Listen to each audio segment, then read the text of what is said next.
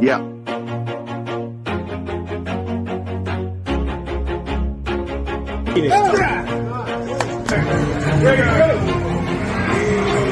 Always do it on my own, so I gotta get through it. And the only thing I know is to love what I'm doing. Never give up, never slow, till I finally prove it. Never listen to the no's, I just wanna keep moving. Keep my head up when I act, head up, that's a fact.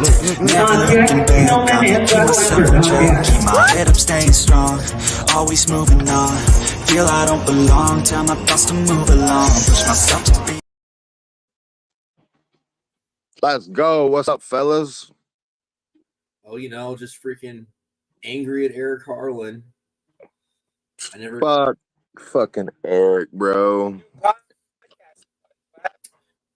I just can't believe I put myself in a position where I thought that he was going to give me gym motivation if I sent him lift videos. You would think he would, the type of person he is. Yeah, like he seems pretty hyped sometimes, so I thought I was going to get hyped, but then he was just like... I mean, I was doing you a favor with the introduction of his show, and he had to cancel it. I was trying to show you what you were getting yourself involved in, what you were going to attach your name and likeness to. Doing you a solid there, but I mean, I already committed to the show, so like, even though I blocked him, I'll fucking show up if there's like some sort of medium that wants me to get on the show still. But running out of mediums, man, everyone's ended up on the block list. It's been fun. Nice. So, what are you done attempting to have battles with me? You can't win. You ready to call a final truce, or you want to keep this going until one of us is dead and then in the ground?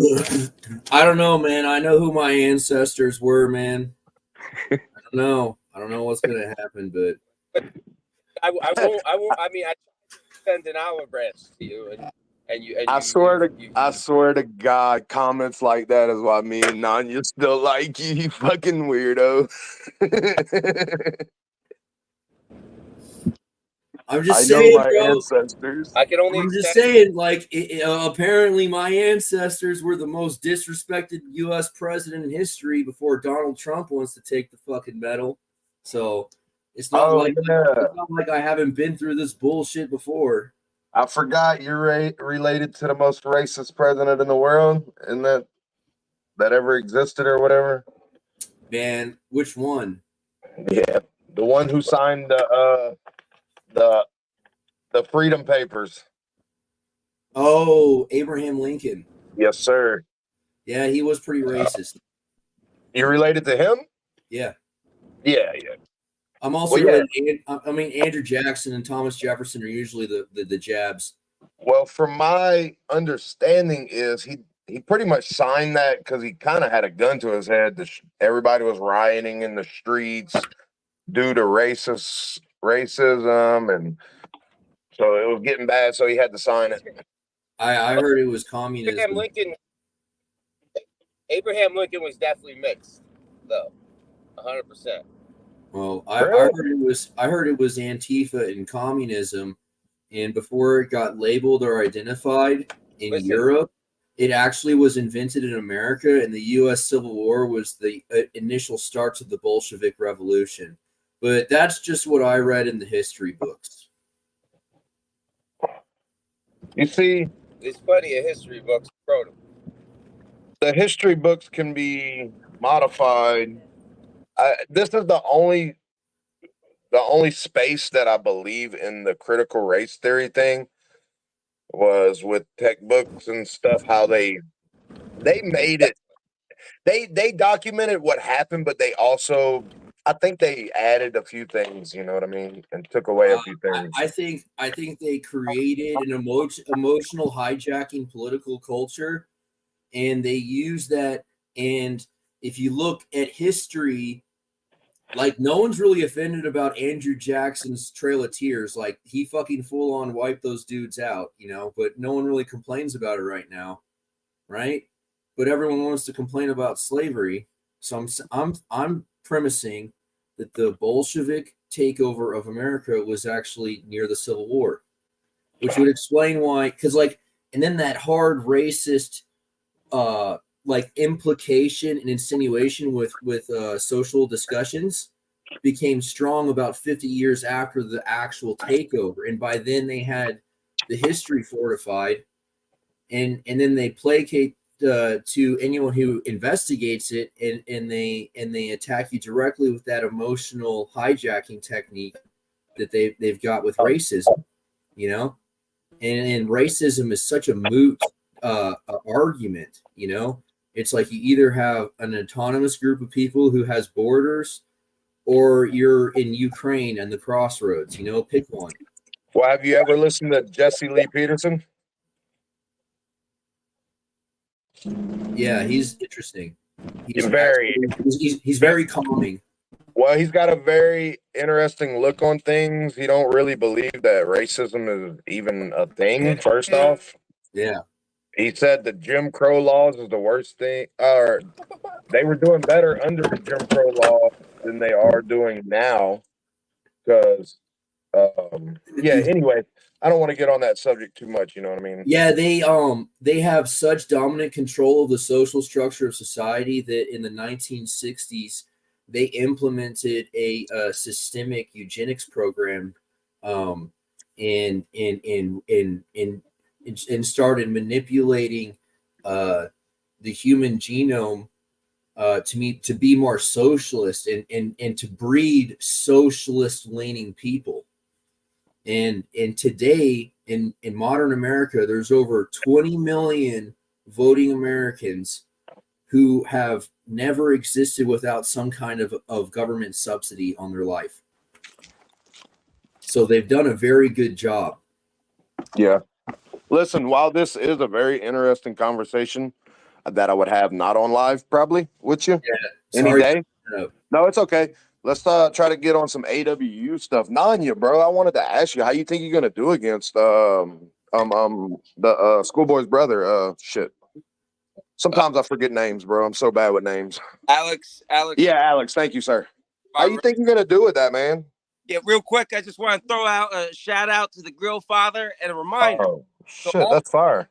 The all professional arm wrestlers gave one to my baby girl too. No way, that's fire, bro. If you're a professional arm wrestler and you got cool videos on YouTube, especially arm wrestling Devin Lorette, you knew who Devin Lorette was. I didn't even have to show him that. All I said was, "Hey, arm wrestler, what size are you, buddy?" Like, shout out, bro. Shout out.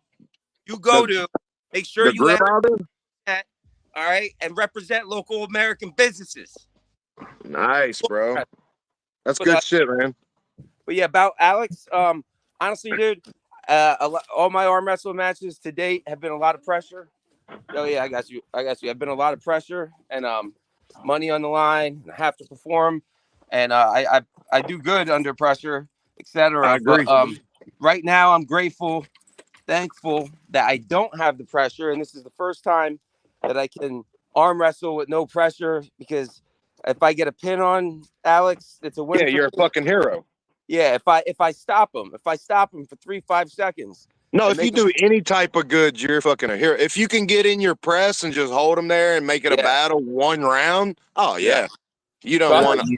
You do not press someone who's stronger than you. So yeah, but he's a top roller though. So like, you press. The press is supposed to be, oh, I'm just dummy strong. Let me just Andrew. Press. No. Here, let me elaborate there, because Cole was mentioning this before. No, it's a supinated press.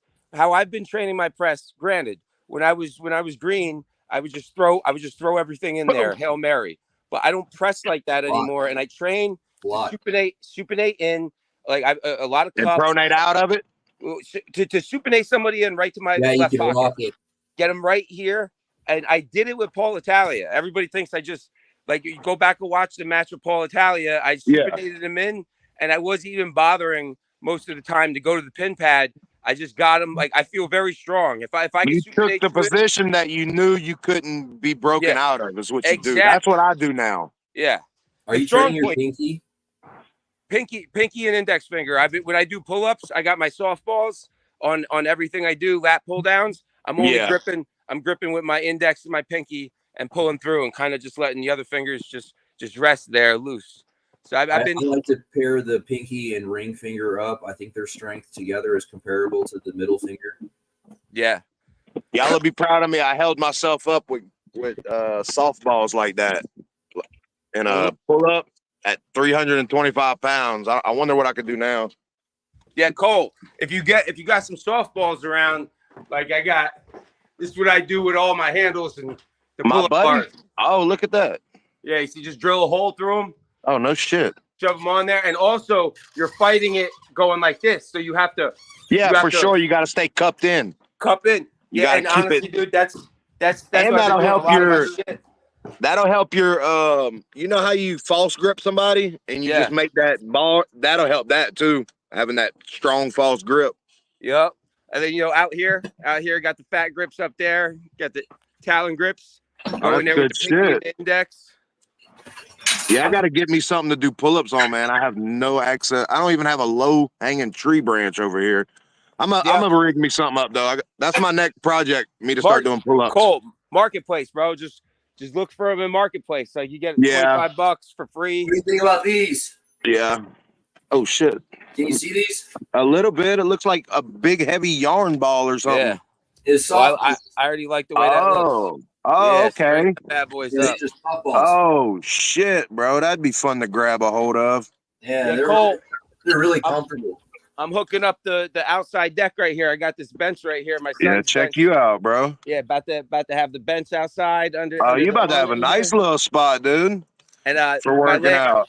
My land at Total Gyms. You'll like this, Cole. If you find a bench like this, it's like this for back pressure. Oh snap! Yeah, you like that, right? I might be. Yeah, you looking like Greg Gray over there, dude. I could do that with mine. The rotors, yeah, dude.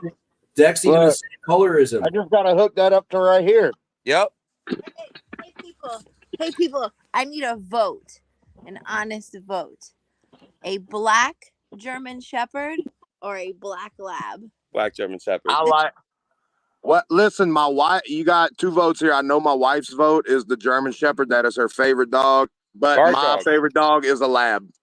But Cole, we need protection. We need protection. A lab will protect you just as good. Isn't a lab water dog though? Yeah. The thing about what are y'all getting, a male or a female though? That's the biggest question.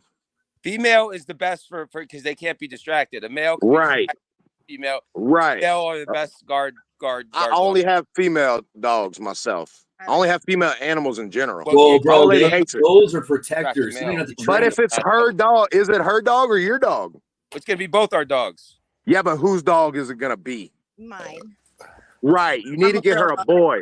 That boy will protect her from you and anybody else in the world. I just had a female will protect y'all, but not like the boy will latch on to her and nothing will ever happen to her. Yeah, because we were thinking about getting 2 dogs, like one to just. And it doesn't matter if it's a lab or the shepherd; they're both about the same. The only thing about the shepherd, they're gonna tear shit up when they're younger a little bit more than the lab, but they both about the same. Well, the shepherd is more prone to jumping fences. Yes, they're bigger and they jump better, and they don't. I find they don't listen as well. But if it's a male, that male will listen to the female owner like crazy. Get the black lab 6 months prior or a year prior to getting the black German Shepherd. This way, it has like pack instincts, and we don't really have to do to train it because she will follow the lead of the older. Yeah, you get a fucking goofy lab for the German Shepherd to follow, chill it out. But what I like about a lab over the shepherd is how gentle they can be with a baby or anything pulling on it. Yeah. Like almost every lab I've ever experienced, like any baby could walk over and just snatch its nose up or grab its ear, and it'll just do nothing. Yeah. So, Cole, you think you could train a lab to be? I just want a dog that like a lab will fuck a dog. Have you ever seen a lab get in a fight with something? A lab will fuck shit up. It is the most underrated fighting dog you will ever meet. A lab will fuck you up. Golden retriever, dude. As far as being like they're way more goated. Guard dog, like to go outside, inspect. Listen, if you walk on my land, if I walk through my front door unannounced late at night, my fucking lab that will not hurt anybody comes to this fucking door. Anybody moves outside, she hollers. That's all I want is a dog. Watch. I'll show you mine. Mocha. Yeah, Mocha. Don't make me get some food to get your ass. Mocha. You might be in the room with You ever seen a Ridgeback? Maybe. I don't know about names. You got Mocha in there, Kylie? The special ed teacher in high school told me I should get a Ridgeback. She's fat. We got her from the animal shelter. Nice. She was 8 or 7 when we got her. Yeah, she's 8 now. I just put my 10-year-old down. That right there, though, anybody walks around the house at night, she starts barking. She hears it, she lets you know. It's irritating, but it's good. Yeah. That's what we need. I need some cuteness back in my life. Get back groceries.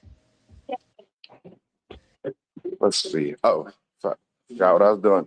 Hey, we got to get somebody on here to talk about some AWU shit. Yeah, it's exactly. We're excited for Houston. This is going to be fun, man. I'm excited to meet everybody that's going. All that shit. Tillman is all the hype, dude. Tillman's a fucking crazy motherfucker, y'all. I hope y'all realize that. Fucking big old ogre. That dude's fucking wild, bro. There he is. He's calmed down, but I've heard actual stories and shit, you know, from other people. Who, me? Me, I'm being Mucho Loco? No, fucking Tillman. Oh, Tillman? Yeah, he's I'm interested to meet this character. He looks He's cool, man. He's laid back, but he don't give a fuck. Yeah. Like us. He'll just say whatever he thinks most of the time. And I love that shit. Ben Legette's what, 176er? No, he's about 200 pounds right now, probably. But he can get he dropped down to 190 for PAL events, and he does 198 for USAA or whatever that is. I guess that's what it's called. Denisovan. I guess they called himself USAA. Yeah, they do like 5 kilogram jumps between the different promotions. Well, that's the one I was used to because I started in Louisiana at Louisiana State, and they did 154, 176, 98, 198, 210, 220, 242, and 242 plus.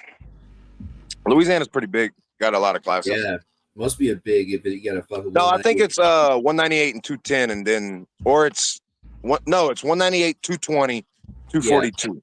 Yeah, they not the 210. Yeah, 10 kilogram jumps, but like if you look at the list, you have the option of 5 kilogram jumps in classes, and it's just annoying that like this promotion does 10 kilogram jumps with these brackets, and this promotion, and it's like, yeah, I mean, it's all political at that point, dude. You know, like my buddy over here wants this class, so we're gonna look good on you. Hey, y'all really think that I look crazy in that picture? Bro, that's I didn't even what the picture at the beginning. I saved that picture no. of your wrist, dude. It's freaking like if my wrist came out, I'll send it to you. Here, it would be looking like yours. Like it would have to be twice as thick. But 1.5. Yeah, my wrist measure over 10 inches. By the way. Oh shit! Yeah, I mean, it's. I don't really be talking shit on here. You know what I mean? Because somebody gonna smash me eventually. You know, and I'm gonna try to prolong that. You know, a little bit. If you go to an event and they put a wristband on you, does it fit? Yeah. It does, but it's way bigger than everybody. Like they so big, you know, it fits. I used to arm wrestle, but I can't buy a watch from a store at all. You go just order extra links. I know my old lady bought me a watch. I like Fossil. I'm old school. I come up when Fossil was real. Measure my wrist right now. All right. Yeah. Well, I came up when Fossil was real popular, and I still love them, you know. So she got me a Fossil watch. I can barely get it when it's open. I can barely get it around my hand and all. When something comes in a tin, it just feels right, you know.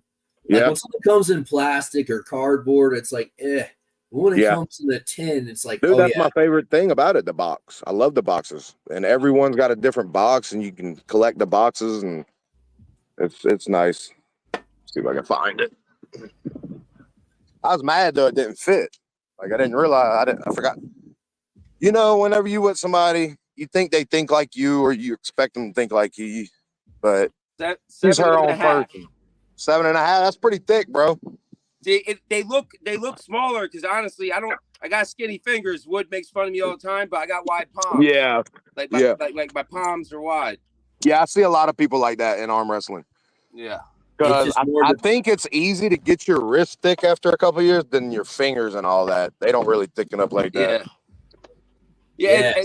It's funny though, Cole, because my fingers surprise people. Everybody sees alien fingers, but my fingers are strong. My fingers always been strong. They definitely look strong, especially when you was flop pressing. Look, she's barking at me right now because I'm in front of the house. I don't know, bro. You like you said. I heard what your kids said, so I pay attention. That would be a good prize for a match. Like, forget a Rolex. Dude. I think a freaking Fossil watch would be better. Might be able to do something with that. But anyway, that's a good idea. But anyway, I heard your son Nanya the other day.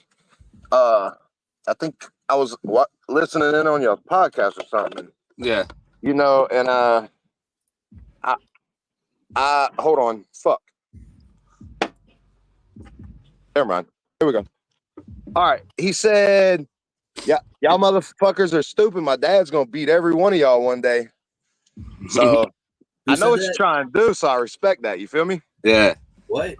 I'm sorry, I had a memory lapse. What just happened? Well, this is things I catch in conversations that I'm looking for to see what people are doing, because I don't know, it just works for me. It's a mind thing. I mean, it ain't no lie. Like, after I beat Paul, when I first went to AWU, like my son was like fully there with me and believed in me, and I lost to Palmer, and even that one pin that I willed out was like, you know, I was like, my son's watching this shit. I need to at least get a pin on this motherfucker.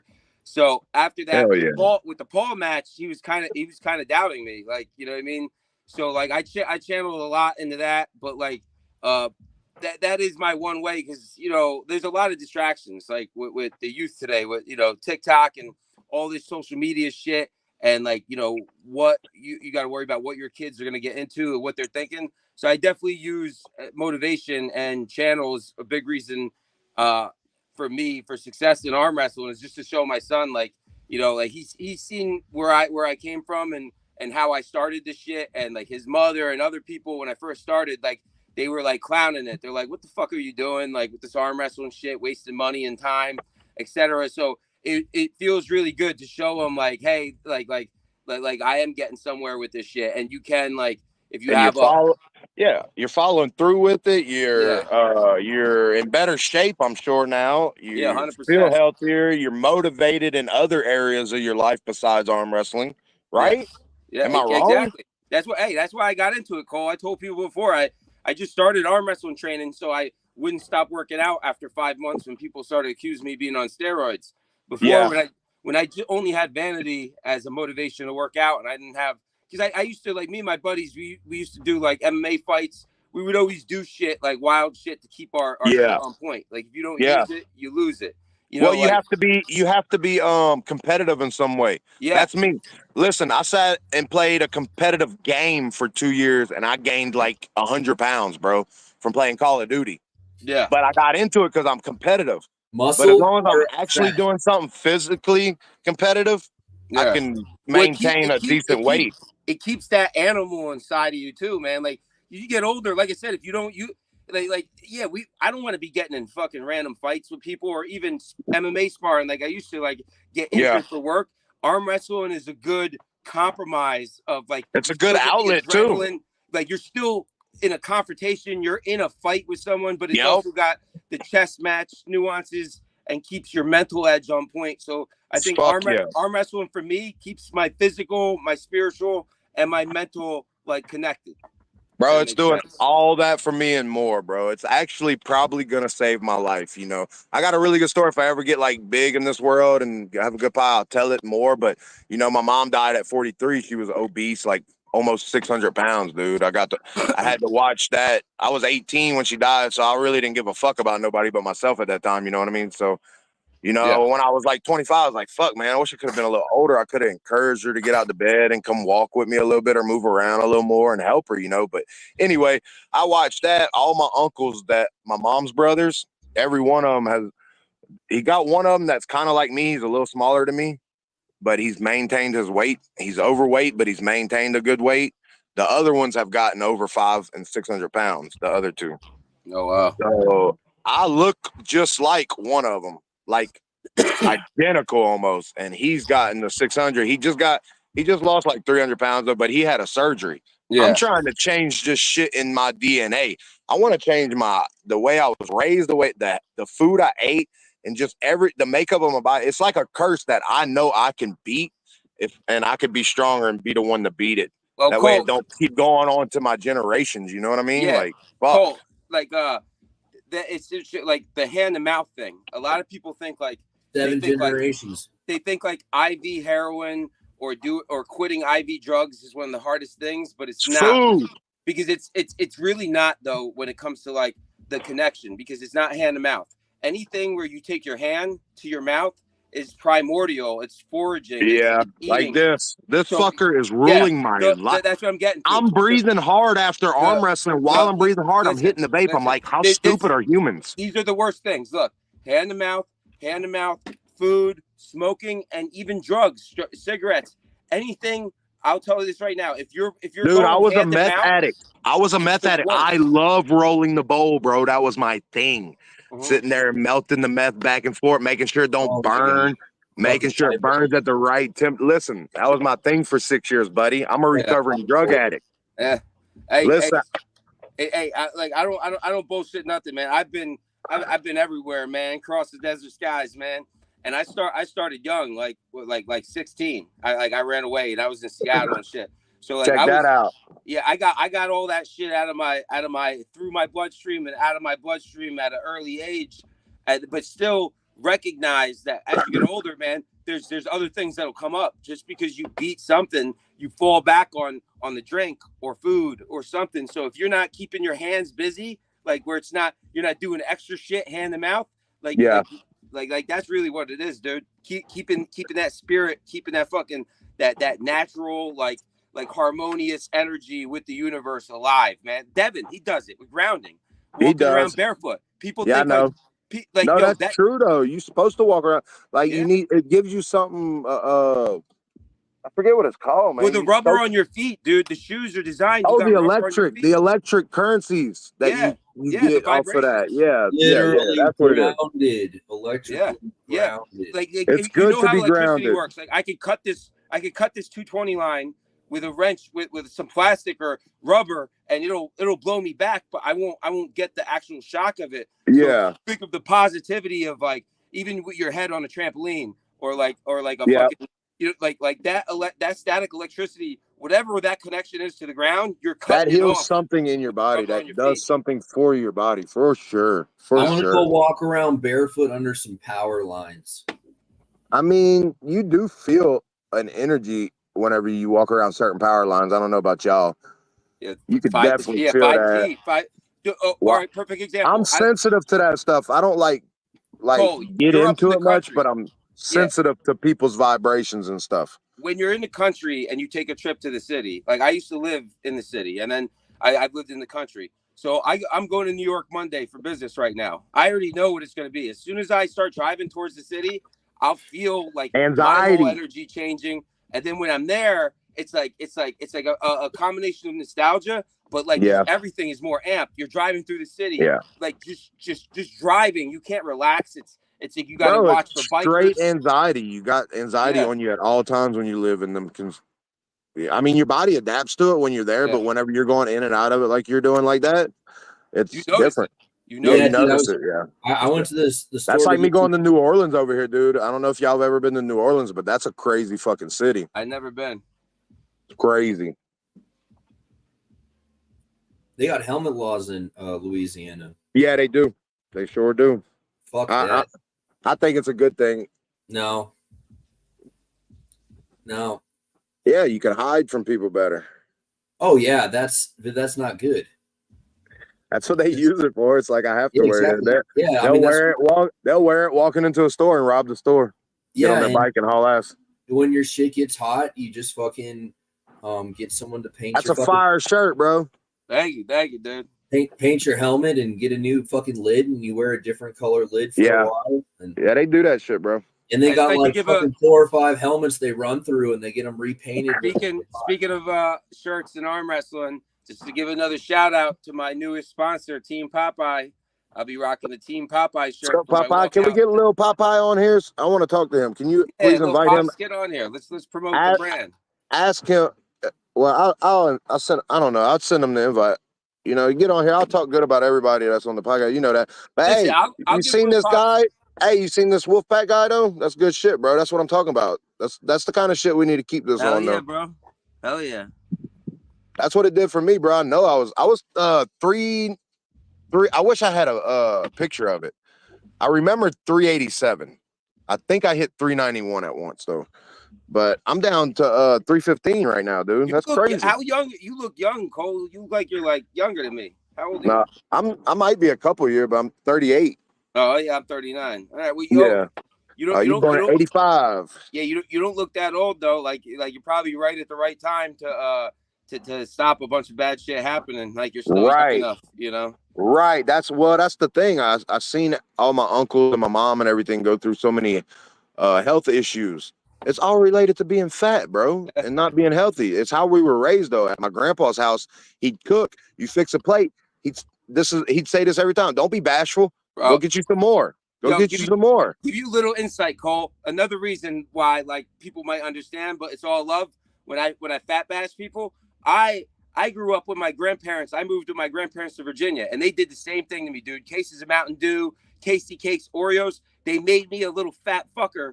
And like they were poisoning me. They thought they were like loving me and taking care of me. They do. They really think it's love, though. Like when you're in the country, see, this is the thing. If you're a city kid, it's a little bit different.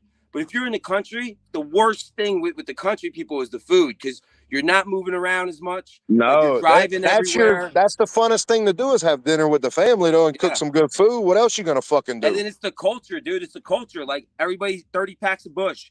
30 packs not only that, when Paw cooks fucking whatever, some dove in the oven or some he like to make shrimp patties and shit. Like when he cook a meal, everybody comes over. Yeah, you know that's what really did it. It's the curse of food culture. Even the Italians, as Wood's number one enemy. The Italians, the same shit. Their whole culture revolves around fucking food. What are you talking about, dude? I probably have Italians in my fucking family tree. What are you talking about? Hold on. Wood, you're prejudiced against the hot peppers. What are you talking about? Eileen. Now you look like a Napolitan, a Ralphie Cifaretto. Can't have one of them measuring tapes that are like sounds like a bad deal for like measuring people. I know. I think she's in the bathroom though. I don't know what she's doing. I want to measure my wrist on here for y'all. Yeah, I'll be right back. See if we got one. I wonder if it grew or got smaller. Because I'm losing weight, but I am gaining muscle. Pretty good, you know? Yeah, that's the one thing is I do like when you get above 20% body fat, everything looks bigger. Yeah. I mean, I don't have a lot of fat on my wrist, but I do still have some, you know. Yeah. You're a monster, dude. I mean, you actually put in the work. I'm an idiot though. My whole life I've only worked out like minimal. I've worked out real minimal my whole life. I had some pretty tough jobs when I was in my 20s. I drilled water wells by hand in Florida. So I was picking the rod up and jabbing it in the ground by hand. I did that for 7 years. So that's why I'm probably crazy strong with my hand like I am. You were downstate a while, right? Yeah, for a year. Oh, just I didn't do too long. Well, I did like 10 different fucking pre-trials, and then I had to spend a year. the reason I was asking, did you get started like training and working out? I mean, Yeah, I did. I did for like 6 months in there. That was that's the first time I got on a sit up. I mean, I well, started doing sit that's the ups in real jail. that's the real motivation. I tell anybody, if you ain't been in county for a while at least or something, like you want motivation to actual work out for practicality. It's like That's the most I've ever worked out was in jail for sure. It's like, what else are you gonna do? And I was doing 300 push-ups every morning before everybody woke up. Burpees and I would, shit, right? Yeah, and I would take a minute. After I did the 25 push-ups, I'd get up and the clock, wherever it was, I'd wait till it's back on that number. So a 60-second break. And then I'd do the other 25 till I did 300. But anyway, I'm stupid because I gain muscle really easily my whole life. If I just do a little bit of workout, it's like, boom, everything gets big. Oh, you got one. Thank you. Really quickly. Yeah. But if I would have started working out when I was younger, I'd be a pretty bad dude. But hey, the one thing, hey, you know how I pacify myself because I have the same intrusive thoughts, but you know, we don't have time machines. But I like to say this: hey, we haven't worked out as much as we should have, Cole. But guess what? We don't have the same wear and tear, baby. Meaning we got more wear and tear we could go through than other people that have been working out consistently their whole life. Do this one. My wrist is only like 9 inches. I thought it was 10. Right. That's what told me. Yeah, it's 9. Hold on. What's this? I'm gonna do it 2 different ways right here. I'm gonna do it the goat way. That's 15, just with no flex or nothing. All right, now do it like this. You got to wrap it. Yep, around there. Yep, a little lower, right there. 17, the cheat way. 15, the John Brezink way. That's my forearm. Yep, right here, bicep. Yeah, my forearm's still at 14 and a half. 18. My biceps are 18. I got some growing to do. I got like 14s over here, man. Thank you, Kylie. Thank you, Mom. Hey, my 14 and a half's look good, so I need to get it to 15 though. I'm a little smaller than I thought, you know. I want to get my arms a little bit smaller. I want them to get stronger and smaller at the same time. 18. What you said for my 17 or 16? It was 15 and 17, I think. The John Brezink way, and then I did it the way they do it at East versus West, where they jam their arm up and make it bigger. Yeah. So I call that the Paul Italia way. 15s are too big, man. You lose range of motion. 14s already losing too much range of motion, in my opinion. On my forearm? Dude, I had 14-inch forearms since I was 12, probably. Yeah. Not really, but they were big. I think I had 12s in high school, man. My arms have always been. My arms were big boy.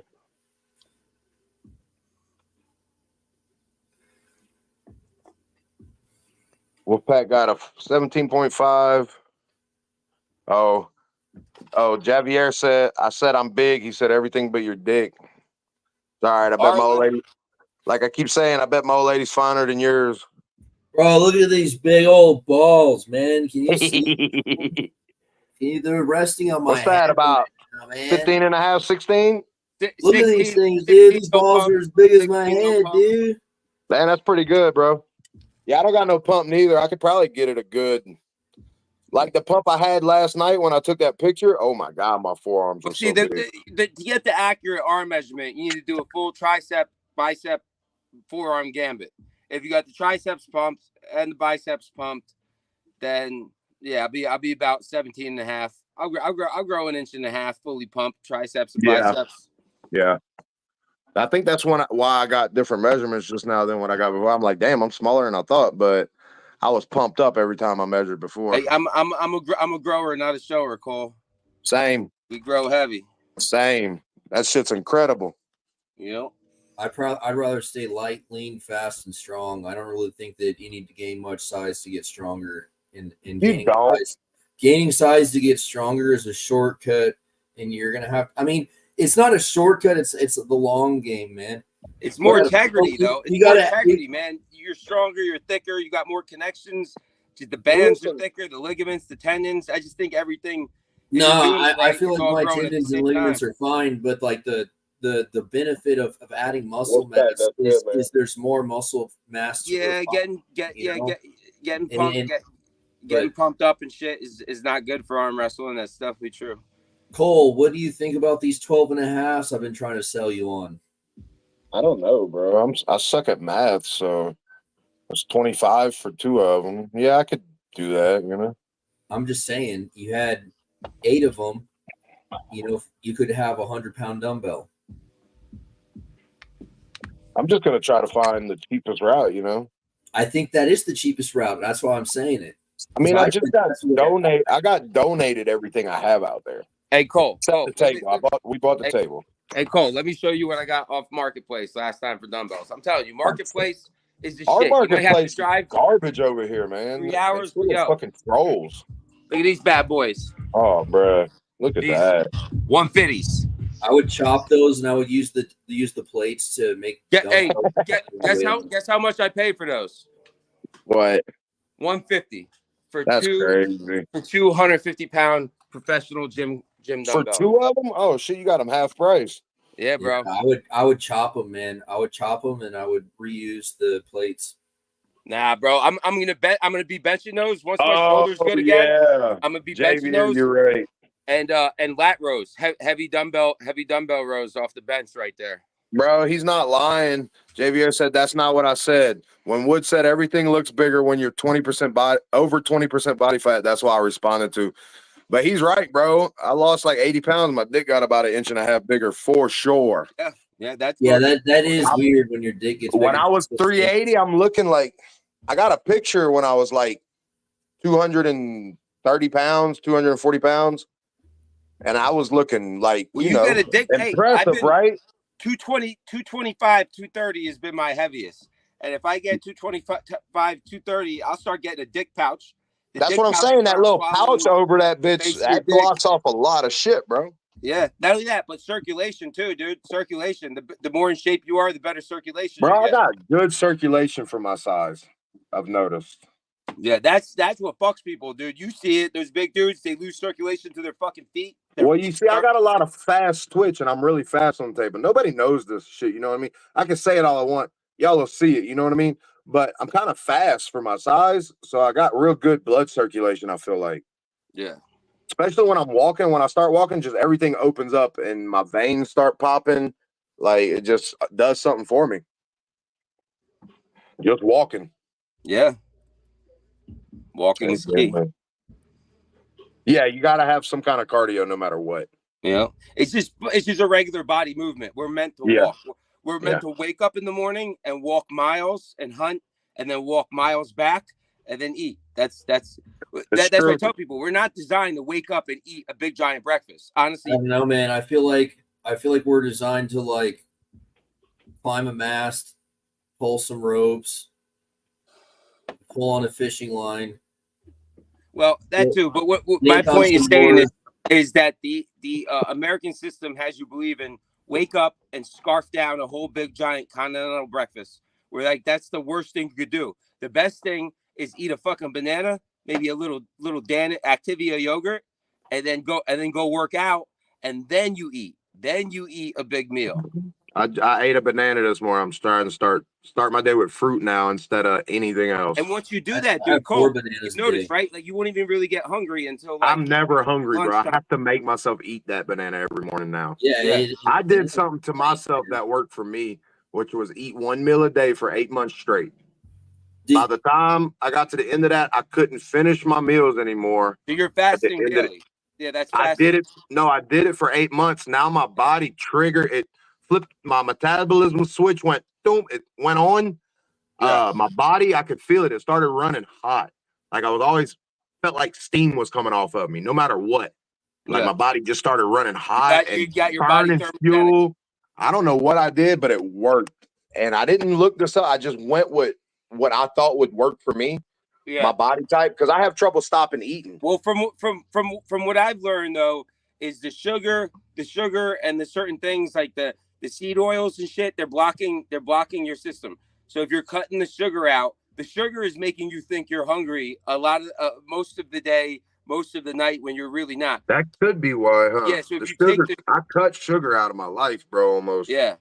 Once you start drinking water a lot, you realize sometimes like you're not even hungry. You drink said water. something that made sense to me right there, though, because before when I'd walk into a convenience store, I'd always want a candy bar. I'd crave it as soon as I seen it. That sugar.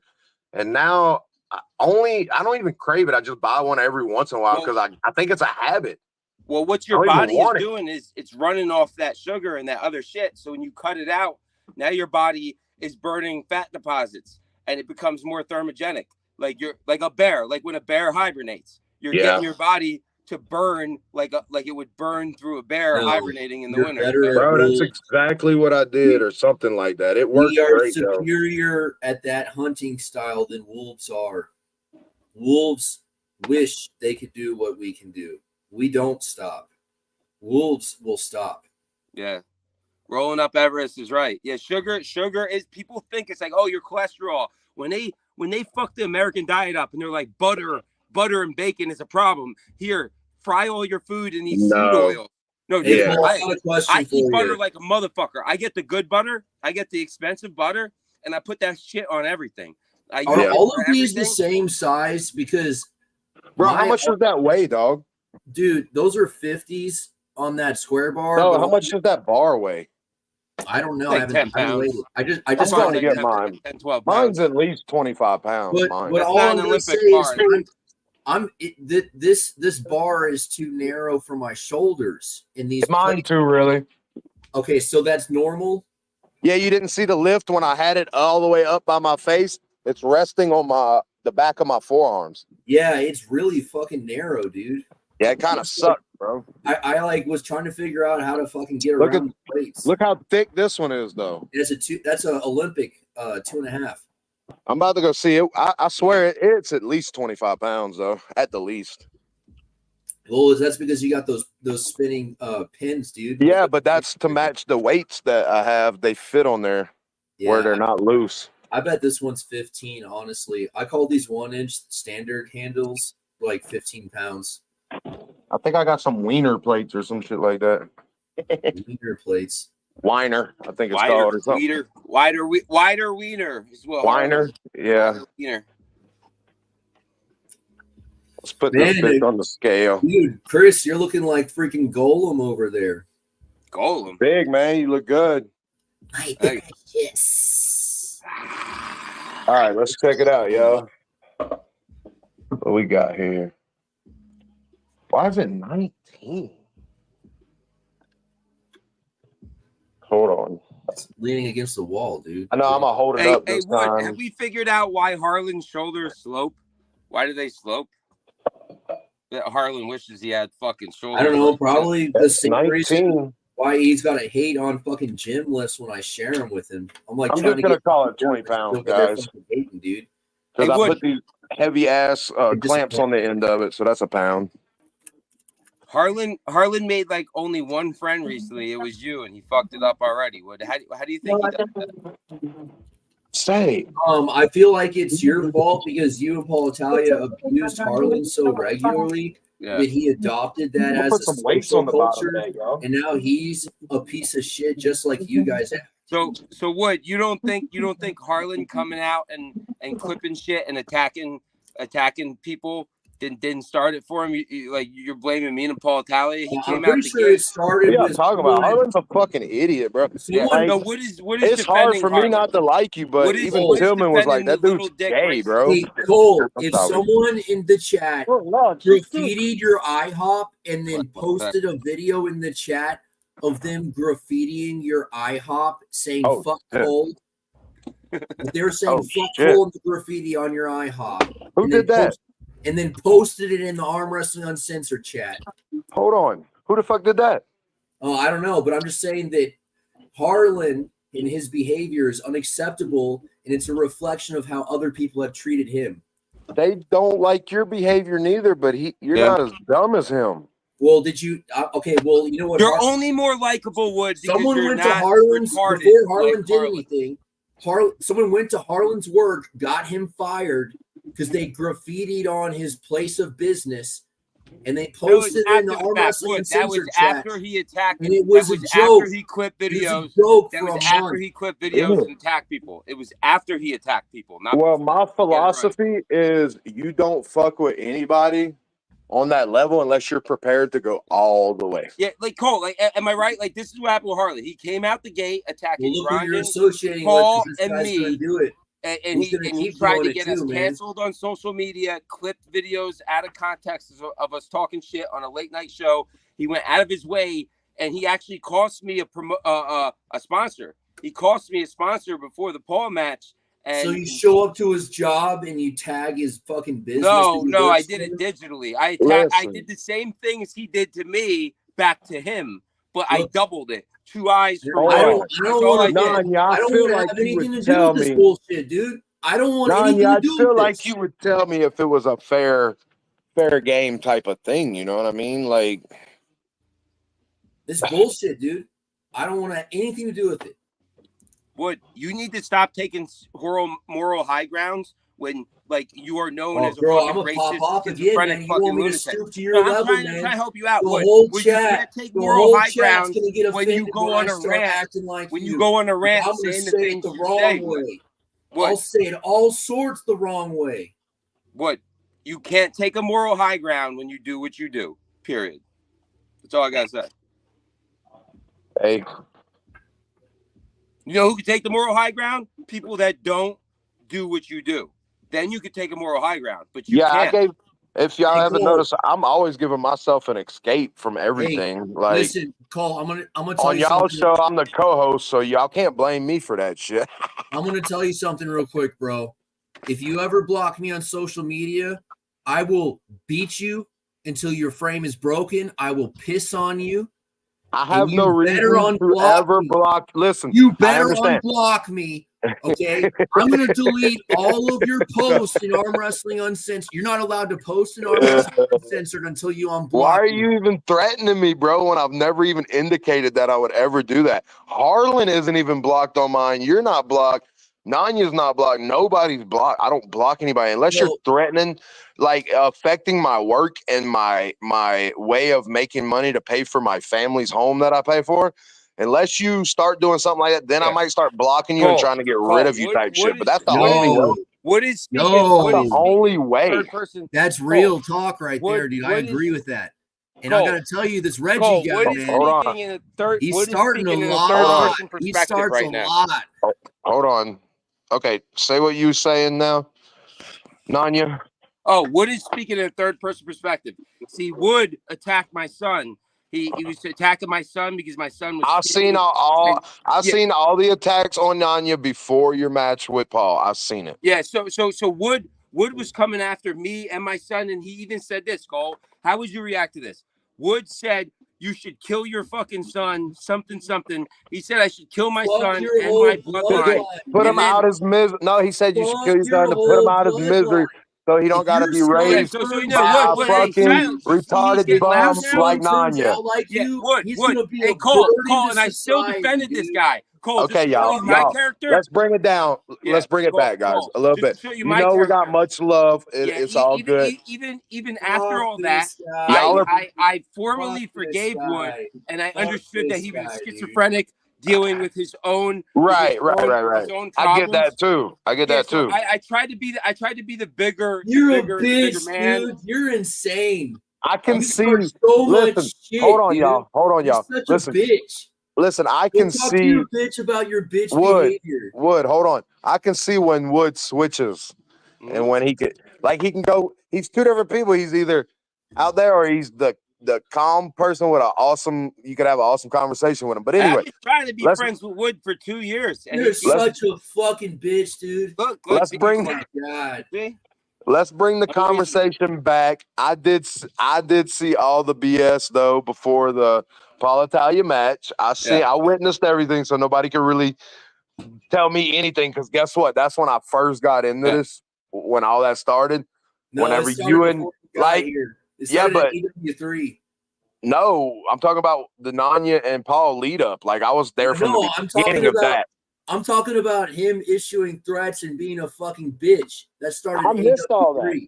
I missed all that. This is after you said what you said about my son, Wood. He's a fucking schizo retard. He's burned his brain fucking fried, man. He doesn't even remember what happened. He started this shit. I gave him a minute, dude. I was like, I got added to a group. The teenager started this shit. I ignored this motherfucker. I was like, I don't want anything to do with it. My son was just existing. Okay, y'all. Listen, how did y'all hash this out? Remember, how did y'all hash this out? What common just so ground? They can threaten me. Just so they can threaten me. Are you threatened? Are you threatened by a 14-year-old with bifocals? Are you sure? Please. Are you threatened by a 14-year-old with bifocals? Hold on, Wood, please find that common respect that you definitely have for Nanya somewhere in your head, because you definitely have some kind of respect for Nanya. Let's get back to that. He's a fucking society reject, man. He's scum. Yeah.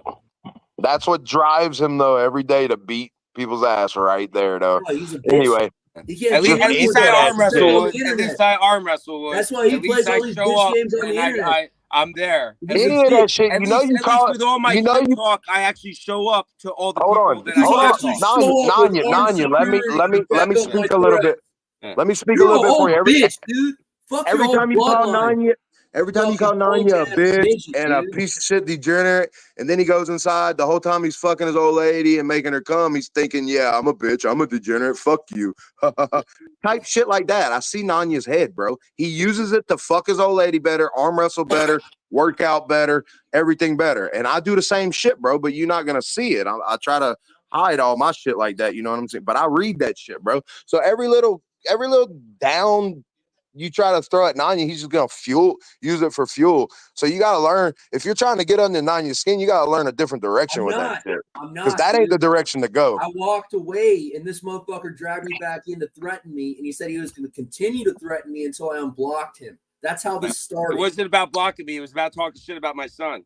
That's where all the threats That was my reaction, you dumb bitch. You fucking brain-fried fucking retard, man. But see, Wood, show up to AW5 you started this shit, and then you want to play victim. Please show up to AW5 and come hold on. Confront me, Wood. Brain dead. I'll be there, Wood. I'll be at AW5. Come confront me. Listen, Iron Will. Stand down. Iron Will said, where can I find the lineup? I'll tell you right now. I'll this live right now. VSA will stand down, Wood. You show up, me and you shoot the one in the fucking parking lot in the sand pit, and we'll settle it like men. Settle it like men after you've been a bitch for 2 years. I said we'll settle it like men in the sand pit, motherfucker, behind the taco truck. Like as per tradition. You can stay a bitch, Reggie. What are you talking about? What are you talking about? I'll make a circle with the coronary crew. I'll make a circle with the coronary crew, and y'all just get in the middle of that. Yeah.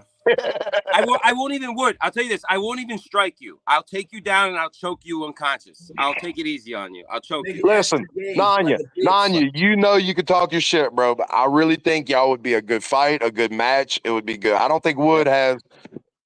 I think if you like you say, Wood, if you corner that motherfucker, I think you're gonna have a problem. Yeah, he'll pull a weapon. I know his type. Maybe so. I can't read him that good. I'll be looking for it. Hey, I'll be on the lookout. I can't read him that good. Yeah, but maybe so. Wood, I always got a blade on me, bro. No matter where I go, I got a blade, bro. If I didn't have check baggage, I'll buy a blade down there. Your shit is fried. Number one for the one shot in the sand pit.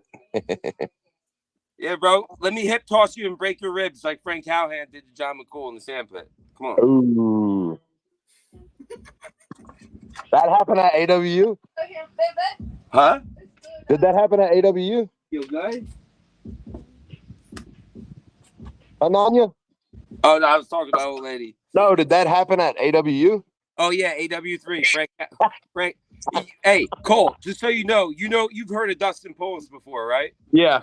All right, so he's a badass. Like, he's not just an arm wrestler. Like, that's a dude that like is a certified badass. You had him out on the field.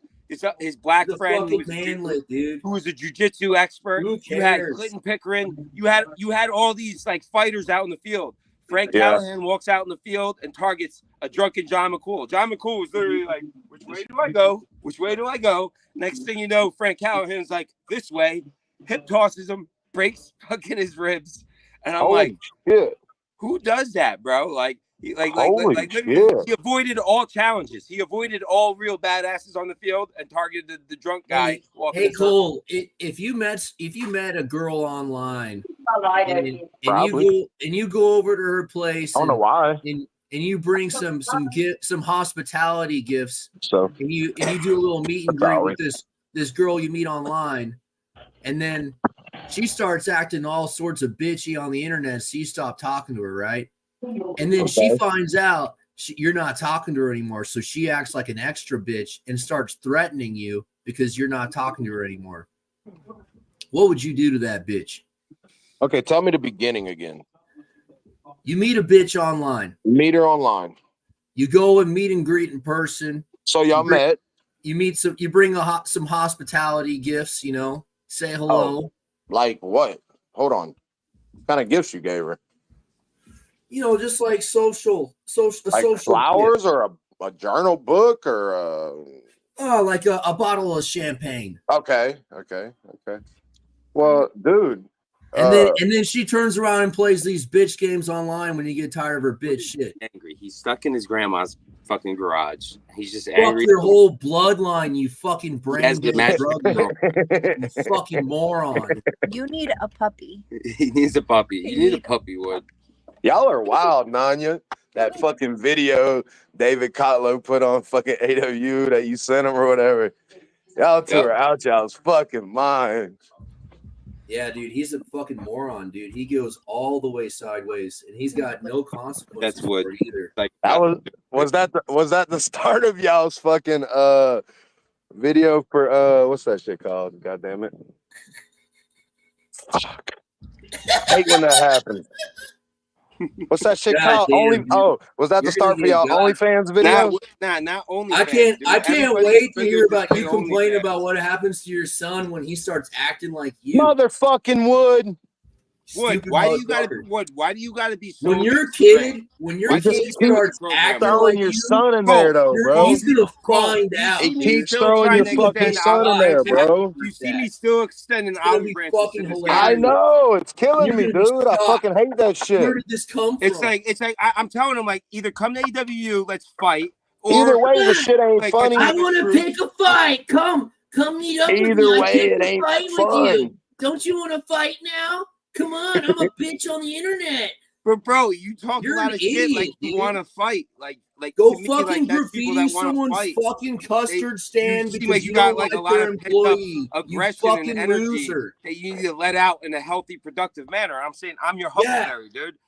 Throw punches at me. I'll fucking show up to your funeral and I'll fucking be in a healthy, productive manner, you dumbass. What? Hey, why can't men just fight and settle their problems like the old fashioned? Dude, they can whenever they're your problems. Keep them to yourself. They could when there's no internet, bro. Do you really think like anybody walks up to me and talks shit to me in my life at 315 pounds? No, bro.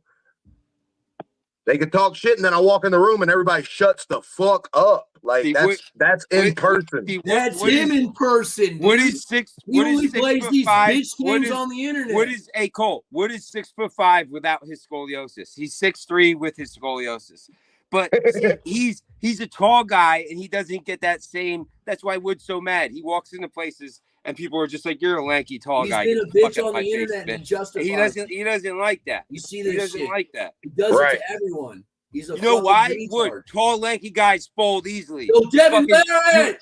Bro, I'll elbow you right in your solar plexus. I'll elbow you right in your solar plexus. And then give you a knee when you're down at a Paul Italia level. Elbow to solar plexus. You're Paul Italia level. Then you get a knee to your fucking jaw. Denise! Who's Nick B? I know who Nick B is, man. Yo, who's Nick B? Wood. That's fun. You have to decide, like, where are you going to go with your life? Are you just going to be a schizo spaz in your garage? That's Babbins. Nick Babbins. Fuck. You're going to try to evolve. Okay, Nick. Who's that? Talk some shit. I'm going to break your arm off like you broke mine last time. Oh, big boy, huh? Nah, he's not big boy. He's one of my training partners. But he did hurt I was like at the end of a practice, and all my muscles was wore out, and I let him hit on me, and I stopped one of his hits. Boy, that shit hurt. It hurt him. It hurt. So it hurt. He said, "Try me."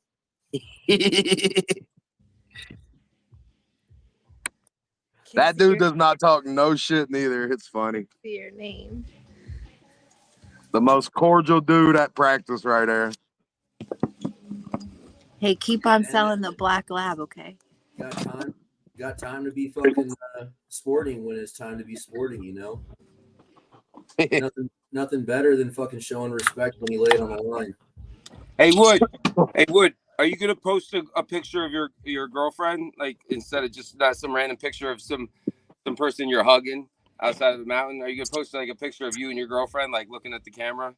Y'all seen my hot ass wife? Yeah, let's you know she took her shirt off on one of your streams.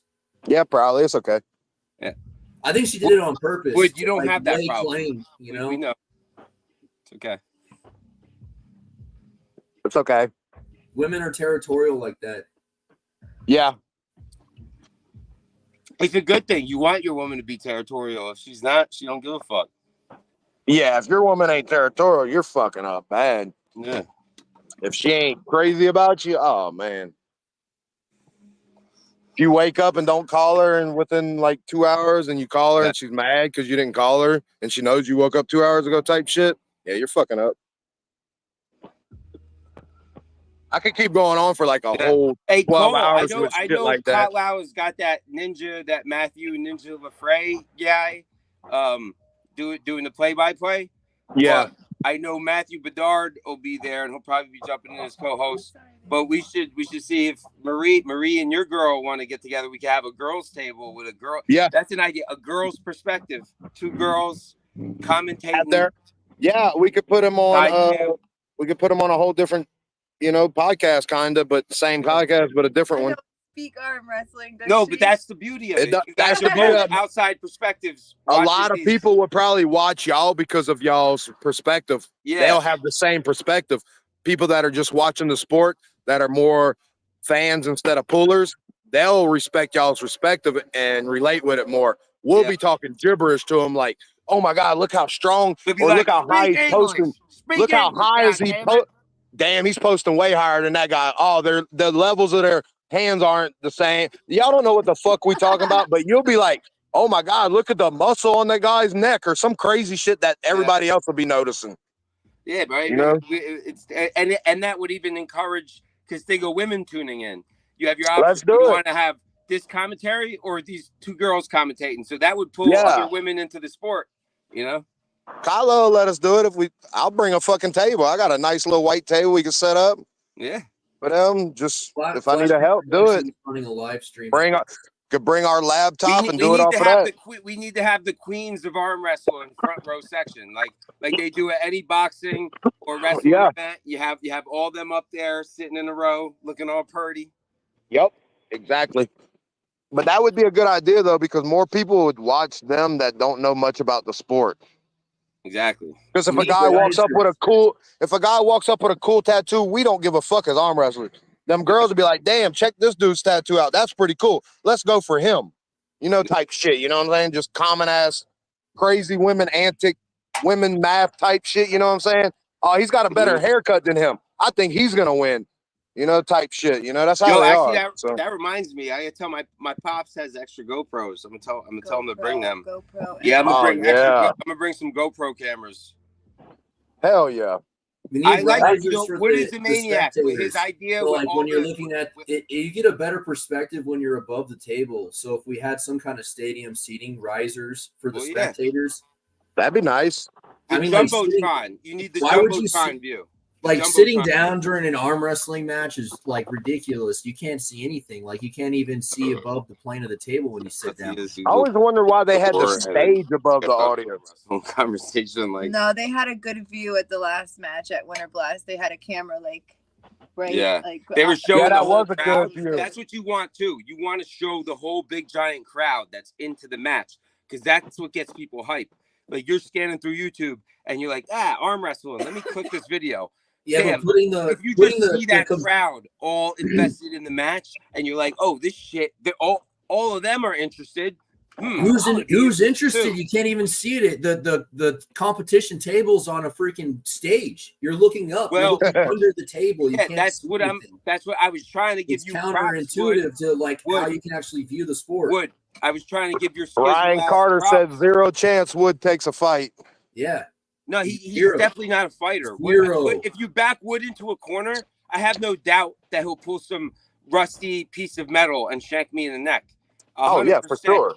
100% he will, and I'll be looking out for it. That's why I would never. I'll be looking out for all the shit I started. If I was to attack Wood, I'm going to look out for the consequences of my actions. I would be tactical. Because I'm a bitch on the internet. My brain is fried. I took too many drugs. I would use other people. Let me give my thesis on how to attack you. Just ramble on. I would use other people. This is not good content. As the first wave. I would use people that hate you because of a word you say, and I would have them bombard you first. And then when you're distracted with them, then I come through and I grab you with the rear naked choke, and I choke you out embarrassingly. Listen, Listen, how good was AWU last year or for the last AWU? Great. AWU is great every year. No, but what's the feeling over there? Like, is everybody hype still? Armed security. It is armed security. I don't give a fuck about armed security. I've been to a nightclub before. Wood, I've been to a nightclub a million times. There's armed security everywhere I go in the city. I go to New Orleans. We gotta have armed security inside fucking IHOP. If Wood's gonna interrupt, you should mute him for periods of time. Yes, Wood, please stop interrupting, sir. You're gonna make this very bad content. Cole, would you like to hear the background of VSA security and how they became a staple at AWU? Yeah, sure. Okay. If it's about AWU, for sure. Yeah, okay. So a lot of people were confused. When I came to AW3, I came down with $600, $500 that I lost to Palmer, and then the other $100, I had nobody with me. I was by myself. I took that solo trip. Then I came down at AWU 3.5, and I came down again. The bet was for $1,000. I came down with like $1,100 something. I had everything riding on it. I beat Mason again. I was by myself. No girl, nobody, no security, nothing. So the third time I come down, I have $2,700 on the line, multiple matches. Well, because like I don't really have a tight relationship with my father, but he saw on Facebook like the success I was having arm wrestle, and so we had like an hour-long conversation. And I was like, well, he was like, I saw you're in Houston, and he's like, we still got an office down there. And I was like, no shit. He's like, yeah, I got guys that work down there. He's like, I could fly in and we could pull some guys over the event and do some cross promotion shit. And I didn't even know he still had an office in Houston. He's had this office for 15 years. What did you say to Wade? So what did Wade say to you? I'm giving backstory on VSA. Yeah, what did you say to Wade and what did he say to you? Wood, I'm not answering questions right now. I'm giving a backstory. Hold on. I'll ask him after. Let him finish. So anyway, they came to the event. It was good. It looked good. It worked with the event. Kotlau loved it. And going forward, it was both like it was a gimmick thing, and it was like hey, I already have these guys down here. I already come down here for business. It makes sense. And so also with Kotlau, it became like actual real thing because AWU does have a lot of beef. So it is good to have some armed security there to make sure shit is dude. If there wasn't, I'm gonna tell you right now, Wood. If there wasn't security there, and any one of my partners get into it, like I'm gonna dive head first. I don't give a fuck. Bro, so Cole, even with that being said, Cole, when you go down there, Cole, like mute him if he's gonna interrupt. When you go down there, anybody that met the security, even though they're security, they're chill as fuck. Like they were there enjoying the show. Like they added to the event. They made it look more professional. It was a hit all the way around. Yeah. So Kotlau wanted them back. He was like, hit me up. Like, is your father coming back with it? I'm like, yeah, of course he's gonna come. Like, so my father came down there. He had a great time. He saw the success I had. So it's like a fun thing for him to do. And it's like we don't see each other, dude. It goes years. Sometimes you don't see each other at all. So it's like just to meet up and link up. It's like a family thing, and it's like becoming that too. So DSA being there is all love. Anybody that was there before would tell you. Yeah.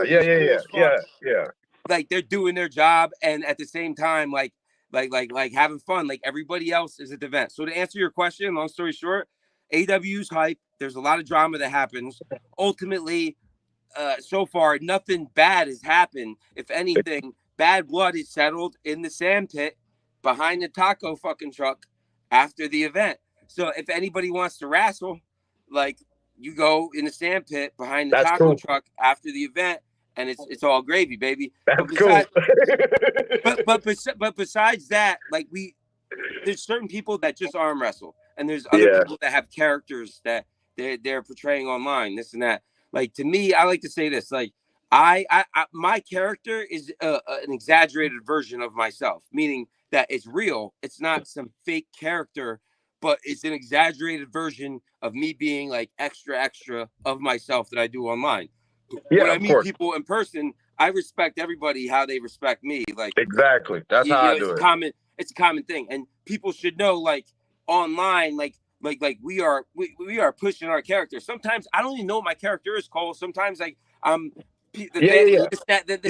I'm supposed to be the asshole. I don't either. So sometimes I'll lean into one or the other. I think that's why we get. I think that's why we get along, though, Nanya, because of the way we are with people, though. I don't know. Just talk our shit. Online, as long as nobody fucks with us, we don't fuck with them. Whatever character is gonna push the event, and if people want to beef with me, I'll beef back. If people want to get along with me, I'll get along. Like, I'm pretty like a transparent dude, and I kind of just like you like the beefy side though a little bit. Yeah, it motivates me. It's like I don't want to go in this shit like lazy and lackadaisical. Like, I never needed that though. There's always somebody fucking with me my whole life. So that's where I've gotten. I'm segregated out here, bro. Cole, I'm out here in the country. If anything, I think I start shit with more people because I don't have people challenging me on a daily basis. So I do it online because I know spiritually I need it, if that makes sense. So don't hate me. Look too at hard. Wood getting in the AWU spirit. Yeah, dude. Yeah, let's fucking go. Like Wood got in the AWU spirit. Let me see that, Wood. Is that an AWU? Cole, so can I see this? Can I see the shirt better, bro? Is that the new? Have you discussed Wade in armed security? What happened with Wade, secure, all that stuff, Nanya? Oh, right, Wade. Yeah, Wade Carlson is a great guy. He gave me advice with the Palmer match. I wasn't slipping. I had rookie nerves, and if I would have been slipping off the rip, I could have done better in that match. But Wade kept jumping in. It was like, fucking slip him. And that that's was right-handed, how I slipped him, and I got that pin, and I realized I could slip him at will. And there's a difference. Like, I train to hold on. A lot of people say, Devin, I don't go with that. I train to hold on because I know I can hold on better than most, but I also can slip like a motherfucker. So that's my logic. You can talk about nothing all day, man. We're not going to strap, Cole. We're not going to strap. We're going to play the game. We're going to figure out who has the advantage, because until I grip up with you and we have a round, I don't know if I want to go to strap with you or not. Like I'll know after that first round. Too many of the wrong drugs, man. What you weighing in at, Nanya? I'm 194 right now. Why can't you just answer the question? What happened with Wade and why was there armed security? I think Nick's like 210, 220. Yeah. What happened with Wade? What? I was just talking about, I kind of got off subject. But what about Wade exactly? What's the question? Why is there armed security at AWU? Because we have an office there and it works out and it's fun. No, he's not going to answer the question, dude. Hold on, stop, Wood. Wood, please stop, Wood. Please stop. No, you know what he's referring to. Just answer what he's referring to. What with Wade? What happened with Wade with what? I don't know what he's referring to. Brain fried bitch. Wade cried bitch? I don't recall. What happened? I know him. Wade had a disagreement. Wood, calmly, could you tell us what you're referring to, sir? What happened? I don't know what's going on. I don't know. What are you asking me about Wade? I don't know. What happened, bro? Cole, what's up? What's up, man? Wood, what happened with him? Who is it? What happened with who? Wade Carlson. Wade Carlson. Thank you. I'm sorry. Wade was giving him advice about the Palmer match. Carlson. Oh, what happened? Oh, I told you. He told me to slip, and his advice worked. I was saying, he asked me about Wade. I was saying, as far as my experience with Wade, Wade's an interesting character, but he's always been good people to me. Like, so Wood don't like Wade? No, I look at Wade like a friend. Like Wade's a friend to me. Yeah. So then why'd you get armed security? Because of what Wade said in return. I didn't get armed security because of what Wade said. Like I said what before, he's saying. I told my father, Cole, he's not Jesus listening. Christ. I told my father I have this event in Houston again. It's a consistent and he just happened to have an office. He has an office in Houston, you idiot. It's a great cover story, dude. His company, those security guys weren't flown in. They live and work in Houston. What don't you understand? Listen, hold on. I'll shut this whole thing down. I don't give a fuck if there's armed security around. If I want your fucking ass, I will slip through the fucking crowd, find you with your back turned. I will find you with your fucking back turned, either knock you out or take you out before anybody knows what happened. Somebody might see it. I don't give a fuck. When you stuck up on me, security, bro. Stuck up on me at AWU3. Armed security if I want your fucking ass, bro. Did I have security when you were at AWU3? I'll say something. Did I have security when you were at AWU3? You let me know when I can talk. I just said, did I have security when you were at AWU3 and I was there? Did I have any security, or was I there completely by myself? Yes, Javier, it's all the way out. All right, Cole. So basically what happened is a single person at this arm wrestling promotion has consistently instigated hostile social interactions with people. And some of the reciprocation they've received has been something that they can use as an excuse to dad to bring armed security. But this bitch behavior isn't really about an actual threat. It's about promoting this character of this giant bitch who goes around talking shit and starting shit with people for no reason.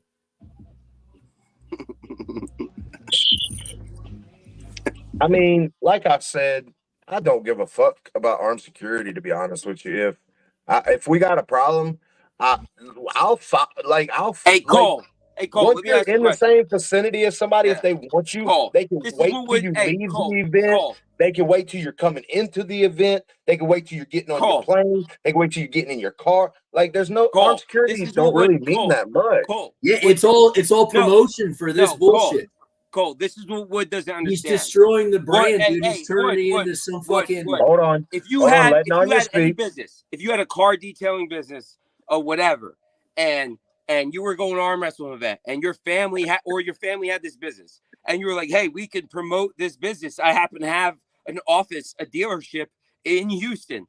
Forget security. My father has been in security business, detective business, his whole fucking life. That's his business. That's our family business. You feel me, dog? So when he has an office in Houston, it makes perfect sense to bring security people to the event because it just works out for everybody. We get it, Nanya, we get it, bro. Yeah, I know, but what does he understand? It? That's the business that we're in. He does understand that, but he's saying you're a bitch and you had to bring security. That's all he's doing, bro. I know, but AWU3, that would Cole. What I'm saying is, Wood was only at one.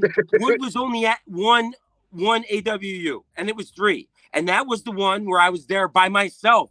No girl, no son, no daddy, no Wood security. Pull anybody? Did Wood pull anybody, Nanya? No, he just showed up. He stuck up on me with a joint. What I'm saying is, he came there. I was like, "Oh, Wood, hi, how you doing?" Like the one event, he's bitching about security, Cole. But this is how bitch Wood is. The one event I was there, I had nobody with me. I was solo dolo. Yeah, so was he. Bro, I get it. So was he, and nothing happened. So what? And then he starts his bitch shit afterwards. Even if I didn't have 9 people coming with me, I'd still go by myself. I showed up and so the family business. So the reason BSA is at AWU is the family business, motherfucker. Like he's a bitch, dude. No, period. I showed up in person. Family business. It's cool. You're the bitch, dude. You're the bitch. Show up November 2nd, Wood, so I can fucking grab you by the neck. Listen, this is like grab you by the neck with the left hand. Y'all are like and I will fucking handle you with the right. I'll grab you by the neck with the left. I want to do drugs and I'll handle you with the right, dude. Please show up. Wood. I want to do drugs and gamble. I want to threaten someone's life. Wood, show up. You just look like a bitch. You're talking shit in your garage. I'm gonna be there. I'm gonna be there. What? You live. Hey, Cole. He lives 2 hours away. I'm in Pennsylvania. I'm in Pennsylvania, motherfucker. He told me what town he lives in. It's not hard to find them. Gambling, death threats. We ain't got 3 time hours for away. that shit, though, A man. short drive. You don't even got to book a hotel. Drugs. I know, but we ain't got time for this. This talk. Nobody gives a fuck about this broken record y'all are doing right now, though. I need y'all to realize that right now. Y'all can be productive and y'all could do this. This is not productive towards AWU. I'm trying to be productive. I know you are. I know you are. Nanya, I can keep. Listen, if I have one of y'all on the podcast at a time, I could actually keep the podcast productive. But when y'all getting them screaming matches, mute Wood, and let's talk about the matches. Because listen, we can talk listen, about. y'all can do it though. Y'all can really do it, bro. And people want y'all to do Wood needs it. to behave himself. He needs. I need y'all to do this. Y'all are more AWU than I will ever be, bro. So y'all need to try to represent this shit a lot better than me. And I'm doing a great job of representing it. And I need y'all to be better than me because I can't. I'm probably not gonna be. I'm probably not. I don't know if I'll. Gambling. You know. Fuck. But anyway, how y'all like my intro video? Death threats. It was great. It was great. Drugs. That was my buddy did that in like 30 minutes. So he's doing a better one right now for me. But that's a pretty cool start, you know.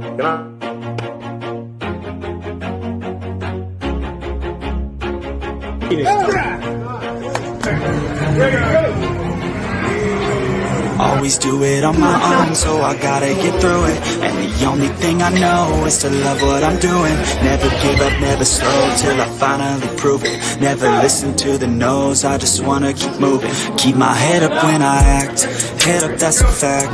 Never looking back, I'm keep myself in check. Keep my head up, staying strong, always moving on. Feel I don't belong, tell my thoughts to move along. Push myself to be. Hey. I hit it again. Hey, I wanted to play it too. That last guy I was pulling on there right before I was hitting the weight. That's Nick in the chat. So I'm gonna call him out so he's got a face for y'all. All right. That's my boy though. That's the coolest dude to train with, man. He'll hit every single angle and just. Hey, Cole, I got just one critique on the video. Great matches, great little intro, but you got to do something about that Chinese bullshit Bluetooth fucking speaker you got in the background. You gotta get yourself a JBL 320. What you mean? Or 710. On what? On one of those videos, you got a garage speaker. There's some like Chinese garage speaker over there off Amazon. Hey, Nick, I got a JBL. That's all I got. Well, you got. If you want to do drugs and gamble, like a big speaker in the background. You got to elicit some death in the garage. There was a garage lift in the video. Oh no, bro! That shit is fucking loud. You're tripping, dog. What is that? Holy shit! That's at a high sense, dude. I don't even. I think so. I don't know. That bitch stands 6 foot tall. That's what I'm saying. It might be the bass, but the scream out of that thing, dude, is so loud. Well. That's called the Boom Boom Room. That's Grant Bundy's house. Look him up on YouTube, guys. Yeah. Look him up. He's a bad motherfucker. Yo, Grant Bundy. That's where I started arm wrestling, though. He needs to get better quality of speaker, bro. Fuck no, that's just fire, dog. Nah, dude, the bass, the lows ain't the same. I hear you, bro. You gotta get the 310 low. This is the setup I got. That's the 300. Well, look, it's not my shit. Stuff down there. So your shit's nice, bro. Let's talk about your shit. Leave him out of it. His shit's nice too. But no, what I'm saying is, bro, the Chinese shit is rattly. It doesn't have the same lows. I don't know. The shit sounds good. All right, can I explain it like this? If you want to listen to music low, not have it loud, but have the bass.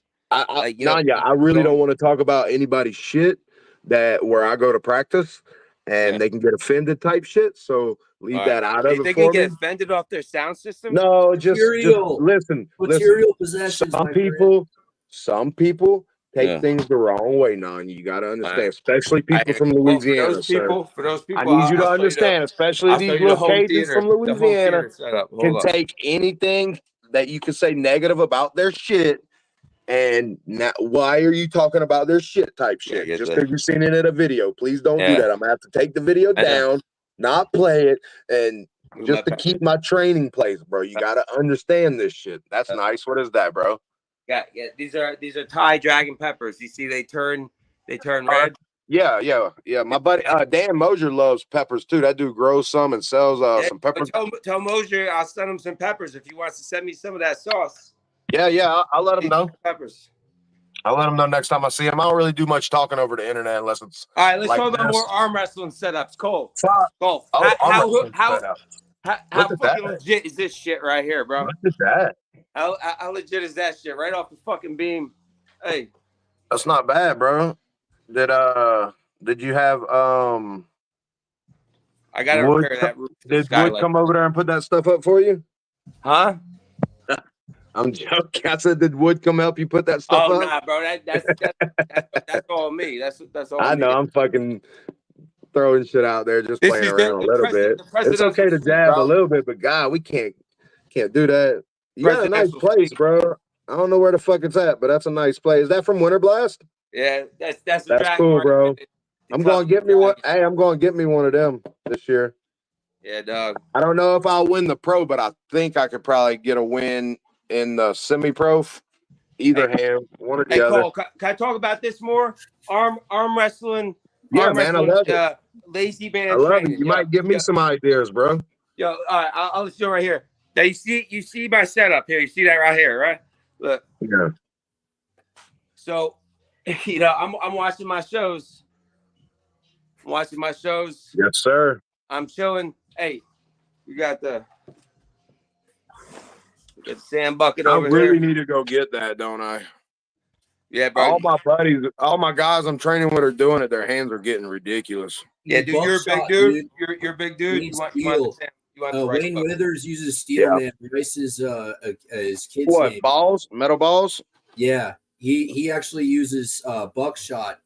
Yeah. I heard that was cool too. What about what if I got a bunch of what they called? Oh shit. Yeah, bearings. Okay, so like the best price I found for something that's like not going to contaminate. You can go to the is, okay, yeah. Vibration aggregate. You know that stuff you put in those tumblers, tumbler material, and you can actually nice on you. And you can actually get steel tumbler beads that like that's a cool ass fucking room, rice. Bro. Oh, you need one of these, baby. You need one of these. The posterior chain, even doing sit-ups. That's cool. Dude, it's the best therapy of device. You don't want to go see a chiropractor? That's God damn, Anya, well, how you got all that shit, bro? What you did for a living or do? Tree work, landscaping, construction. You did good. You did good, or whatever. However you got all that, whatever. It's nice, bro. It's nice shit. Yeah, dude, make the sanctuary like people got their living room set up with all their fucking lazy boys and shit like that. That's my living room. That's my living room. Rice. That's an arm wrestler's living room. You feel me? That's an arm wrestler's living room right there. Fuck yeah. That's how you do it, bro. Yeah. Until that woman gets in there a little more, she's gonna turn it into something. She got her room. She got the bedroom, and there's another room over here. We split up the house, right? There you go. There you go. Half the house is a gym and a man cave, and then the other half is her half. I guess that would work, huh, Nick? It's stop being a pussy. It's the only way. Yeah, Nick said, "Stop being a pussy. Use broken glass instead of rice." Dude, I want to get the steel shot. The rice will fuck your cuticles up. The one thing, dude, like I got cuticle issues, and if you guys, I do too, bro. Oh, I do too. My cuticles peel back real easy. Yes, we can do poltergeist. I don't even have them anymore. I think I ruined them. Kept pushing them down when I was younger. Something nervous. I pushed all my cuticles down. The steel shot is better. I'm gonna get the steel shot, but that thing you saw in that ball, it's got like a rotor, like a propeller. It's got like a boat propeller. But I've been twisting and grabbing on that shit. And Danya, show us your hardest exercise that you like having the most trouble with, maybe. Is that upstairs? My hardest exercise would be the arm assassin's wrist wrench, just because the aggressive sandpaper on that motherfucker. Yeah. Honestly, just grabbing that shit and holding on. I think it's the rough sandpaper. If you got too rough of sandpaper, it makes it even harder. But I switch up my training equipment. Some handles are very luxurious, where it's like, this is comfortable. I got fleece on this motherfucker. But then other ones are like, I'm tearing my calluses off. Yeah, I did. we did so we carried some railroad ties, like Yeah. some. They're probably like 18 inches long, so probably about 50, 60 pounds each. And we carried that as far as we could back and forth to the sign. By the end, it feels like it's ripping your skin off, my buddy. Oh yeah, look at that. I tell you, this big motherfucker right here. Can you do a lift for us? And this sumbitch. Oh yeah. What you got on there? What you work out with, Nanya? Like just a base weight? That's my base weight I got right there. Those are 10s. Yeah, 10, 20, 30, 40, 50, 60. Yeah. 60 is base, good 60 is a good weight, man. Lot of wrist wrench, lot of that. But the wrist ball too. That's cool, bro. So the wrist ball. I really like that. And I use this like that. I like Devin Lorette. Like I would use the fuck out of that. I ain't even gonna lie. Well, yeah, dude. Honestly, for riser work, and right there, all you need is a pulley and a rope, and then that attachment. Yeah, and some weight, pulleys. Bro. Single pulleys, no lie. Of course, we know what we're working with right off the ground. I can use that ball on my thing out there though. If I just get that attachment. Not only I got the high pulleys, but look, bam, bam, bam, yeah. bam, bam. You see, I need to start working off a load, a pull up, because I work everything from a height because I arm wrestle a lot of tall people right now. Yeah, but I need to work from up too though, because I'm not doing a lot of that yet. If you don't have these handles, I'm liking the cone. Yeah, my buddy right here. Tillman's got them. When I go over there, he likes all that stuff. Shout out Magic Dragon Maker. Yeah, these are dope, dude. Back pressure. Yeah, that's dope. Back pressure grabbing. It's perfect for my hand. And then we got our wrist max, our ultra grip. I went on OD at the arm sports store. Somebody needs to send me a fucking handle and I'll fucking work out with that bitch for them. Hit up. Because I make workout videos. You want to get a handle right now? That one I showed you right here. Magic Dragon Maker. He set me both of these. And that's fire. And look, this is the propeller. You see? In the rice bucket. Hold on, I didn't see it. See that shit? Now I see it, yeah.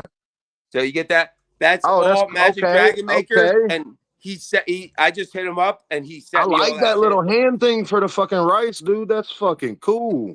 Bro, he sent me both those handles, that, and hold up, one more else for free. I asked Nick for one like a month ago. He's like, "Oh fuck it, I just mentioned it. I didn't even think about that, Nick." But look, I got. He also sent me this too. This grenade one right here. What the fuck is that? Put it in here. How you hold that? Oh, okay. Interesting. It's good for bands. So I'll hook it up. I'll hook it up to these bands, right? Oh, bro. Going separate ways. Bro, you see Cole? You see how the mind's working over here? You got a jungle of workout equipment, bro. You can just realize the bridle load is on a single lane of load.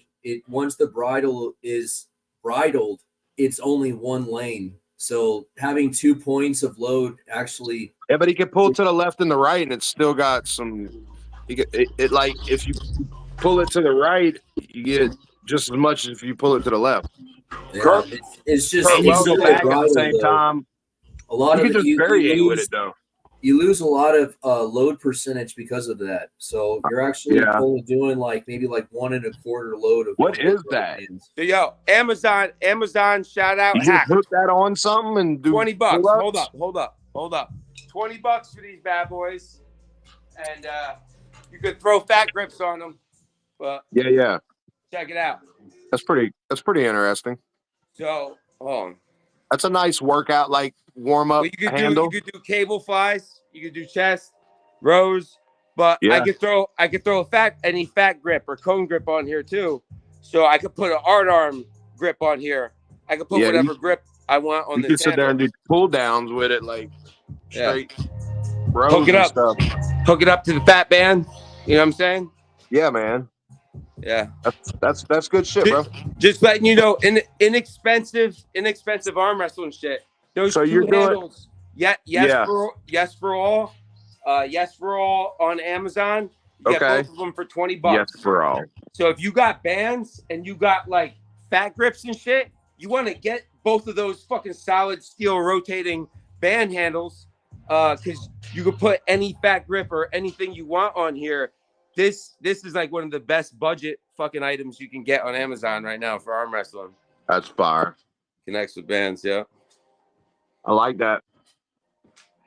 I follow Toddzilla, man, and like I do inspire a too, lot from him. quite a but bit, a even- little bit, you know.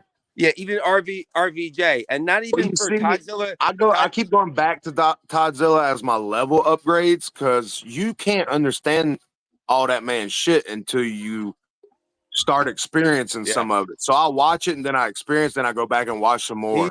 He's definitely one of the best to watch just for like training. Yeah, training he wise. can tell you, like, if you watch 10 minutes of it and pause it, you got so much training to do off of 10 minutes of just what he's at. Then you can go back a month later and watch another 30 minutes and figure out a bunch more shit, bro. But the best shit I love about Toddzilla and RVJ and how I'm splicing this together is their ingenuity. How they come up with the most basic arm, like the blocks and the this and then that. Like, you don't have to go and spend a lot of fucking money on all these fancy arm wrestling handles. Like, all you need is like some wood and a fucking handsaw and like, you know, some sandpaper, maybe some shellac if you want to get fancy. But like, you can make a lot of your own arm wrestling handles, and get the training you need. So honestly, you could save, if you want to look at it, getting into arm wrestling, you can take out $1,000 of arm wrestling handles if you're somewhat crafty, and you can make them all yourself. Yeah. And if you're not just doing that, if you have some matches. Hey, I tried to do that as a business. Yeah, you failed miserably. I thought that would be a really cool business. I thought I made some really nice spamming the N-word. I wanted to like make a side press. Hey, newsflash, spamming the N-word isn't the best for an aspiring business. It's just bizarre trying to get. Hey, Wood, little bit of advice. If you're trying to run a business, Wood, like I can't can't even get a business, word on this podcast, dude. Imagine trying to be more start a business. Cole, you know what's funny about Wood? He's such a smart guy. But such an idiot. Fucking smart. Yo, running a business, Wood. Running a business, you don't want to spam the N-word. You don't want to be that guy. It doesn't work out. It's like this. Go ahead, Wood. Oh, is it? Can I talk now? You got to talk. Reason yourself. I think so.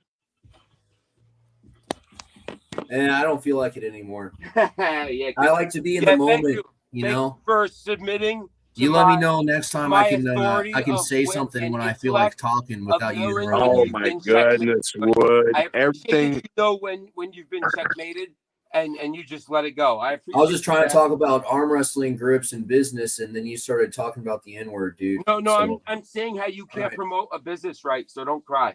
You let me know when I can have a conversation. Maybe I'll just wait for you to leave. Of social awareness when it comes to business etiquette. How about that, bub? How about that? Yeah, it doesn't feel good, right? Doesn't feel good. Man. Fucking. I'm gonna invite one more time. We gotta get some fresh blood in here. Yeah. True that.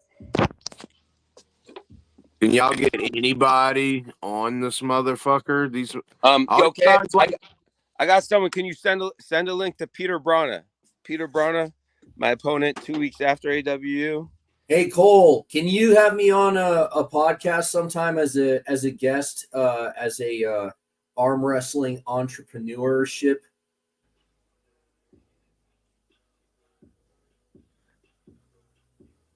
I'm gonna take that as a no. I'm just on here as the lewds are on the internet, huh?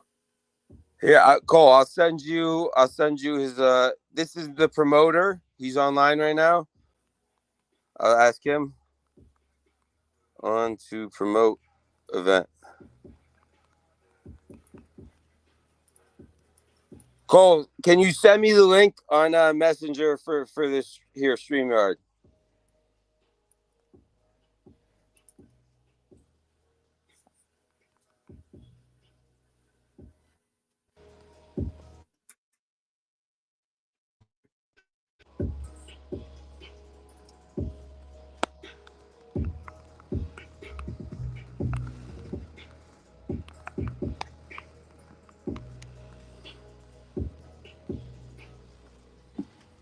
Hey, Cole.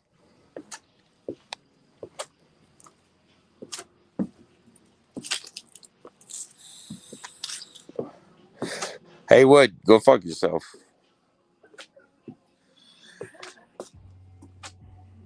Y'all can hear me when I'm like that, huh? Hey, Cole, can you Yeah. send me the link? Send me the link in my messenger for the I stream. did. You didn't get Okay. it? All right, hold on. Let me check. Okay. I was asking you that while I was doing it, but y'all can't hear me when I go off screen. So yeah, me too. I just realized that. no, Yeah, I can hear you right now.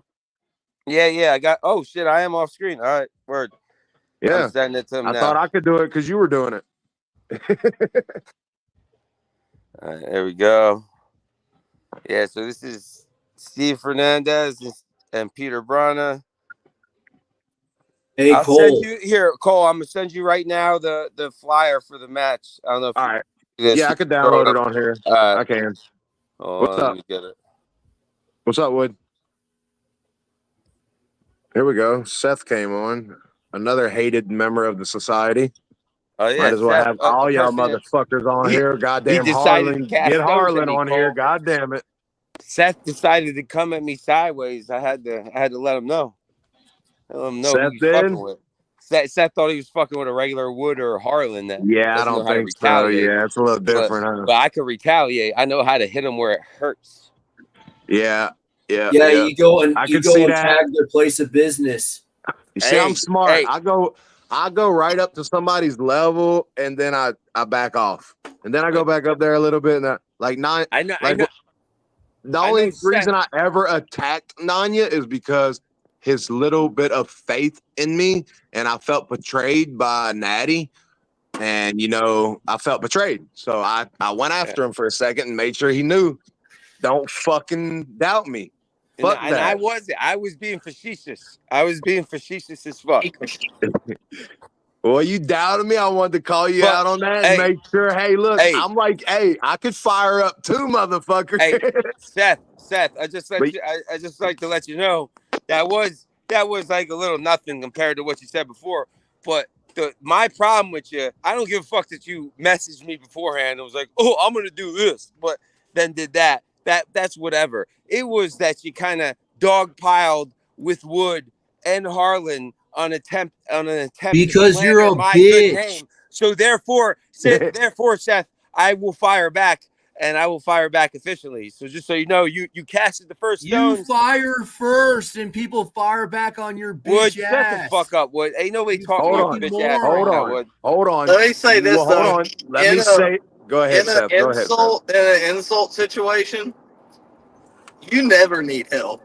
But Eric, every now and then you got to give a brother a little backup. I mean, golly, dude, there's so much material there. You feel so bad, huh?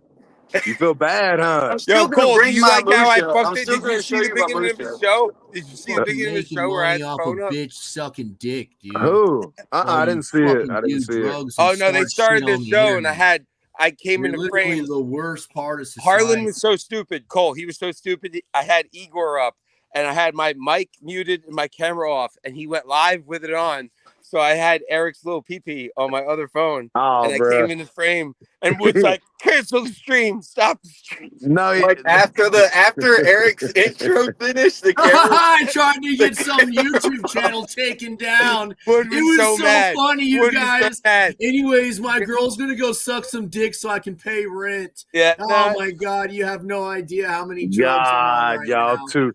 Y'all too look so funny. No, Wood. The only Shut dick up, my bitch. girl sucks to pay Shut rent the fuck is mine, up, bitch. motherfucker. You is fucking mine. dumb fucking moron. Stop. Dead retard. Stop. Wood's such a hater. Seth, Wood and Harlan belong together. Hold on. Seth, We got I couldn't Seth believe you on sullied here, your good name. I was mad at you for sullying why your you good come name. in here fucking just rolling hard at 6 months, bro? You got to wait till your tendons get a little stronger, at least a little stronger. You know what I mean? I'll tell you. Well, thankfully, I got a lot of, I guess, the way I grew up and the work I've done. I do have a little tendon strength already, so I'm not coming right off the couch, you know. I get it, bro. I beat like 90% of the people in the club right when I walked through the door, so you got to understand that. That's kind of how it was with me a little bit. Yeah, but it does hurt at the beginning. I waited to start doing this right here. And I don't talk much shit unless somebody starts talking shit about me, kind of. I'll try to talk a little bit, but fucking, I waited till I got till I knew I was a little strong, you know, where I could fuck with most amateurs. Like most amateurs cannot fuck with me. Well, So I don't instigate it too much, but I tried to lay off a bit. I was gonna stop, and then he started don't that do shit it. back, and I was Don't like, do it. okay. Hey, listen, if you want to have fun, that's the one to do it. That's one of my best Hey friends, Seth, bro. Oh yeah. Seth, you got it. Hey Seth, you He got to takes realize. everything the wrong way. So if Hey, you say anything, he's hey, just like, Cole, "Huh? What the fuck is this dude talking about?" Type I'm gonna shit. give, Like, I'm gonna give Seth some advice as an older gentleman. Seth, you're a young man. You gotta Shut the realize this. fuck up, You you gotta realize brain this. When dead you pick drug addict battles, when bitch. you pick battles with certain You individuals, fucking and you have retard. Go you get have your girl to multiple, suck some dick multiple so you can enemies out pay there. rent. Would, Go would, steal would. some You won't show up to groceries. AW5. You're just a Go coward. steal some You more just, will you groceries, mute you this fucking interrupting bum. cocksucker? I'm trying to talk to our new guest. Shut the I've fuck up, you never, Talk to our druggy new guest. bitch. I've never muted him, but I want to mute you so bad with the every time he talk. Like, Seth, I was trying to give you some solid advice as an older gentleman. When you already target certain individuals that are hell bent on teaching you a lesson, you don't want to maybe piss off some other younger people, but maybe steer away from the older dire wolves. If we got some gray or white in our beard and we're out there on that their battlefield, maybe no, not just make more enemies when hold you on, already got enough. not even that. Maybe a little bit Seth, of advice I'll give you, young feller. That's all. Seth, That's all I gotta be say. wise on their level. If somebody's 6 months in and you're 6 months in, you can talk all the shit you want to that piece of shit. But if somebody's a year ahead of you, be careful. They're probably gonna smash you, bro. If they You look might anything. get hurt. I'm just saying you might Yeah, get hurt. It could, you know what I'm saying? Especially from a Craig Tullier. I'm not I'm saying not talking, myself. and I'm not I'm not talking saying about Ben myself. and you I'm not or saying Ben or myself. But anybody this is that what I you're will arm say. wrestling. You know? I met Craig. I met Craig in Vegas. Listen, I Oh met yeah, you Craig don't in want none of Vegas that. with his wife. I mean, Wood. You see, Wood never meets anybody because he stays in his grandma's garage. Anyway, I met Craig and Hold Denise on, in Vegas. now hold on, Nine. Wood, do you stay in your grandma's garage? I need to know a yes or no. Dude, do No, you it's a see a basement. fucking mattress? You ever see the movie The Terrifier? Where's The my Terrifier. fucking That's mattress? Wood Do is you the think I sleep Terrifier. in this fucking Hard time. garage? All right, so that's a no on the actual living in grandma's garage type shit. I mean, Basement. he's a caretaker. Basement. He said before he's a caretaker. It's either his He's mother or his caretaker. grandma. He takes care of his mother or his grandma. Okay. Wood is not self-sufficient whatsoever. Hey Cole, I got a Don't let question him for fool you. anybody. Okay, So hold let's talk Hold business on. real So quick. okay, go ahead. Go ahead. So since my arm wrestling equipment business isn't taking off, I was thinking Harlan said that I should apply for SSI benefits. What is that, and how do I apply for that? Oh, Social you're Security? perfect for it. You're perfect for it, dude.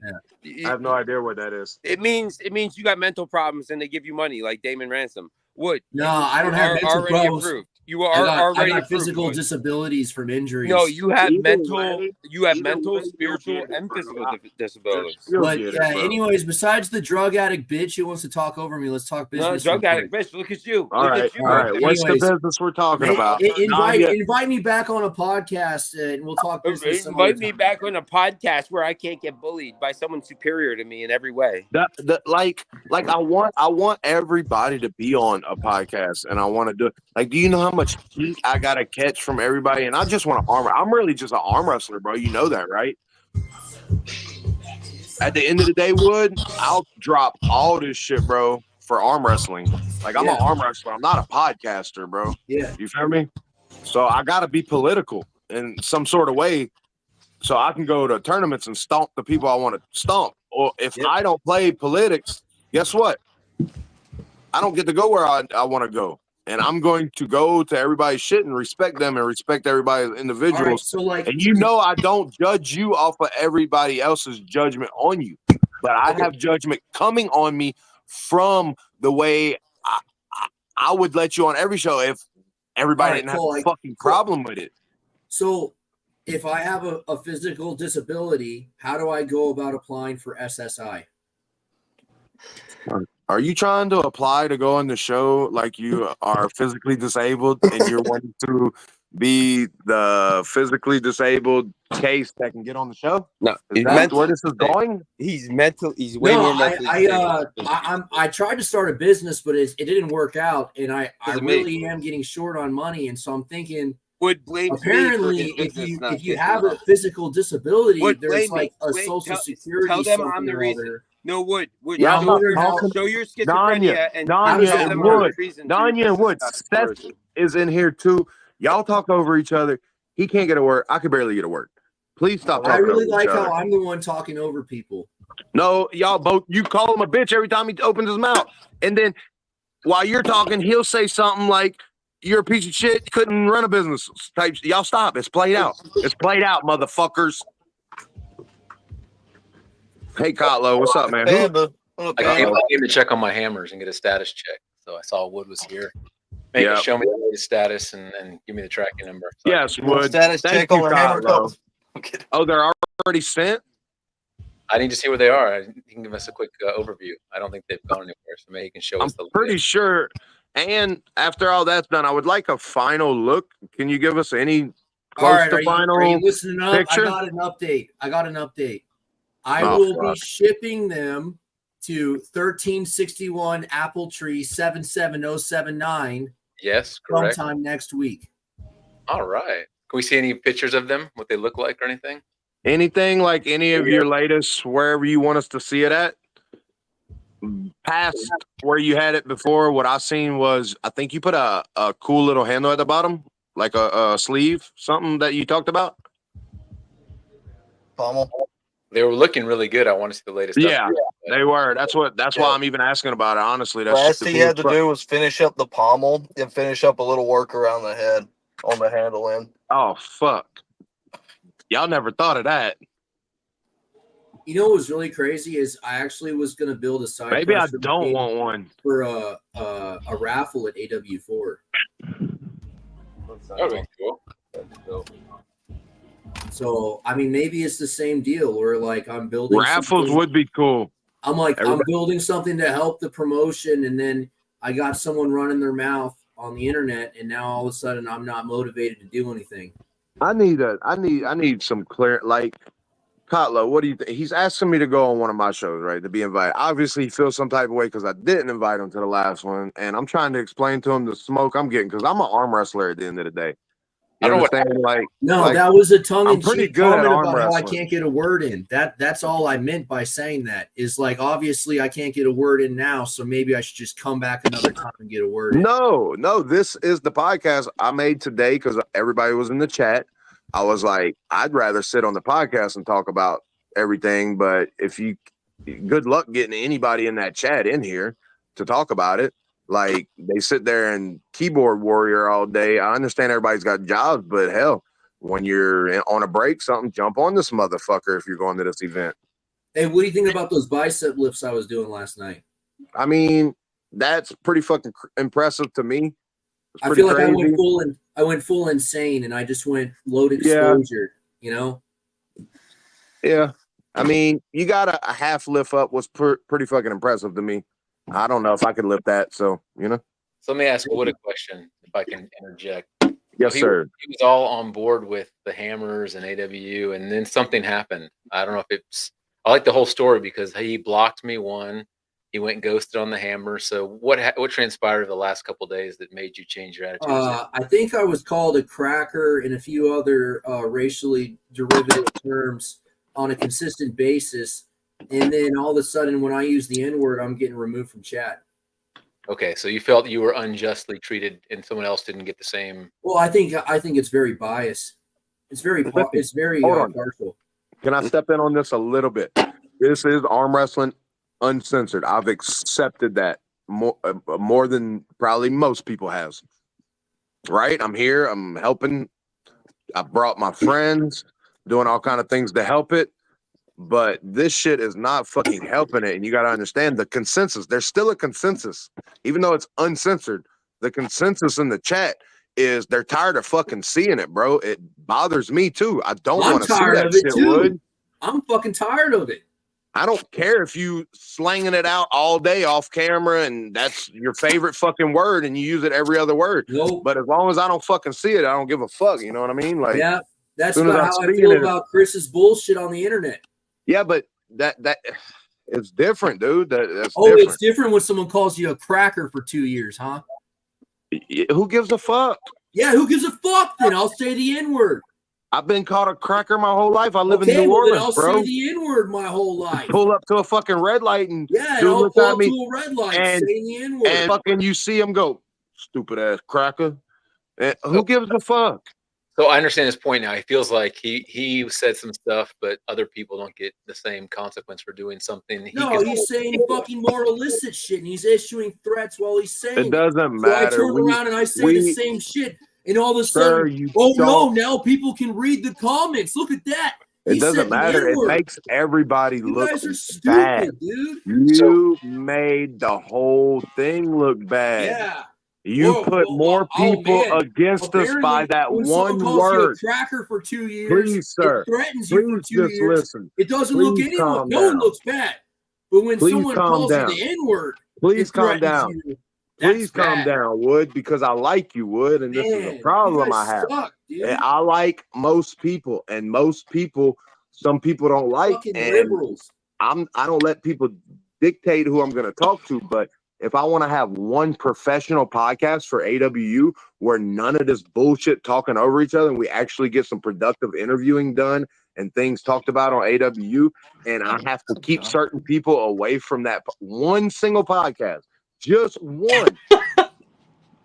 And somebody has a problem with that, oh well, bro. I'm sorry. John I Perry, have the same problem. Everybody has other problems. You know, everybody has fucking problems with everything, and I'm just starting not to give a fuck, to be honest with you. why did John Perry and Seth Corey look like twins? Like one looks like the fatter version of the other one. Wait, who? Oh, John Perry and Seth Corley? Perry, they look like the same So, guy today, but one Cole, looks out like of respect, if Ben does win the match against me, I'm gonna give him this. Oh, let me take blur off. was that? Oh, that's fire, bro. Oh, that's pretty. I feel like a shank is probably the last. Did you tell him that already? No. Oh, man, let me see. He might be at work, bro. Try to get him on Oh, here. yeah. That's really cool, Oh, though. yeah. So just so I can document for my own brain. So did Nunya ruin potential chances for Hammers? Is he tied to that? Just so I could follow the logic. Oh, wow. Andrew Wood. I just want to make sure I can. I can't hear anything that bitch is saying. Turn his mic up.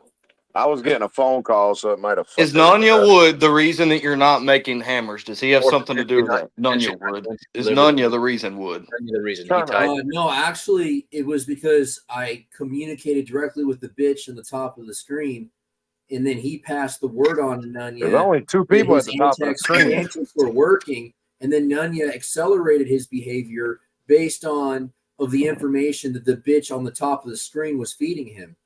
So it wasn't even Nunya. It was like, hey, David, this bitch over here is running his mouth and I'm getting pissed. And then David says, hey, Nunya, he's getting pissed. Keep doing it. Let's see what if I said You're a that. bitch, dude. But You're a Nunya was the one that bitch. called you a cracker or honky or whatever, and I thought you were saying that was one of the main reasons. What is there a reason you can't get along with anybody? I mean, I really feel like I just explained myself and you guys ignore everything I say. He gets along with some people. who? John Perry needs to turn his mic up too. I can hear him fine. Turn your volume up.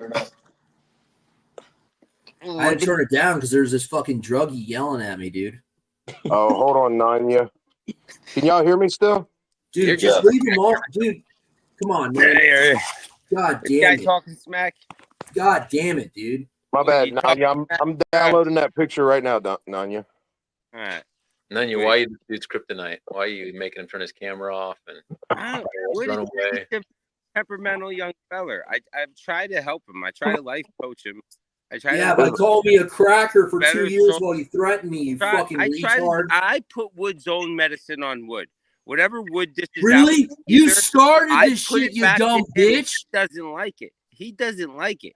See, Wood's problem is I'm the only one that dishes the same shit back to him, and he does I'm not. still learning this, so I had to make Really? sure I had the right. You go tell me.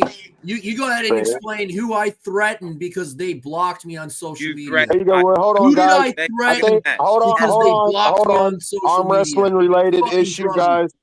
What is that, Nanya?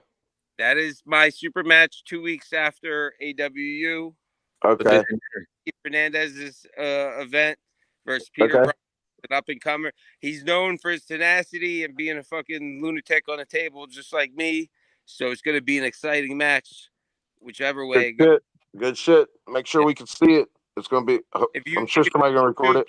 You YouTube Peter Brana, you'll see he's All right. a fellow nutcase. Me and him have talked on Messenger at length. At first, just to let you know how arm wrestling, unlike wood, sometimes can create beefs, can turn into flourishing. Peter Brana was introduced in the AWU chat and instigated, and we were fighting like dogs, like pit bulls. That's cool. And then we got in the DMs and we started talking, and we had a lot of similarities. Just unblock me. I want to talk privately, please.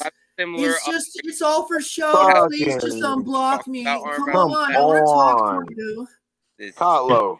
Yeah. Mute him. So see, look at this abuse I have to deal with. Anyway, so me and Peter have similar upbringings, and we shared a lot in common. And like, not only is the match going to be hype and intense as fuck, but like after talking to him, we like I said, we've had similar upbringings. Like I'm interested just to meet the guy because I've never met him in person. So it's like a hype match. I've never get him on a podcast. Yeah, I sent him the link. Hopefully they'll get it. If not, cool. I definitely plan on having Steve Fernandez, the promoter for the event, and Peter Brana on Sunday. When Cole, if you want to host my show, if you want to be my co-host Sunday, I could do that. I don't have one Sunday, so I could do that. Yeah. John Perry, are you gonna teach us? What time you want to do it? It's gonna be like 7 p.m. Okay. You're good. All right. Are you gonna educate? Hey, let's try to make sure you don't. If Kotlo sends like old guys in there, no matter what they talk about. Listen, let's try not to make the same mistakes, okay? That's all I ask. Let me make it a disclaimer. If you're an old geek, don't talk about nipple torture when you come in the room. No, I understand. He kind of set the frame up where you can go to that with him, but a lot. Listen, I say it again. I thought that guy was someone's grandpa, and they were trolling. Right, I know that, Nanya. All I'm asking is let's not make the same mistakes twice, right? Right? Is that okay? All I'm asking is not to make the same mistakes twice. It's a feminine conversation. Means I'm not nothing. like Wood. I'm not a maniac. Hurry I'm the fuck up. Logical human being. Right. I'm hoping that's the case. Sometimes, not so much. Listen, when I'm battling, people are waiting, man. Stop talking about nothing. I understand. John I'm out here like the Dark Knight. Hold on. Dark Knight. I'm battling Woods and Harlan's. Sometimes shit gets ugly. You can't help. I think we've been around each other in a podcast, John Perry, but I don't really know who you are, sir. Thanks, man. Thanks. You just sexually disturbed me once again with Hold on. Wait for the rampant guest we have on this episode. Okay, you can go ahead now. I think. Fuck you. No, man. I've been on a couple of these podcasts, but for like 5 minutes at a time because everybody's each other. Right. Yeah. Tell me about you. Are you from Texas? No, man. I'm from Mississippi. I pull with the shed. Are you from the shed? They haven't banned him yet. Cool. We're gonna meet real soon. Besides AWU, they didn't ban him. We're gonna have a big practice over there, man. It's gonna be really fun. I don't know when I'm going to be back over there to be able to practice again. I'm in Georgia right now doing storm work, so I could be gone for the next 4 or 5 You going to AWU though? Yeah. Right? Yeah. Who's your matches? I got Ben, Jennings, some random dude Kotlo set me up with. Who Kotlo? Ryan Blum, some guy I never heard of. Okay. Ryan Blum. Is this Ben's layup or is that John Poole? Ben and Dan went back and forth, and I beat Dan. So okay. Oh, it's going to be a good match then. How convincing? Hold on. How convincingly did you beat Dan? Because I've seen their match. So he's beaten me in a super match previously, and then we had a round robin, and I beat him. Well, I don't know how y'all found each other, but that sounds like the perfect match for Ben Liga. I know his level. I know exactly where he's at, and I know he's been putting in a lot of work, so he has leveled up a little bit. Yeah. So if you haven't been putting in work, you're in trouble, my friend. Yeah, no, I probably am. I don't have time to train. I'm telling you that from honest 100% know the perspective of where he is, and if you're on that level that you're explaining, that's where he was about a month and a half, 2 months ago. I think y'all's matches before ours. Yeah, Seth, you're probably just I don't have time to train with what I'm doing. Seth, right you're now. going to be a big ass for him, but you're the reason he's going to smash John Perry. He might. Probably. I'm not saying he's going to. You might be smarter or something on the table, and you might be able to pull something off. I don't know you. I can't say he's going to smash you, but at that level, but Seth, him taking that match, just like Tillman taking that big match, all that did was level them guys up. Even if they lose to y'all, they're still gaining so much from it that it's worth every bit of it. I don't see Ben coming anywhere near beating Seth, but he does have a chance to beat me. I haven't been training. I probably haven't trained in 2 months now since I've been gone. So, you know, stop making excuses.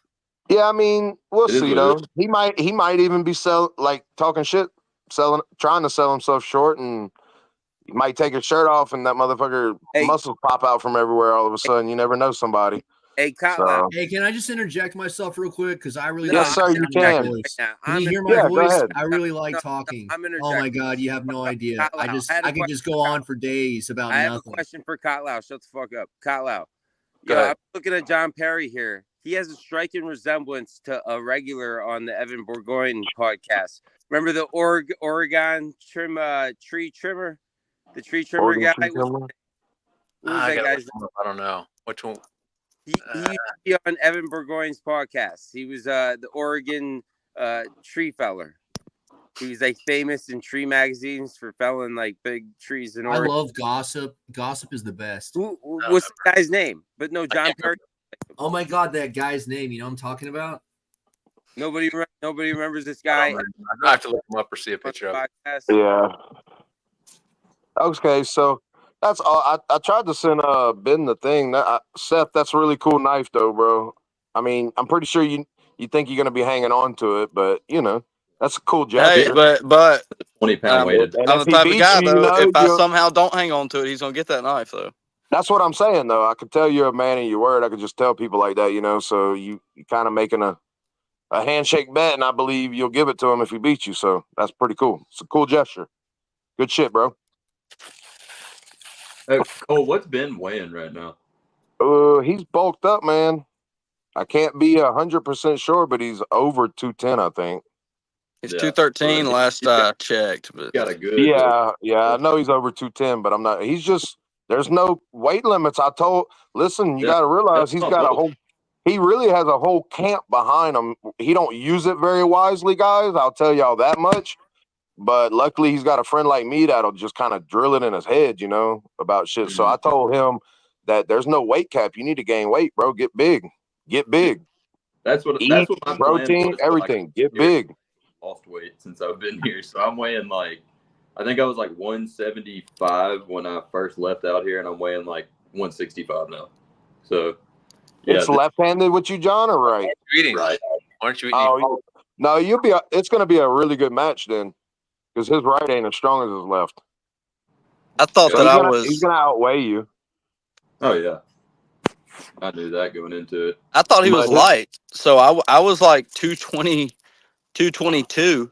So I cut for my match with him, and now I'm sitting here, freaking 17-inch biceps at 208, 206, and now he's gonna outweigh me.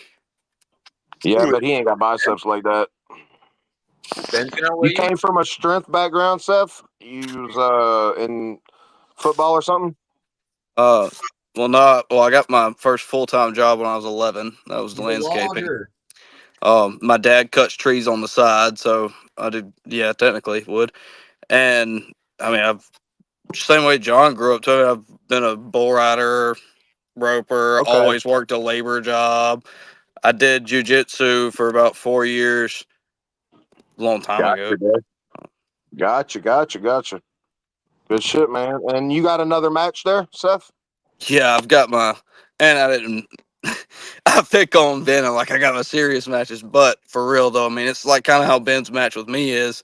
I got to go against Cullen left and Austin Jennings right, and those are going to be those are tough Cullen matches. left, Austin Jennings. Austin Jennings right is not the tough, one yo. that. Austin Jennings is not known for his right hand. He's strong left. Yeah. Yeah, but is that the one that went up against Palmer right before me? Yeah. Yeah. Austin? Yeah, that hurt Palmer's left. Yeah. Yeah. Austin strong Okay. left. He got no right. Hold on. I want to get him on here too. I want to get little Popeye and all that bullshit with. Is that with Yak? Is all that shit with Yak and Popeye? Cullen. Huh? You got to get. If you want to get a good show, you got to get Cullen. Who the fuck's Cullen? Where's he at? Cullen Hamlin. You got to get That's little Popeye. No? No. See, I'm fucking still confused. That's why I don't send these people messages and shit. Like, I don't fucking know these people, bro. And I'm weird. I don't send people messages to people I don't know. You got little Popeye, so you know who that is. You got Cullen Hamlin. You got Robbie. You seen Robbie Hennigan? Robbie Hennigan's in the chat too, barking at little Popeye.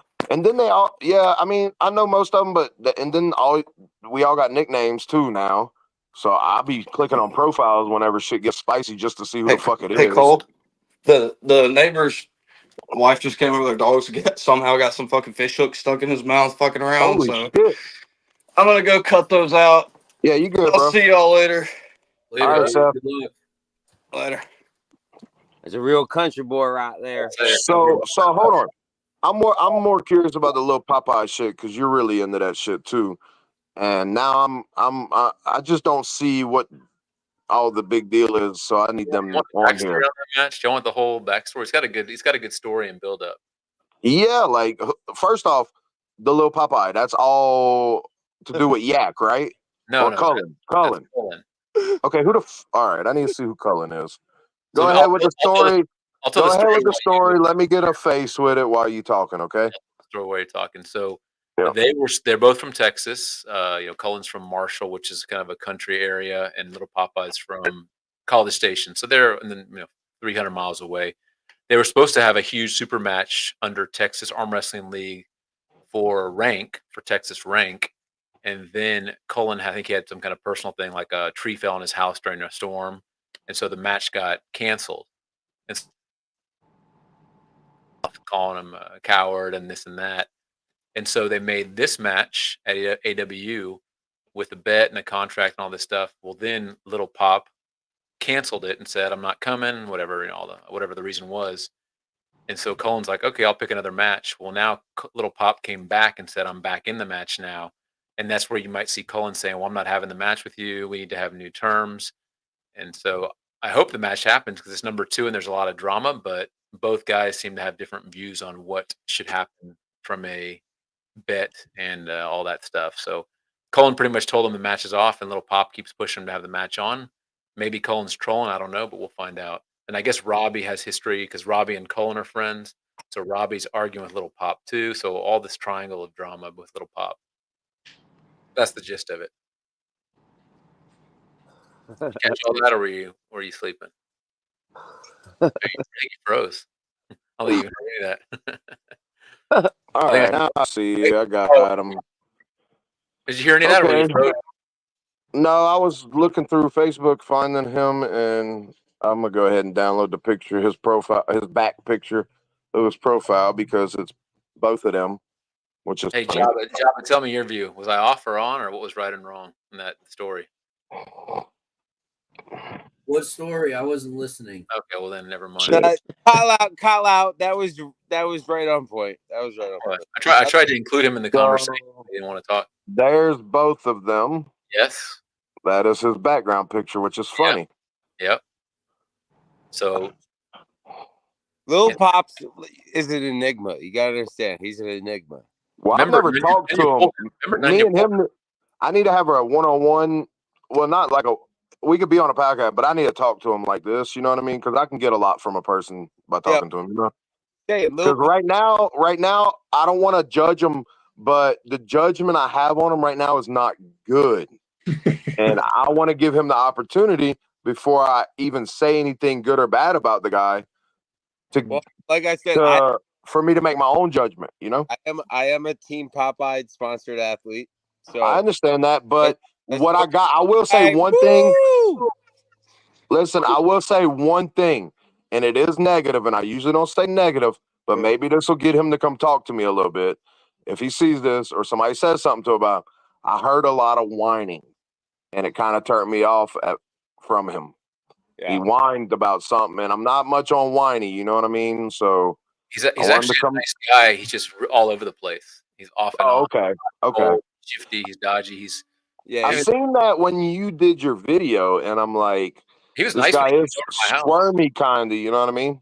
Yeah, but he was nice at my house and real polite, nice. But then for sure, me on the text like, "You owe me money if this happens and this." I'm like, "Dude, what?" Like, he's just real. Okay.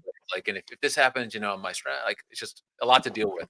But this typical stuff. I think we should get Tillman and Bobby Pavo on. Yeah, I don't think that's gonna happen. I mean, I can get Tillman on, I'm pretty sure, but he don't get real good connections. So where he lives, out there in the bayou. Yeah, he's off in a little gut. I'm glad to see gut. I'm glad Wood's still wearing a shirt. He was anti-AWU, but he's still wearing the shirt. So he's at the beginning of the podcast, they were getting off topic, and I'm like, man, can we just get back on AWU and talk about this?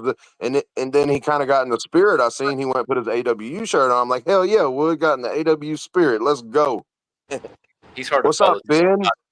If you go back like 10 minutes or so, Seth was on here, and he's got a really cool gift if you beat him. I don't want to tell you what it is. You could either see it or he could show you, but I'm coming fuck him up. I'm coming fuck skinning knife with a little drop holster. I'm coming fuck him up. I'm coming fuck you up, John. Antler handle, dude. It's pretty sexy. It's classic. Well, I mean, it's not a full-on like native. It's got a little bit of a scimitar curve to it, so it's got a bit of modern style. Dagger. Keep it simple. Yeah, it's pretty cool. Pretty cool dagger, man. Hey, look, fuck all the funny shit. Fuck all the funny shit. I'm coming to whoop y'all's fucking ass, man. This is over with. All the cool shit. Hey, shit's over. I like that attitude. No. But I'm saying all the nice guy shit's over with. Fuck y'all. We're 2 weeks out. Fuck everybody. I'm in it. Get him, Ben. You know what I mean? Hey, it was all cool in games. Now it's time to fucking perform. Get the fuck out there and pull. Yep, that's right. Everyone will be good buddies on Friday, but enemies on. Hey, nah. I'm a cool guy, man. I lock in. He's locked in the breastfeeding right now, y'all. Chill out. That's right. It's very stressful. Why are you getting your fucking greasy hair on your fucking eye pro, dude? It's gonna be all blurry. Why you got your fucking hair touching your eye pro? Now, Ben? Huh? Why you got your hair touching your eye pro? Hey, Seth's backstage. Let him in. Bruh, I'm fucking work. Here we go. Here we go. See that dog? He's in. He's in. Dog? Where's the dog? There we go. Show us the dog. Seth. I'm having to get some blood off of me. My bad. That's fucked up. Seth, we were just talking about before Ben and all came on. We was talking about where Ben's level is. I think he's gonna beat John. Seth, the reason he's gonna beat John probably is because of Seth, the match he took with Seth, which made him level up. And if John didn't level up in the time that he had in his match and all that, I'm just reviewing everything. And we was talking about levels, but Ben's coming in here saying he's going to fuck all y'all up, including you, Seth. So I don't even, I don't. Once he says all that, that's on him. You know what I mean? So you look bloated. The arm looks bloated. That's what muscles look like. No, that's what fat. You'll get there. That's what fat when you cut weight. Get there. Like. Look like a fat fuck cutting weight. Hold on, I'm lighter than you, fuck ass. He said he was cutting weight because he thought you were lighter. I'm 210. So I'm 198 right now. You're 213, bitch. Fuck. Yeah, 213 with boots on and steel toe. What the fuck? So you're like 208. No, I'm fucking 199, 198 right now. It's not what somebody personally close told me. You said you were 213 the other day? Up naked. No, I'm not 213. No wares. Somebody said that you told him you were 213 the other day. That's what a friend of his told me. My bad. I haven't hit over 202 in the last 6-7 months. Okay. Well, that's cool. You know, I'm mistaken, sir. But anyway, so he's 202. You're around 208. So you still a little heavier than him, Seth. So we'll go with that. Okay, that's the stats. And Clint was 245, so it's fine. yeah. We ain't saying that. Like, I don't know you that well, Seth. I heard you were strong, dude. Somebody I know pulled you, so I got a read off of you already. You know, like, and it's a pretty good read. So. Look, I would have came in here all humbled and shit if Seth would have kept it cordial. Seth, every time in the group, If you beat him, he's giving you a knife. And I'll give you a $200 knife, handmade. Go ahead, Ben. Go ahead, hold Ben. on.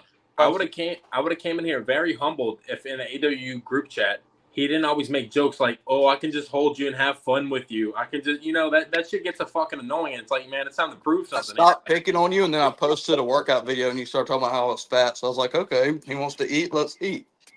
Hey, and we gonna eat at that tournament. So sounds like how arm wrestle matches start, fellas. Sounds like natural arm wrestle and matches starting to me. We're gonna eat at that tournament, right? If you want this knife bad enough. All I can say is Ben is bringing his best. You know what I mean? So he's coming to take that knife. Look, you could have all the muscles in the world. I've seen complete. It's not about muscle, bro. I hope you got table time. I hope you got technique. It's not about muscle. That's why I'm not training. No, but I'm saying, like, I hope you do good, bro. Just like I hope I do good. Yo, if I was looking at the screen right now, I would think you guys were some two inner city youths. No, but look, I gotta get going. Hey, I'm gonna be on this joint in a little while later tonight. If y'all are still running. Yeah, I'm not gonna be running it that late, bro. I got work. Ben's more hood than you motherfuckers. He lives right there by New Orleans. Yeah. I have to say about Ben, I like his energy probably the most this year. He's coming in like fired up, ready, passionate. Bro, I don't even know. Yeah, I haven't seen anybody with that kind of energy yet. I love it. This shit's turned him into somebody else, really. He told me today, Ben, what'd you say today? All your family's gonna be watching the live stream. Like you got a whole crew. Yeah, I got a whole family watching this shit. Ben ain't fucking around. Yeah, I love it. I got a lot of people watching this shit, and I've been training for this shit, so it's time to perform. Yeah, we even talked today, Ben and I, earlier about having the videos you come out, like UFC style, where you walk out to the ring, while like video you come out in. Hey, Ben. hey, Kotlau. Yeah.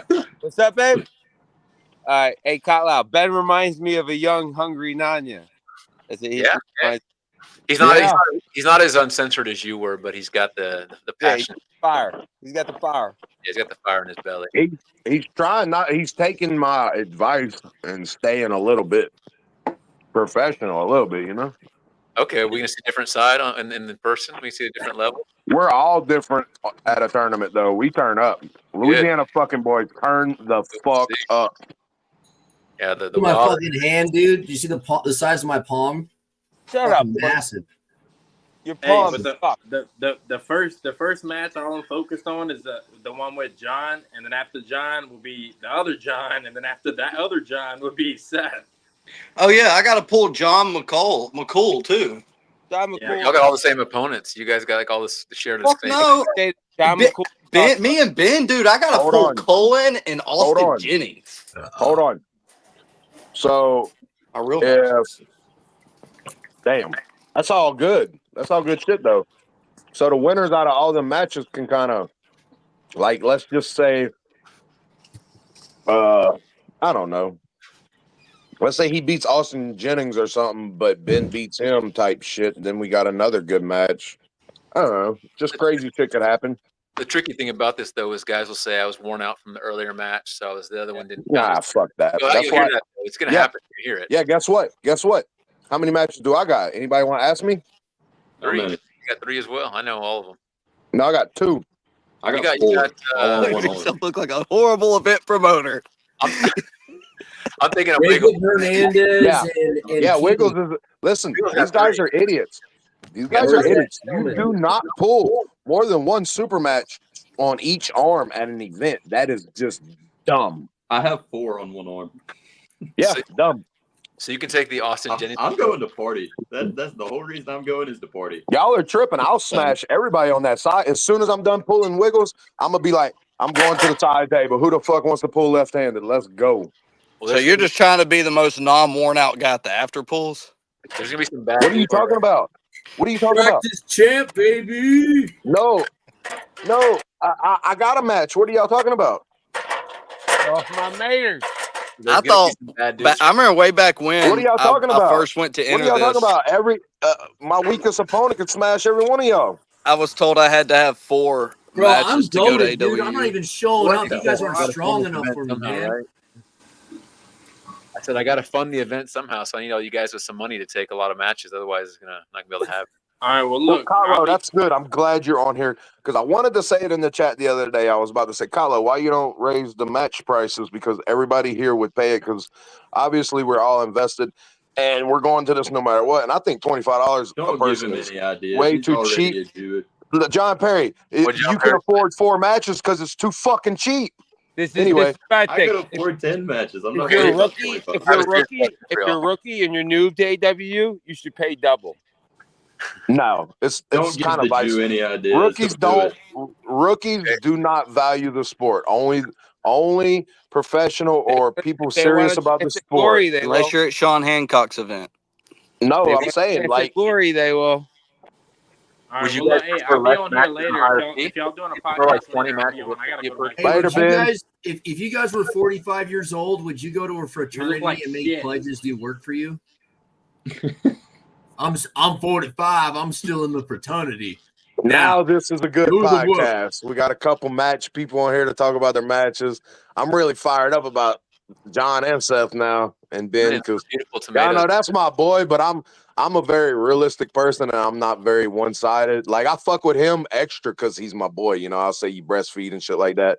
But anyway, I'm really excited about y'all's match now because Ben he's a little firecracker when he gets up there, bro, and I'm gonna be right behind him like screaming to the top of my lungs for this dude because that's just how we do it. And he does the same thing for me.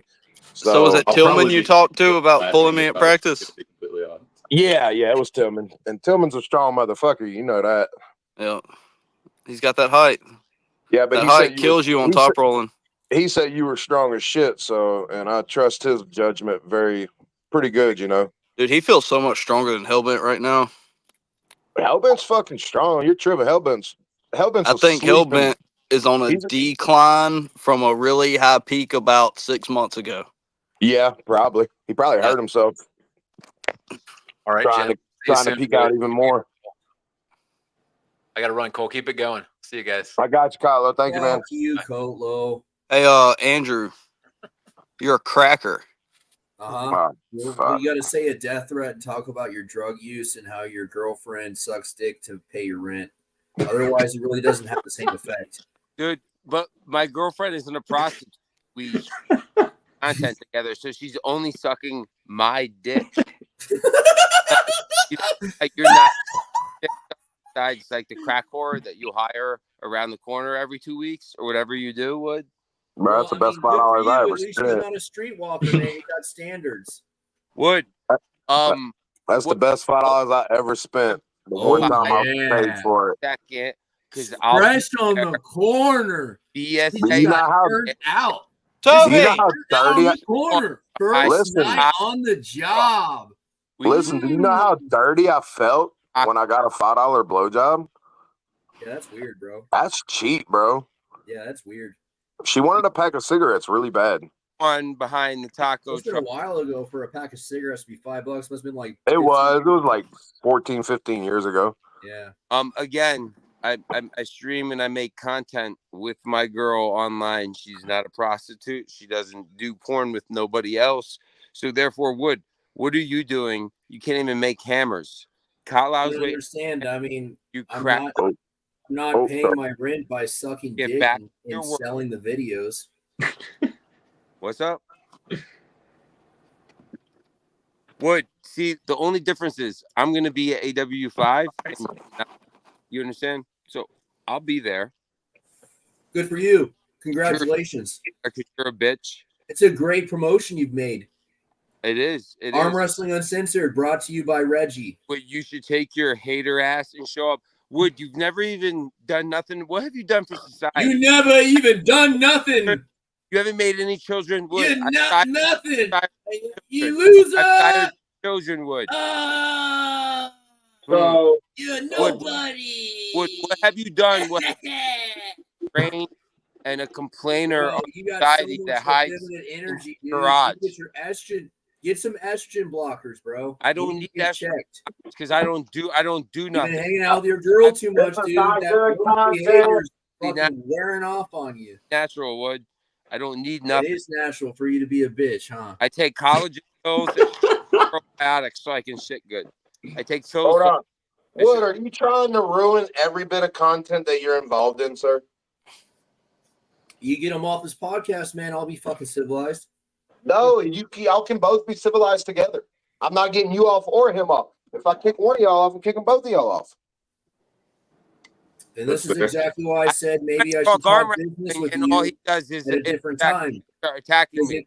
If we talk arm wrestling, if we had a fucking arm wrestling, like a normal conversation dynamic, my tomato plants. I'm trimming my tomato plants, trying to talk arm wrestling. I don't know nothing besides that. I've tried a few times, but you notice plants to talk arm wrestling. These filibusters that take place every time I try to talk. Listen, I've brought it back many times to arm wrestling, so let's do it again. Bring it on back. John and Seth, have y'all ever pulled? Yeah. Have we ever pulled? Are y'all training partners? We grew up together. Seth have been good friends since we were like 10 years old. All right, see, that's why I'm here asking questions, fellas. Yeah. Y'all ain't giving out information. I'm having to ask for it. I gotta be careful with the whole Craig thing. You know what I'm saying? I gotta give out information. Oh, I got you. No, I'm joking. I mean, I respect everybody in the sport, you know what I mean? So whatever y'all got going on, I'm sorry for you. This guy's using 10 snips he's using 10 snips to cut plants, dude. I have no respect for that behavior. Is it working? It's working pretty well. It's what I got.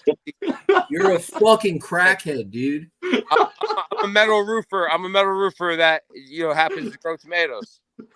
Oh wait, you are a metal roofer too? Yeah. That didn't help your case, but you were a thought, boy. That didn't help your case, but okay. Dude, flashing guys never piss you off a lot, but when they do, gosh damn, you motherfuckers. It's better than being a painter. Better than being a painter. Fuck my roof to wall up, you son of a bitch. Love a painter. These biceps are coming in. Hold on. Okay. Where are they? Are their flight get delayed? They're big as fuck under all that fat, you motherfucker.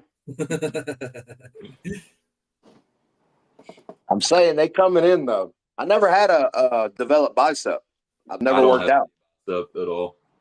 So I'm just naturally strong. So now I'm working out. So motherfuckers are they're gonna have trouble with me, bro. Speaking on arm wrestling, who the fuck is this Bobby son of a bitch? Oh, I have no idea. Dude, fuck that guy's weird, okay? I mean, you got to understand, like, I'm pretty sure if somebody's coming after Seth or coming after John Perry, Seth is going to chime in and John Perry's going to chime in. Yeah, probably. Y'all need each other, too. You know what I mean? So that's how it is with Tillman, Ben. If I feel like Ben's getting if Ben's getting the bad half of an argument, I'll chime in with Ben and try to get him a little bump. No, me and Tillman are boys, too. You didn't notice how Tillman chimed in when me and Bobby were going at it? Tillman's my boy. Right. I like Tillman. Right. That's what I'm saying. That's my boy, though. That's who I train with. I don't know how I haven't met you. I've met Tillman several times. Well, because he went to the I'm always working, dude. I work at fucking IHOP. I got to work on the weekend. You did see him at Kenner, though. I did. Yeah. I did, huh? I knew I did. I don't forget a face. That's why I started asking you shit. Yeah. What I did in Kenner, I did all right in Kenner. I didn't. I should have been pulling amateur still, but I really I don't like to discourage anybody. Me and Tillman in amateur, he might have not have did so good and had his upward trajectory like he did. You know what I mean? Yeah. I didn't want to knock any of his confidence down while he was going through that. Because I flash pinned everybody at my first Amis, and I was like, fuck this. It's fucking stupid. Yeah, all I remember is that vegan guy acting like a fucktard and causing a huge scene. Oh, I pinned them. I pinned them next match. Next month though. Really? I got that win back. You didn't see that? Go to my YouTube. Just hit it. Cole Raven on YouTube and look through the matches. I think I got it. No, That guy was being such a dork. Anyway, I did the same thing to him. I pinned him and then I screamed in his fucking face. Gave him a bear scream. I went right. Spit his gum all over the table. Well, we still had our strap on, so I pulled him in and I fucking. But we're like, really, that's who I train with now. That dude leveled me up, bro. Y'all got to realize that. The vegan guy? Yeah, man. That dude will smash you. He's gonna smash. I'll put $100 on him versus Ryan right now. What's up? I'd rather train with Tillman than him. I mean, you can say what you want. I go to practice with both of them. You practice with Ryan? No, Tillman and Danny. I don't know Ryan like that. I've watched a lot of Ryan, but Ryan's a fucking beast. Don't get me wrong. I don't see Danny being Ryan. Ryan's a beast. Just I practice with Danny, so I know where he's at right now and what's going on. You know. Yeah, I feel like Ryan probably has that one. I mean, I don't know. I've never touched Ryan's hand, so I can't really say nothing.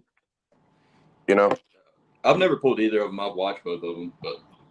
Well, Danny's pretty fucking. Danny's good, man. I have pulled Danny when he came to the shed one time, I believe. Yeah.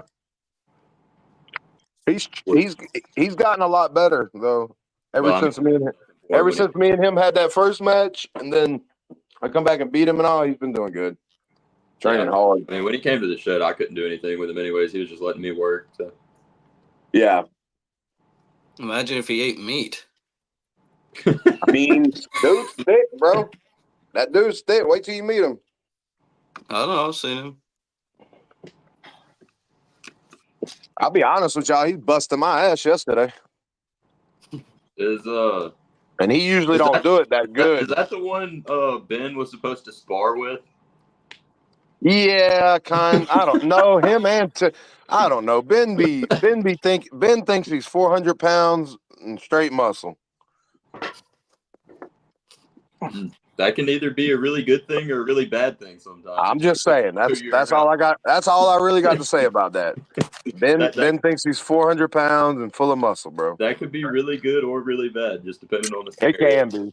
Depends on who you fucking try to act like that with. Fuck. Yeah. I'm trying to tell him my two best buddies right now, Tillman and Ben, right? And they fight like fucking. And Ben thinks he could box with Tillman. Tillman weighs almost 300 pounds. Like, what the fuck? That is not Tillman made contact with Ben. I'm saying, and Tillman and me, Ben and Tillman did a workout together, right? Tillman finished that shit. He lapped us twice. Tillman's got endurance like a motherfucker. That big motherfucker. You don't want to go in an endurance war with him. So, no, I mean, hell, all that motherfucker does is work out constantly. Bro, it's insane though. His endurance. All right, yo, I'm gonna get off, y'all. Good talk, Cole. Nine, holler at me about that show Sunday. I got you. Yeah. Just remind me and make sure I can get on it. Sunday, definitely. Wood, go fuck yourself. Grow up, little bitch. Later. Jesus. You can't have him and Wood on the show at the same time. Yeah, bro. I was trying to explain that, man. That like I want to have. I'm going to though because you're gonna talk shit if I boot you out. He's gonna talk shit after I boot you out about you should have did that. Like I'm not doing all that shit. I'm not like I don't give a fuck. It's endless, dude. It's bitch behavior, like and it never stops. But y'all both do it. So look at a mirror and say the same fucking shit right back at yourself. Yeah, dude. I've been doing it for 2 years. You guys fucking tired of it yet? I mean, I guess, bro. I'll fucking do it for another 2 years. You guys want to fucking keep saying it's okay for him to do it? No, it's not okay though. But when I'm on the show, I could kind of mediate it a little bit and help it out a little bit. But y'all are stressful. Y'all like after I'm done with y'all. Look around and you tell me how many people don't like it. You tell me how many people don't like it. Listen, when I'm done with y'all, bro, like my levels of dealing with anybody else in the world is done. Y'all shot. I'm shot. Yeah, I have no more energy. Fried, emotionally, I'm sorry. Yeah, no more energy after y'all, bro. That's why, like, I mean, but is that every time I interact with you? Is that how you feel coming away when I talk to you? No, not at all. But All right. anytime we go live, sometimes, yeah, pretty much. Anytime we've been on a live lately, it's not been cordial. Well, and then why do you got people on here I don't want to be cordial with at the same time? If you want because I don't want to be cordial with anybody. Fuck all y'all. I don't like none of y'all, but we're going to the same event. So I'm going to act like, hey, I'm a professional manager. I'm a professional manager. I'm getting dressed to be a manager right now. So I'm about to start turning into that person. I can manage it, bro. I'm a manager. I manage shit. Wait, Cole, you said you don't like everybody. What I do? Dude, I don't have nothing against you, bro, but I can give two fucks less about you, to be honest with you. You know what I mean? Don't you feel that way about everybody too? It's a core. You have a core group of people, man. Everyone else. We're on here to be cordial and talk about arm wrestling and get people fired up about AWU. It's coming really close. So all that other shit y'all been doing, it's played out to me. What should have I been doing, bro? I was stoked hyping up the Hammers, man. I thought that was pretty chill. I like interviewing y'all and seeing where y'all from, what y'all's background, what y'all been doing. I get a better. Like, if I want to make a bet on y'all now, I can get a better read off the bet, even if I don't know the two people. Okay, this guy looks like he works in an office. Oh, yeah, he works in an office. This guy works in the oil field, wherever, you know. Okay, you know, let's see. This guy, you know, you could judge people better by talking to them and interviewing them just for a minute. I can't believe you wear a leather belt, man. It's a Coors Light. That's a Coors Light can. Well, what it is, though, I have to wear a belt that has holes all the way through it because I don't know how fat or how skinny I'm gonna get because I'm fucking weird. Well, I switched to I just retired my other one. In Austria. That's a real fat boy belt right there, y'all.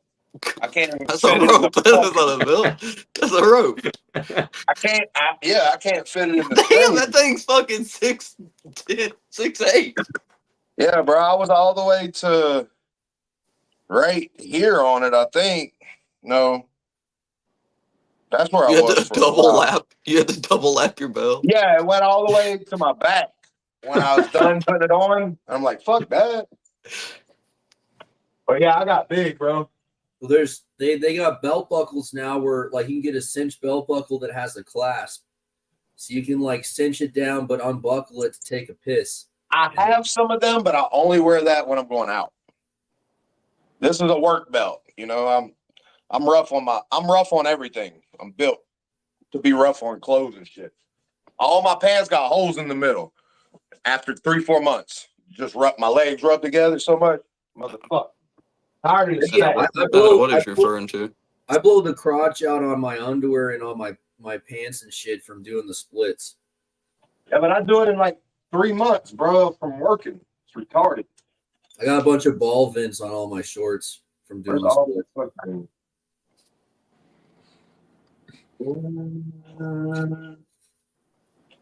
Damn it. Finish the hammers, Andrew. You gotta get the hammers there. I don't know, man. Dude, I mean, you only have like 30 minutes left of making to do all of them, and then clean up. The way things work, it's really hard because like I'm just sitting there trying to fucking build the hammers. I'm just thinking like, man, these people are fucking bitches. You get paid for the hammers? I haven't got a fucking dollar.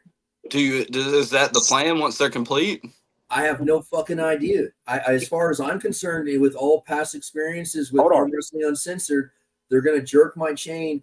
I'm gonna start to build something for their event, and then I'm not gonna get any money, and I'm just gonna fucking back out of the deal. Let's do our best to see how this came about. So, whose idea was it for the hammers? Pretty sure that's Kotlo. He doesn't want a side pressure machine. He doesn't want a custom table for the event. Hold on. It was his idea for you to build. Yeah, because I was like, hey, do you want a table? Do you want a side pressure machine? And he was like, I want hammers. Oh. Yeah, but you asked him what he wanted. Well, I made hammers. Just build hold on. Because this is a big deal to me. The person who, like, made the, like you said, though, you asked him what he wanted, right? Hammers. He wanted 3 hammers. So you asked him. He didn't really ask you to start for nothing, right?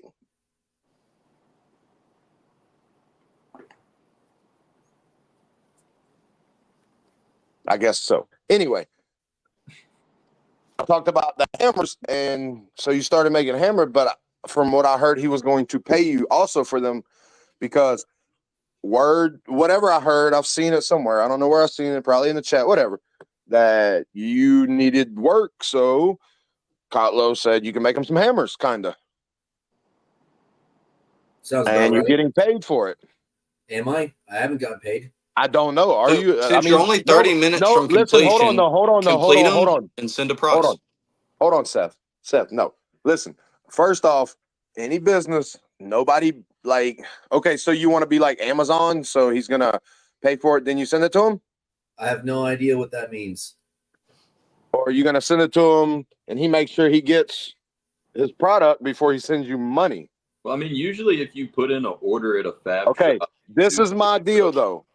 Most everybody knows Kotlo. He's the organizer, so a lot of people know him. He's obviously a businessman, and he's probably less likely to fuck you over than you are him in my eyes, just as a business person. You got to look at it through a credit looking type of way. You know what I mean? And one of his associates, Colin Hamblin, has walked on a bill already. On a bill from what? From things I made. Ah. Okay, so you've been screwed before? Yeah, by AWU associates, and they're over there talking shit. They think it's fucking funny. So I guess maybe I shouldn't make hammers for these bitches. I still think you complete the build because you're only 30 minutes away from doing that. Complete the build. I complete then the build. He pays you. Then you send them. AWU is bitch made, and I got these cool hammers. Anyone want them for their event, as long as they're not associated with anyone who allows Nunya at their event. So okay, that's what we're okay. It's Nanya. I'll just go specifically Nanya. I'll go full on Robert Kelly. But Wood, just finish the hammers and all right. Look, Cole, do you know who Robert Kelly is? I know, but I thought you didn't like people getting I don't censored. like Robert Kelly, but do you know who he is? I thought you didn't like anybody being censored or kicked out from an event type shit like that. I don't. I was explaining the behavior of Robert Kelly. Do you know who he is? Yeah, kinda. Okay. Well, why would he refuse to be associated with any event if Nunya was associated? Because he don't like Nunya. Okay, and why would he not like Nunya? Nunya's got a fucking big mouth. Okay, so what kind of events is Robert Kelly running? I'm guessing your standard event. What's a standard event? Because as far as I'm concerned, I think Robert Kelly's running some of the best productions in the country. Probably so. I'm trying to figure out who Robert Kelly is in my head, though. I know who it is. I just can't. I'm better with faces. He ran the production. He ran the production for AWU3. Oh, I didn't know that. I don't know enough about him. Tiny little dude. He's really effeminate. Yeah, but what kind of events is he running? You said he's running some of the best. Like what else? He runs the production for the events. Okay, like all the cables. I know who Robert Kelly is, bro. The name's just there. I just can't put my face with it right now. You ever heard of Red Lightning handles? Yeah, I mean, no, Red Line. It's Red Lightning? Red Lightning. Oh. They're Red Lightning grippers. It's Robert Kelly's brand. I know who Robert Kelly is. Obviously a big name in arm wrestling. Not really, dude. I mean, I've heard it a million times. I know who it is. I just can't think of it. I'm up the fucking face right now. Anyway, fucking just make the hammers. Worst case scenario, you have 3 hammers that you can use to beat the shit out of whoever Politalia sends to your house. I don't want a hammer, dude. It's a waste of space. Regardless, John, you're talking about a fab. If someone made a contract for a fabrication, how would that work in the professional world? They pay for it up front. Up front. Complete cost, not partial cost. 100% cost before the production starts. Yeah. And I started production last week and I haven't been paid yet. Well, y'all hold on.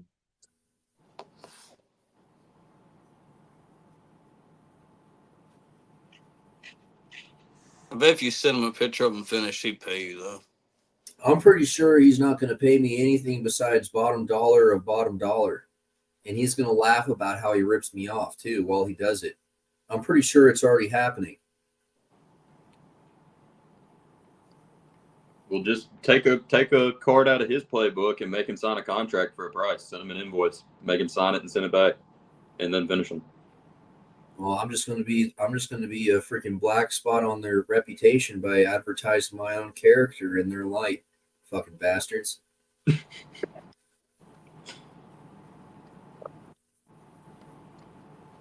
Hey, yo.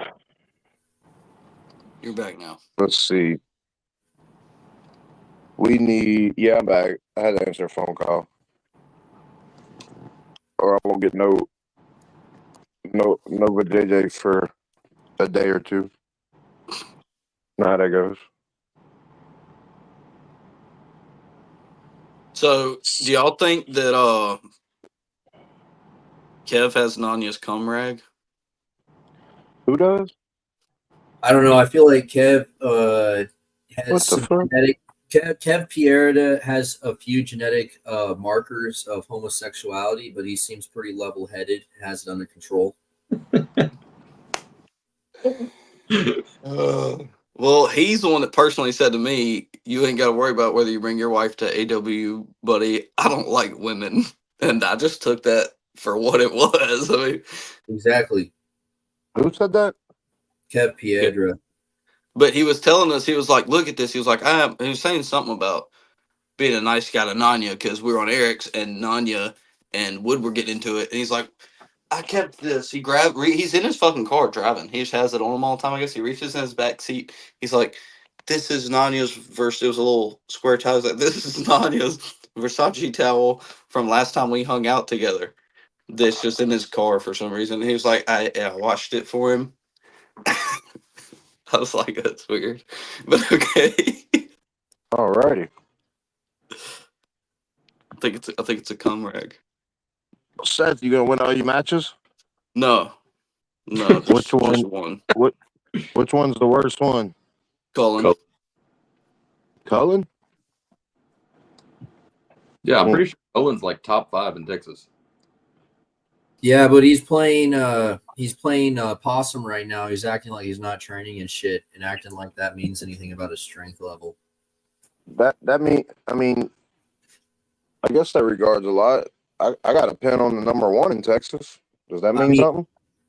All I'm saying is I sit on the couch. I sit on the couch for 6 months. I'm gonna be strong as shit because I trained hard enough. I'm still recovering 6 months later. You know, like if you're not training hard enough that you get that long-term recovery, then I mean, yeah, maybe you should keep training. But if you train hard enough, dude, you can take a lot of time off and make strength gains sitting on the couch. Yeah, I do it every day. I do a lot and then I stop. I do a lot, then I stop. That's how my body works, though. Not everybody's body works like that. But what did you say, John? I said, yeah, you may have gotten a pin on the number 1 guy in Texas, but you also arm wrestle professionally, and Seth is a 6-month amateur pulling a top 5 guy in Texas. So there's a little bit of a difference. What are you talking about, dude? How long have I been arm wrestling? Do you have any idea? Like 2 years? Under 2 years, yeah. Okay, well, Seth's been doing it 6 months was my point. I mean, yeah. Okay. I guess. 6 months, a year and 10 months. I probably could have pinned my 6-month self might have pinned this version of myself right now. It was so much more healthy. Maybe so.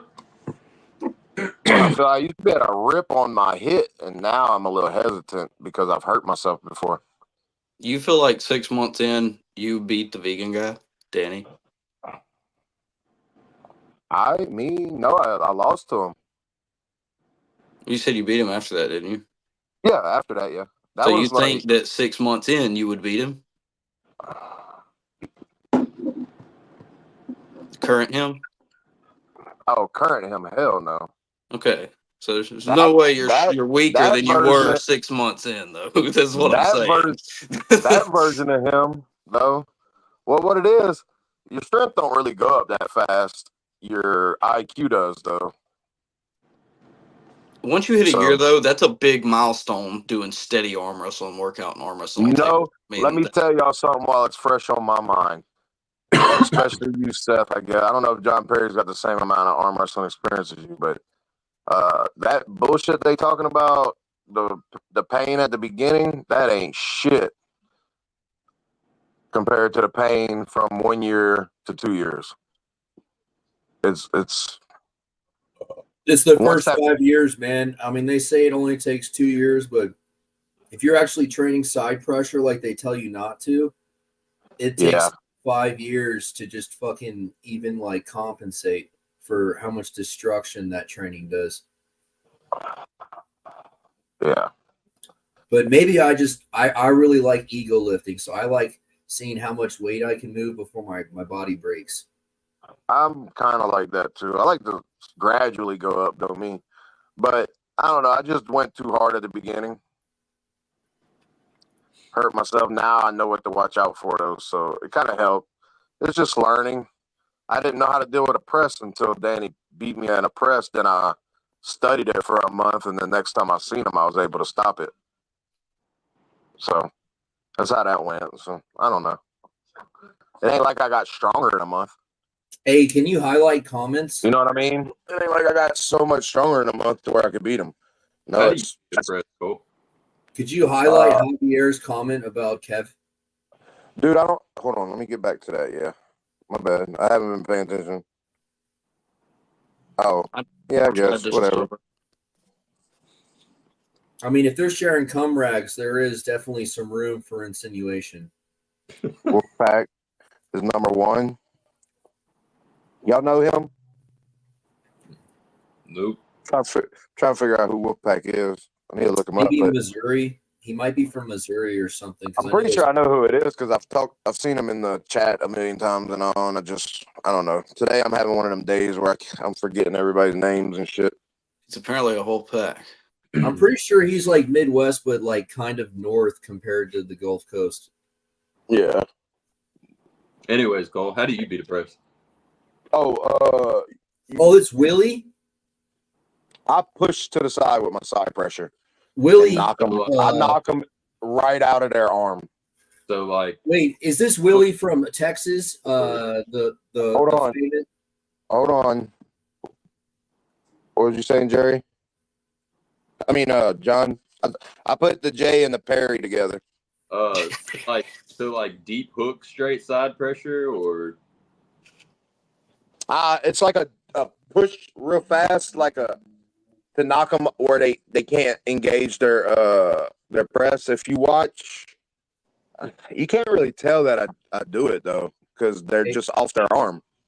Cold when I do it. But the 3 times that I went with Palmer, that's what I did. You know, I pushed in first. It's like a forward. It's just I don't know. It's hard to. You'd have to see me do it and try to judge it off of that. You know. That's Willie Schlobohm in chat. He's a Texas arm wrestler. He competes regularly at Louisiana State. You should send him a link and get him on here. He's a really good arm wrestler. Willie? Wait, no, Willie who? I don't know how to say his last name, and I think I'm spelling it wrong in my head. But he's like a diesel mechanic in Texas, and he used to have a really good flop press, but I think he switched to a orthodox hook a few years ago. I mean, if he wants to come on, I'm pretty sure he's going to be in AWU chat. I keep posting invites in the chat. I mean, just put it on YouTube, man. Give him a link. I don't know how to do all this, bro. Hold on, let me see. Should be able to make a comment as through the that's what I'm trying to find. Having the StreamYard app makes it so much easier. More. Well, I'm on my phone. I didn't want to get on my computer. I didn't know I was going to go this long, but whatever. Post comment. There we go. Yeah, I got to hop off in a second. StreamYard. Bam. There we go. See, I'm shit at all that. I just need somebody to do all that for me. I can keep the questions going. I can keep shit going in the conversation without a doubt. But anyway, Cullen. So did any of these guys? Palmer's beat waxed pretty much fucking everybody at AWU from what I've seen, except top level guys. Yak or heavier guys. I would say Yak beat him. I would say Yak is probably like pretty close to being a national competitor level puller. Nice. He's extremely solid. If you have any thought other than him being a problem on the table, then you're underestimating him. Nice. So who y'all got? Yak or Cullen? Depends if it's left What or right. hand? Cullen's lefty. Left. It's got to be left. Yeah, Well, yeah, Yak's a lefty too. Actually. Yeah, it's got to be left. probably Yak. Which I don't know. I've never pulled any of them. So I think. Well, Cullen's really good with his hand, but I think Yak's biceps gonna be strong enough that it just doesn't fucking matter. Like I think Yak's whole arm is on a high level. Just Cullen's hand and wrist is on a high level. Okay. Yeah, Yak's got that pec deck. He can do that rising side pressure. So, kind of want to go down. I got a list of the matches, but I ain't Yeah, got. dude. If you I don't know if I can pull it up, but the first you can match, go- Tillman, and hold on, let's go through the matches real quick. Tillman and y'all help me out today, guys. Tucker, yes. Keating. yeah. What's the percent? I want to hear a percent on each match. What y'all got on that? Tillman. I'm always Tillman. I don't care who's he's pulling. I'm Tillman. No, I need a Tillman. percentage of. I don't what know do his you think opponent. his chances are? I know zero about his Tucker. opponent. I mean, Tucker's a fucking. He's a world class dude, bro. Yeah, Tucker Keating's pedigreed, man. It's really hard to bet against him. I don't care who it goes against. He's got at least a 20% chance against anyone in the world. That's first match. The next one will be Colin Hamlin versus Christopher. Hold on, John Perry. What you got on the first one, man? Give me a percentage. Just be honest. Fuck these guys. I don't really know Tucker. I know Tillman, and I'd never count Tillman out. I know how Tillman trains, and I know how strong Tillman is. So, I mean, I think it could go either way, honestly. 60-40 Tillman. I'm good with, there you go, 60-40. Thank you. 50-50, John, you would say? 60-40. I'm saying, so we ain't got to deal with too many antics here. You would say 80%. Wouldn't you would? Well, I'm just trying to. So, is Tillman the best Louisiana has to offer? No, sir. Because Keating is theoretically the best in Texas. Sir, you got to realize, though, Jonathan Breida will go over there and wipe them. Who else? Herman Stevens. These are guys that I don't even get to pull with that I know have went over there and just wiped out Texas and all them guys. And, everyone has their day. Then there's Jonathan McGraw that trained over there, and they're pretty close. So we got a good judgment of this guy. So, and Tillman ain't very far behind that. Yeah, I mean I think it's a good match. I just it's hard to say that Keating isn't gonna win. I understand that. I get that from your perspective. Do it, John. Isn't Tucker Keating predominantly left-handed though? I think he's number one with his right. Okay. In his class, I'm pretty sure the guy that I went against is number one left-handed. Because I want to say it was me and Tillman were talking, and Christian Moore said something about no, he wouldn't set you up with his left because his left was on the same level as Christian, but he might have a chance right. So that's I don't know. That sounds about right then. Yeah. Yeah, especially if Christian said it. Christian been in the game a while. Yeah, I don't really see Christian. That's the best we have to offer, and Christian would absolutely destroy that man because he's really a 242 now, Tucker.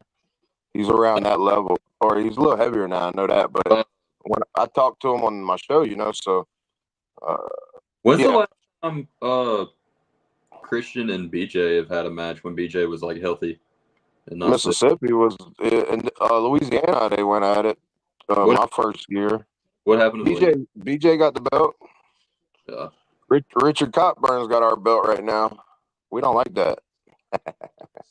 Because Because I know BJ had food poisoning at Mississippi State when he showed up. Yeah. He still beat me though, but I was hurt. I mean, I ain't saying it would have went different, but I was definitely hurt from my BJ, first match. well, that dude, I mean, hell, he's been pulling, what, close to 10 years? Yeah, definitely. Yeah, and you see and then I'm getting hate from people for doing Supermat, like my older guys in my clubs and all, and they got to realize I go to these matches. What's the point? Like, I'm going up there against 10-year veterans now, and I'm a year and 10 months in, so and I'm placing second and third place, so there's only one or two people that can beat me in my state. You know what I mean? Most of the time. Would discourage anybody from having a super match. I feel like that's how you get better. Anything, if you want to get better at it, you have to do it. Like for me, I could pick out somebody at my level or around my level. That way, I'm not going up there against somebody that's been doing it 11 years. Yeah. And have a fun match and boost my confidence up. Because for me, as long as my confidence is good, I'm good most of the time. If my confidence is down, I won't perform as good. So Colin and Lil Pop is the next match after that. Okay, I don't know these guys. From the way y'all talking, it sounds like Cullen's going to beat him. He is. Have you seen? There's videos actually in Wood. You may have them that you can put up on the chat of Cullen just holding Lil Pop. Yeah, Colo took away my administrative capacity on the stream. I have it. Let me see if I can find which one it is, though. There's a video. I think there's a couple videos of Cullen holding Lil Pop center and making fun of him and then pinning him. There's so many videos on here now. It's crazy. He's tried calling a few. Jesus Christ. Yeah, there's a bunch of trash in that chat. I know. And it just gets repeated. They just like spam the same video 5 times. Palmer fight. I started deleting videos a minute ago. I guess I shouldn't have. I don't know. I'm pretty sure Kotler wants us to delete a bunch of them, though, for the event coming up. I don't see it. I never added any videos of Cullen into the. Oh, okay. But, so what's the percentage? I'm going to go 50-50 because I don't know them. I'm going to go 60-40 because Cullen does look a lot tougher than on Cullen versus Pop. Yeah, I don't care. I don't care. I just got to give y'all something, and I'm going off the knowledge I have. So I'm going to go 60-40. I'm not counting anybody out, you know? Yeah. What y'all going? Y'all going 100%? Yeah. Yeah. God dang. Whoa. You know, you got any prediction on that, Wood? Any percentage you can give us? Colin's a scumbag. I hope fucking the little autistic Finnish guy wins. So 50-50? Yeah. All right. Next is Austin Jennings and Bruce Alexis. I have no idea who Bruce Alexis is, but Austin Jennings is pretty tough. Yeah. I got Austin on that all the way. Same. I would say 70-30, but then I remember Austin was complaining about a wrist injury, so it depends on Bruce's ability to use that to his advantage. Or are they pulling left or right? I don't know. Well, listen, I need y'all to know that every one of my votes is going to go on the person that has gotten their name out there and talked about better. So if I don't know you, I'm going to give him a 60-40 because I know about Austin, but I don't know about the other guy. So that other guy, if he listens to this, you need to get your name out there a little better. I mean, all 3 of the first matches we just talked about was right. Okay, cool. Oh, cool. I used to train with Kachan, and that guy is insane. What's that in the comments? Oh yeah. His pronation is who is that? He's this Russian guy. He's a programmer, and he was like a champion over there. And then he came over here and he mocked Texas. Like he showed up 220 class and took on Robbie Burnett and just fucking smoked him. Who was that again? So Bruce? Kachin? Dimitri. Yeah, he had a Meet you, match Cuddy? with Oh, he had a match with John Berzink down in San Antonio like a couple years ago or this something. motherfucker knows a lot about arm wrestling, y'all. Anyway, so we got everybody's prediction on Austin McGraw and Austin Jaggers, is that his name? Jennings. Jennings. And who's the other guy? Bruce Alexis. Bruce Alexis. Sounds like Bruce is in for a bad day, but anyway, what's the next one? Oh, we got Andrew Yakovovich versus Albert Ding. I don't know enough about Albert. Albert Ding is he plays the cello. He's a bit of a technician. He's very methodical. His technique is really reliant on back pressure, and he's got a really his setup is crucial for his back pressure move, and he'll destroy you if he gets his setup. So for when I have to go on Ford and do this. I'm gonna go 60-40 for that guy against Jack. That's going to be a good match. I feel like that's probably going to be one of the better matches of the event. But did y'all can still hear me? Back injury or something that he wasn't sure if he was going to make it? Yeah, Albert's been dealing with back problems for like the better part of a decade. I think he was doing some of those new age surgeries where they don't fuse your spine, and I think that was a few years ago. So he's been back since he got it fixed a couple years now. I don't really keep up with the guy, but theoretically he should be in the strongest shape of his life if his back is in better condition than it has been. Okay, the next one is an interesting one. Do you get it? Yeah. Because I got a dip. So. All right. Later. So, see y'all later. We got Clinton and Eric Harlan. Clinton Picker and Eric Harlan. Clinton, 100%. Same, John? Yep. I'm going to go 60-40 for John because I don't really know neither one of them too well as far as how strong they are. Wait, who are you voting for? Perry? No. I mean, Pickering. Come on, man. I said help me out today. I'm having trouble with names for some reason today. So the next one is a give me match kind of. Cole Raven versus Wiggles. Wiggles is kind of like a monster, dude. He's a bit of an ogre. You know, yeah. I mean, if you want to I would consider him kind of a mutant. He's a big dude. Didn't Ryan Carter hold him center like last year? Yeah, but I mean, if he's leveling up the way he says he's leveling up, I have no idea how that works. So he could be anywhere. Yeah, I mean, because I've seen him sin was him beating some guy that looked like he had barely ever arm wrestled before. So. Yeah, that's what I had with it. And then the most impressive thing he did was lose to a 220 guy on his non-dominant arm. Interesting.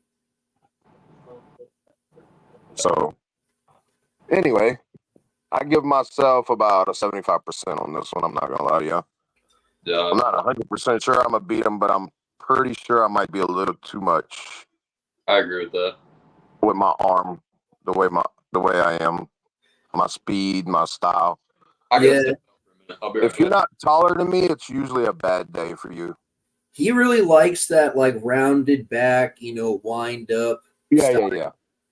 That you can't even get into that with me though. Yeah. I got too much back pressure. Yeah. I was trained on back pressure right away. So every guy at my camp, like, oh, them little guys, their back pressure is just out of this world, and you can't start doing nothing with them until you start getting that back pressure. Yep. So they just open you up and top roll you. For me, it was side pressure when I showed up. I didn't have any side pressure, and they would just like Louisiana hop, and then it was over. Yeah. Yep. I'm good at that. I hop all the fucking time. I hate that, but I'm always facing taller people, so it's like they rise, and when I go sideways, my elbow will come up if I'm not pulling down enough. So I got to concentrate on keeping my elbow down on my moves because I hit so hard sideways that if they go straight up, it might pull me off the pad if I'm not keeping it tight enough. Yeah. Yeah, you got to learn to rotate off. You got to pivot off your elbow, you know? Yeah. I'm getting there, man. I'm getting good. I'm getting better, you know? I'm not the best yet, but once I get down to 242, I think I'm going to be very high level. All I'm saying is if you get the chance, man, you should group up with Kachan and you'll learn a whole new thing because he feels different than anyone else. I like that.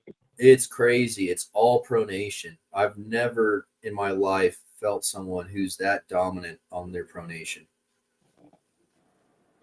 It's the last one we're going to do for now. Ben Liggett and John McCool. I'm pretty sure Ben's going to smoke him. I mean, John McCool got dog walked by Yak, but he's really strong, so it really kind of makes him an underdog perpetually. So, I mean, like they were saying the other day, don't sleep on John McCool. Yeah.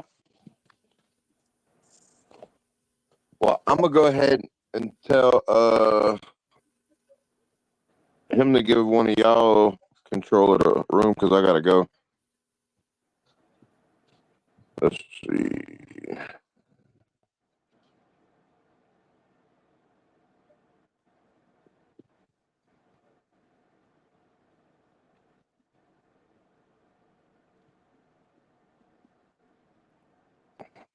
Yeah, heard me?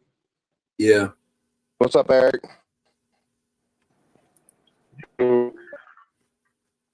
I got to go, but I will get up with y'all in a little while. If it's still going, I'll jump back on when I get settled in at work. All right, I'm just going to back out of it. It shouldn't kick y'all out. I think y'all need a host, though, huh? Or it might stop. Well, no, it's like Willie's supposed to get on in 10 minutes, so who's going to let him on? Well, I'm going to tell Kotlo to give one of y'all. Yeah, if you leave, it should still be running. Yeah. All right. I'll see y'all later, guys. Later. Hold on.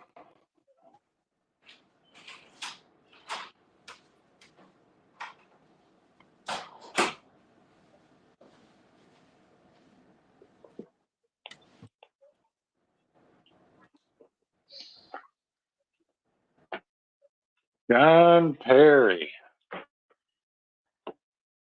One of my handful of trolls.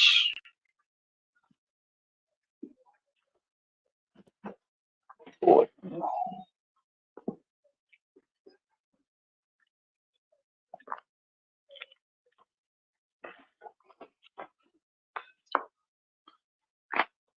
go ahead and hook this up. Hook it up.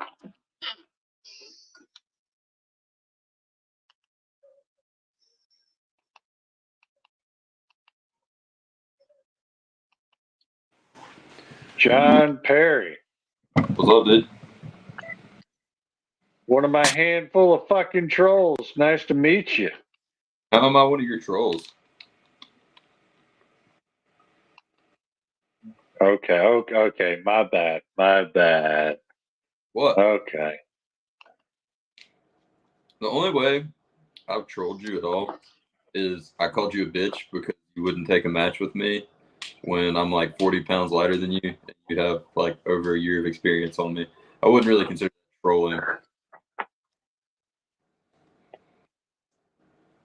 Yeah, okay. Where'd Cole go? Excellent argument. Excellent. He's got to take care of business. Do you have Wood muted? Everybody's working for the weekend. He went to work. He's gone. So, what's the Andrew Wood? You gonna display one of those amazing lifts for us? Excuse me? Oh. You know, actually, I cut my workout short last night. I started doing curls on the square bar, and I just got really unmotivated. I was like, man, I'm hungry. I'm tired. I've been doing this shit for like 6 hours. And then you just started saying the fucking sissiest, fucking most demoralizing bullshit you could come up with, dude. It was almost as if you were just like reiterating the culture you've learned from all these scumbag arm wrestlers who insult you day in and day out.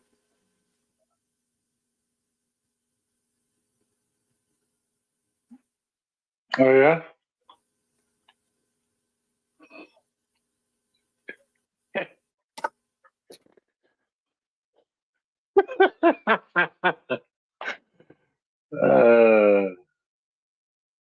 Goddamn right. Goddamn right, John.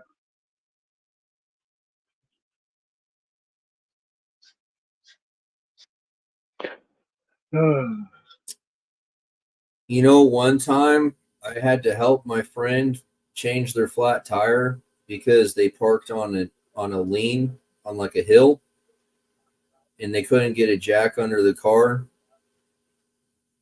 So I had to pick the car up to put the jack underneath. Yeah. Well, that was nice. Maybe you should be the Patreon. I don't think it was really nice. Yeah, that looks more like you than me.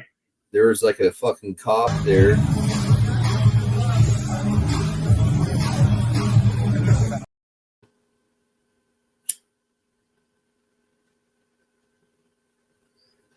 David Kotlow's playing.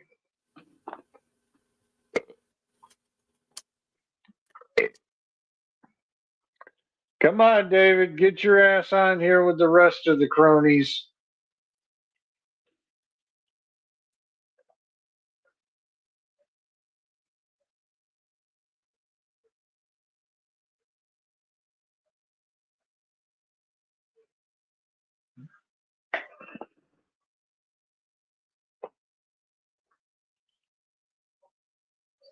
And yeah, I can't. By the way, this setup is courtesy of me. I can't post courtesy of me. I can't post anything on the stream. I don't have administrative powers.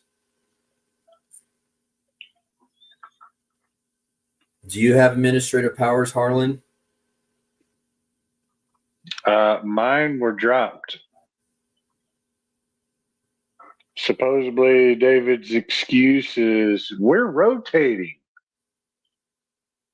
I have no idea. And he sits there and fucking wonders why I assumed my position and just kept the train rolling last Tuesday night. Hold up, man. How's that? All right. So yeah, so actually it is rotation. It was nothing to do with anything about what you did or what you've done, because let me tell you how many admins there are now. So there's you two were on the list. Then you had Cole, Nunya, Yak, and the software only lets you have so many. So every time someone wants to have a show, How the fuck you gonna put Yak on there and drop me when Yak hasn't even done one motherfucking show? Harlan, you're sitting there smiling too, motherfucker. I mean, come on. There ain't no point to fucking miss. Harlan, you're missing the point. Are you ready for Oh my God. Are you listening, Harlan? Are you ready? No, I know, because I'm not no motherfucking Damon Ransom. And when I get my ass to AW5, all you motherfuckers are going to recognize that. Hey, Harlan, you let me know when you're ready to listen, and I'll explain what's going on. Go ahead, explain. I don't even know why you're talking. You're not even going to fucking show up there, bro. He just listed. You're nobody. You're just a sponsor, and you're a hammer server. Can you do math? Harlan, where are those fucking hammers? Are you ready? Are you ready for the math? You ready for the math lesson? Harlan, would you like a math lesson? Waste your breath, son. Go ahead. Yeah, StreamYard allows 4 administrators, and he just listed 5 names and said that neither of us are an administrator. So that means that there's 3 people with administrative powers out of 4 possible. So thanks for listening, bro. You just went right over. Yeah, you just went right over what I was just talking about. 5, 4, 3. Let me even clarify more. So there were 5 people. You're right. There can only allow 4. Cole went live yesterday, and when he went live, he said, "Will you remove everybody else's administrator because I don't want them on my show hijacking my show?" And I said, "Sure." So then all the admins got removed. When have I hijacked a YouTube show through administrative use? No, I'm not saying you have. He was worried that somebody would come on and mess up the show. That's well, all. Then don't lie to my face and say that you removed us because it's a rotation when I just proved it was a mathematical anomaly that disproves that that's the excuse. No, you're a bullshit artist, dude, and your shit doesn't work with me, man. I don't like it at all. Every time you've asked for access, have you had it? Yes. I've never told you no. Look, let me just tell you right now, Kotlo. Yeah, go ahead. I don't like your games. I don't like them. Which game? Exactly, those games. Okay. We don't have to like whatever you don't think you don't like. My point is, anytime you guys have asked for admin, so anytime you're like, "Hey, can I do a show?" I'm like, "Yeah, just tell me when so I can give you access."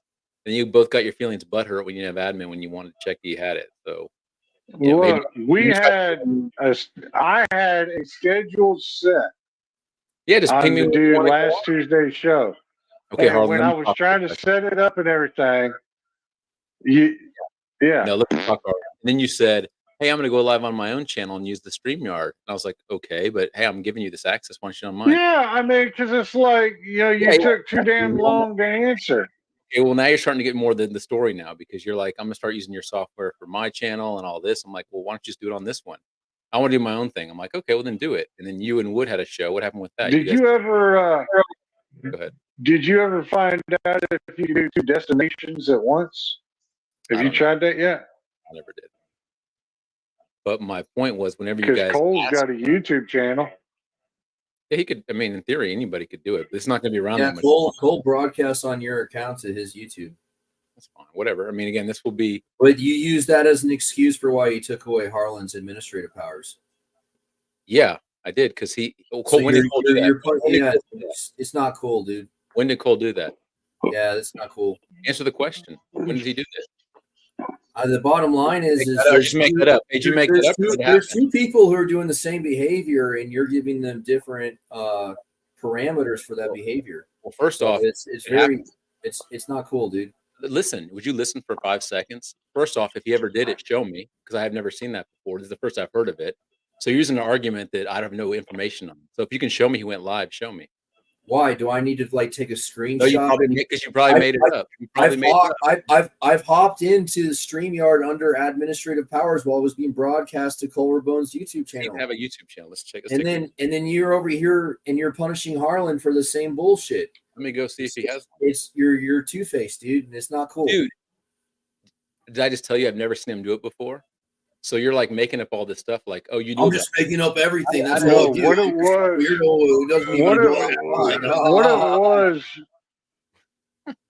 What it was is Cole didn't want me and a few others on his show, and David honored that. He just said it a few moments ago. He did. He actually messaged me and said, "I want to do a professional show with Tucker and his father. I don't want anyone else to come on the show and hijack it. Will you make sure I'm the only admin?" I said, "Yeah, sure." So I did. Whether you like that or not, it happened. How does he want a professional show if he's got no one running the background of the admin? Are you going to be there and babysit it? Yeah, he can do it if he wants. Well, he's going to do it himself. Apparently, he doesn't want anyone on the team, so it's silly. Appreciate your honesty there, David. You got the answer, Eric. Say, there you go. You got the real answer. And again, I don't blame him. I don't know. I kind of find it ironic because the show me and him jointly did is done way better than any of his shows he's done so far. Yeah, I'm trying to. And seeing the numbers of the likes and the views compared to Nanya's first show that got like over 200 views, I mean, we blew his ass out of the water on the likes. We had 17 likes on that show. Hmm. But you know, if Cole wants to strike out, he can. You know, that's his prerogative. When are you guys doing your show? Is that going to happen or what? Let's talk about you guys. No, that's been canceled. It's a Why? one-man show. Why was it canceled? It's better that way. Why? What happened? It wasn't canceled. The show's still happening. I know What why. it is I've changed the intro and I've changed the name of the show. Hmm. I was actually excited to see you guys together. I thought it actually would be better that way. Sure. More entertaining. You'll be more interested. You know, you'll be more interested, and so will everybody else when y'all see a ex-female coworker of mine getting on. There's someone who actually knows me, and then y'all can start asking like questions, trying to get real deep. When's this show airing so I can watch it? Tuesday, 6 p.m. We'll Eastern see you time. next Tuesday then, Harlan. That's if I allow you on. You're on punishment right now. Isn't it funny how they always say it's me who's on punishment? Bro, you were in the chat earlier blasting my ass for some gay ass small reasons. And I don't understand where you're coming from. You don't. You're unstable, bro. I would never go to the gym and train. UNSTABLE, unstable. You're honestly, you would be the most disappointingly demoralizing. I wouldn't train with you either. I would. I'd probably fucking break a bicep tendon. I would be unmotivated to train if you were even in the same gym as me, Harlan. Yeah, okay.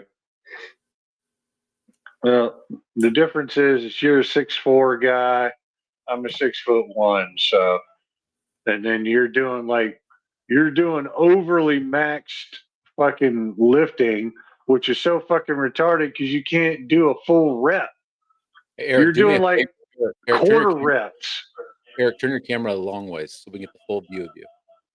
I blew you up on the screen so you have the full picture. The disappointing thing about it, Harlan, is like you discredit the theory without even actually questioning why I would use that theory for training, and you just go that straight actually in. helped. You go straight into now the camera is technically right here, but now we looks, can see you much more.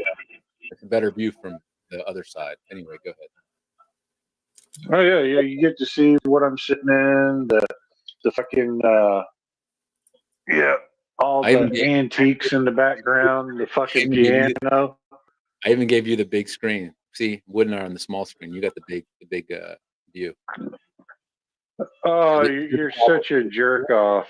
So, Harlan, would you like to talk about the training theory that you were detracting from? Would you like to address why you don't like that training method? David, give me some help here. Oh God, he fucking left. Son of a bitch. I said, what do you want? Give me some help here, David. I mean, for real, because like my training is way different. I said, I'm gonna leave the stream running, let you guys just talk while I remove myself. Where's Willie? He's supposed to be getting on.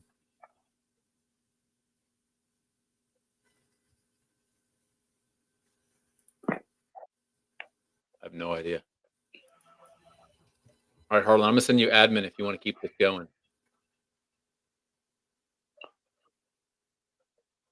Oh, okay. Let's see. You might have to log back off and in. Hold on a second.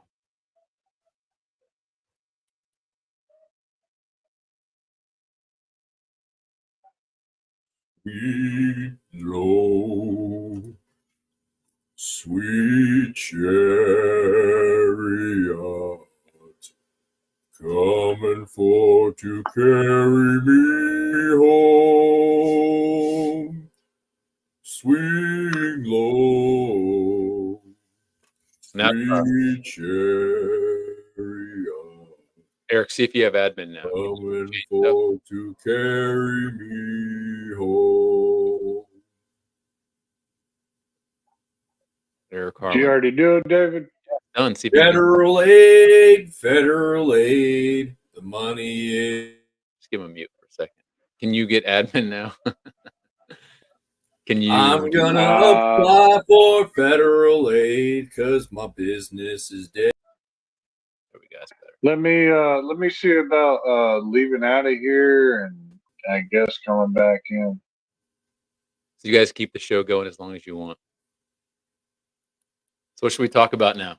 Give me all your beef so I can address it.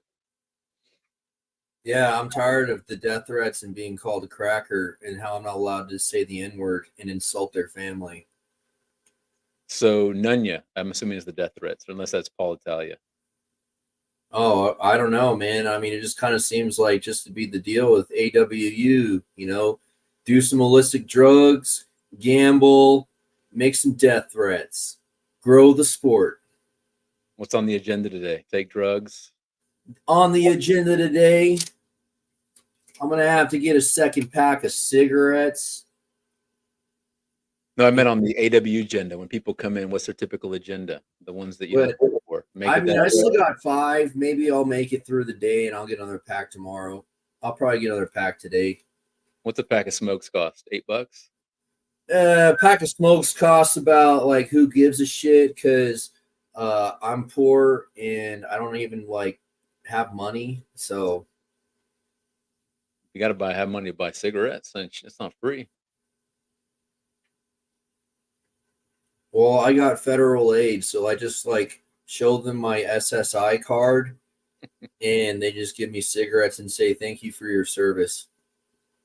How do I get on that? I want some SSI. Yeah, you know what I'm saying, dude? Harlan was telling me that if I got all these injuries, I should get SSI. How do you do that? Injuries like Mike Edwards, like be disabled veteran, or just I got a broken arm I can get on SSI? Oh, like do I have to be a veteran for the do I not get benefits if I'm not a veteran? I don't know. I don't know anything about this stuff. I don't know any government programs. So like if I'm physically like crippled, I gotta be a veteran to get the SSI. Is that a stipulation? I don't know how this shit works, dude. I've never done the federal aid before, The tribal chief is back. Eric, do you have that? Yeah, I got it.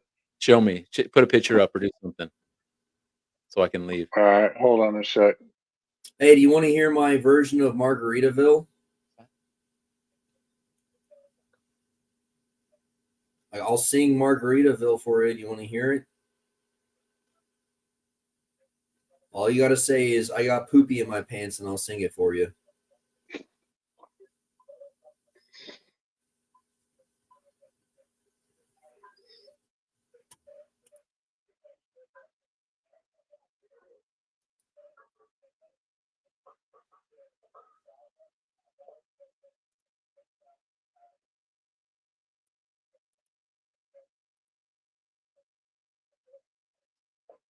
There's some Bob Brown shit in here. It's a fucking bridle load. So you can calculate where the load forces are coming from, but in the end, it's theoretically only coming from a single angle based on where the bridle load originates. So it's a good visual training concept and it makes it very simple. But at the end of the day, you can do that same thing with a single pulley. Do you understand? Yeah. Those are overlays, though. We want to do this.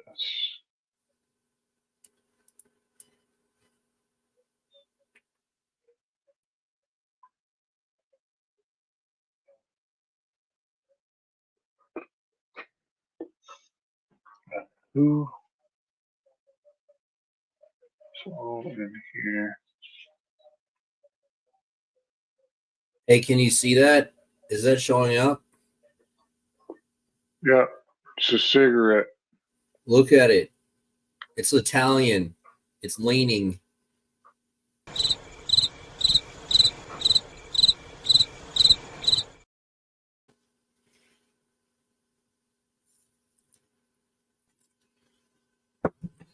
Yeah, boring. Oh, go Y'all ahead. got too much overlay shit. Go ahead and run the show, Arlen. Let's entertain the people with how much arm wrestling knowledge you have.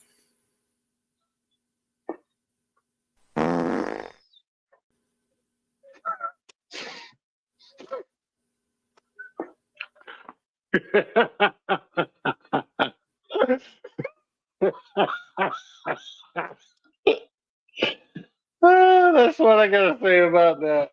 Hey, Harlan, do you want to talk about working at Freddy's Custard? We were talking about it earlier. Do you want to fill everything in? What I want to Why don't you work at Freddy's Custard anymore?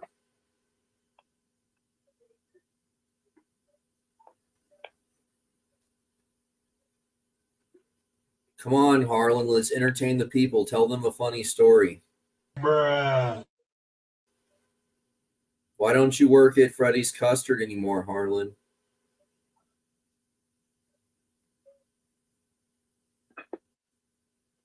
All right, let's get some guests in here. Are you ignoring me? I'm gonna be frozen, so don't be shocked. I'm going to get more cavalry in here. I was trying to ask you a question. Did you hear what I asked? Vaguely. Do you want to answer that question or do you want to think about it for a little while?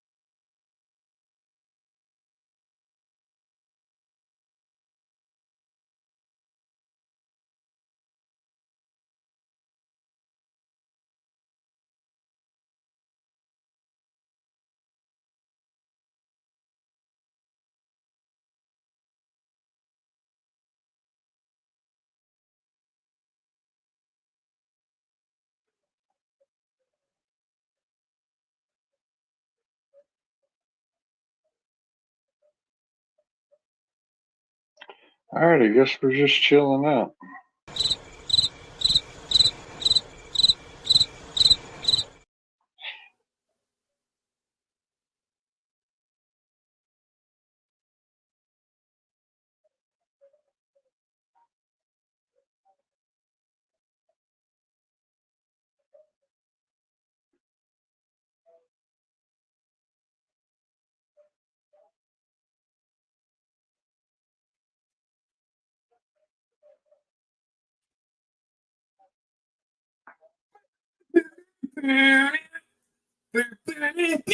Testify! Hey, Harlan, I got a question for you. Can you hear me? Yeah. Yeah. Why do you not work at Freddy's Custard anymore?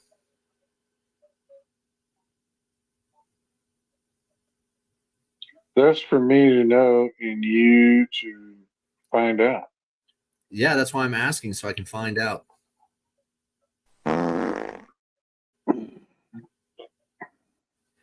So is that as much as you're willing to discuss it?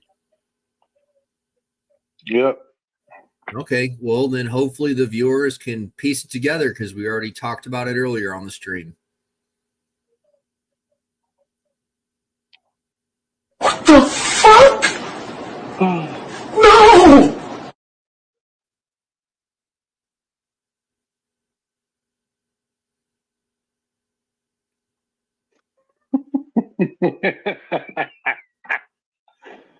Oh.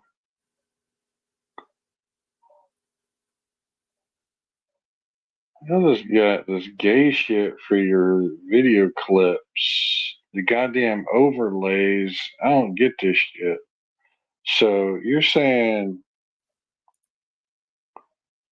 for an overlay, I can upload a picture and it stays up.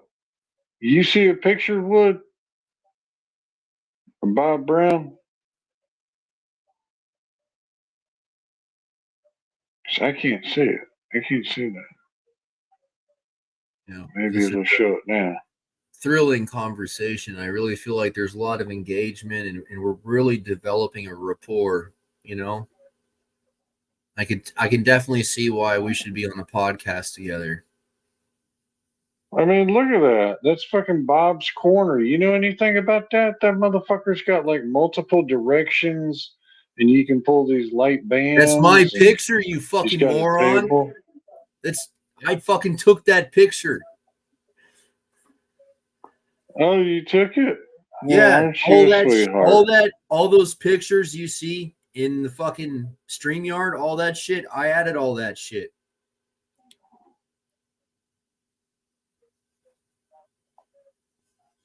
I guess I could probably see this one because I think you have like an anime fetish.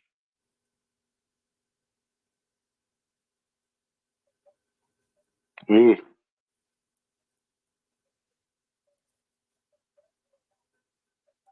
What?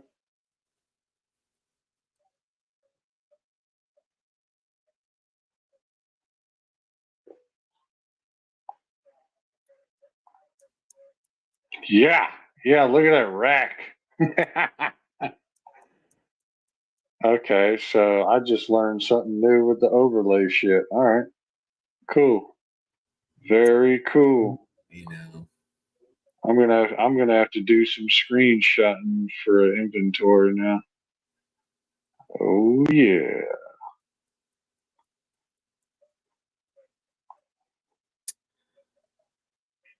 Well, I'm going to ask you a question in a couple minutes. You go ahead and prepare yourself. All right. I may need some serious time. Yeah, I can tell. I can tell.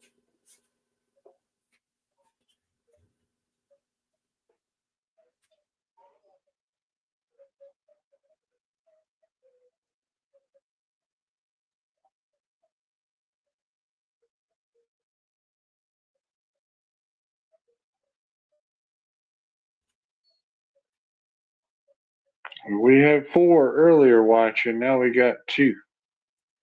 Yeah, maybe Maybe if we actually had some back and forth besides you just laughing at how you interrupt the only fucking person trying to talk to you. You fucking idiot. Are you ready to talk about Freddy's custard? I'm trying to make some content over here. People want the drama, so why don't you tell us why you don't work at Freddy's Custard anymore so we can have some entertainment? Harlan, you're here to entertain us. Tell us about your job at Freddy's Custard and why you don't work there anymore, because the people want to laugh at your pain and suffering. Come on, we want some content, Harlan. Just tell the story. Telling you how it is, man. It's fucking horrible. It sucks. So you just quit your job at Freddy's Custard because it was horrible and it sucked? Nope. So you didn't quit your job? Nope. Were you fired? Javier. Javier wants to know. Yeah, Harlan. I heard some people online were threatening you and saying racist remarks against you, and then they showed up to your place of work and they graffitied your business, and then you got fired because of the No. What you're talking about is Ryan Grondin in a Pennsylvania location went to a sign and graffitied "Fuck you, Eric Harlan" on a sign in Pennsylvania and recorded it. Okay, and what about your place of business? Was anyone ever contacted about your employment there?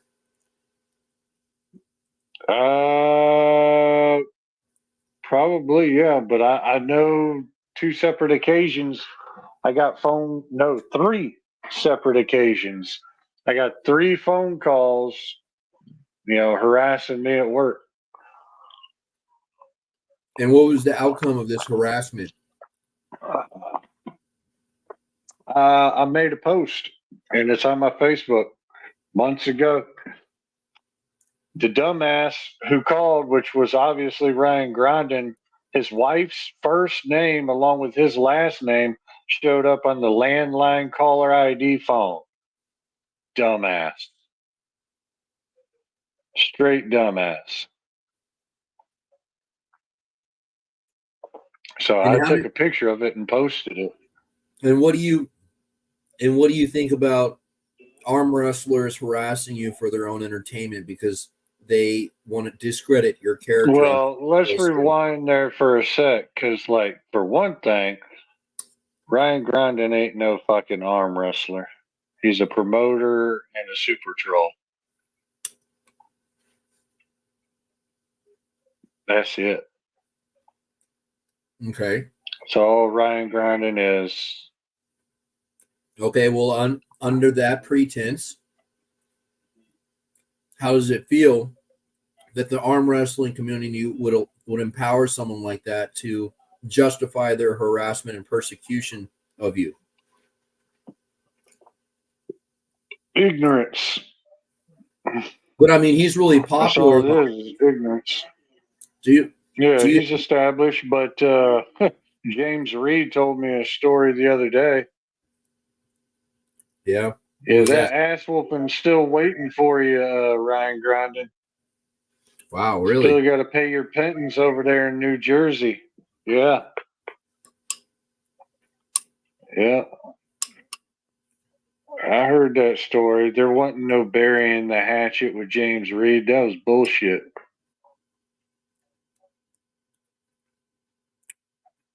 Yeah, some people take this shit pretty personal. Oh, yeah. Oh, yeah.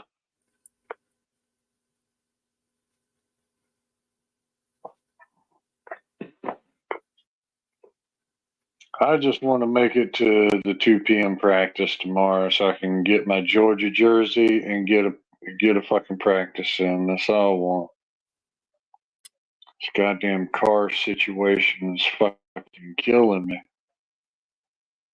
Would you like borrowing a car? No.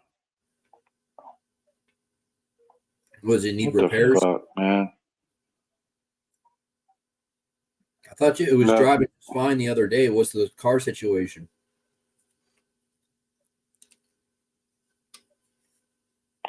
Car's fine. It's just we only got one instead of we used to have two.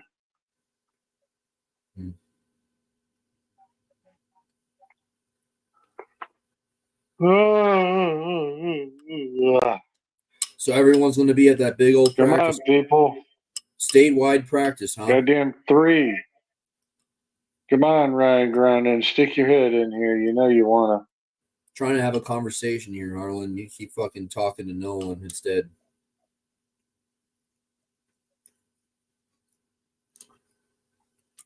Here you go. Sir Yak Toast is talking to you. Engage.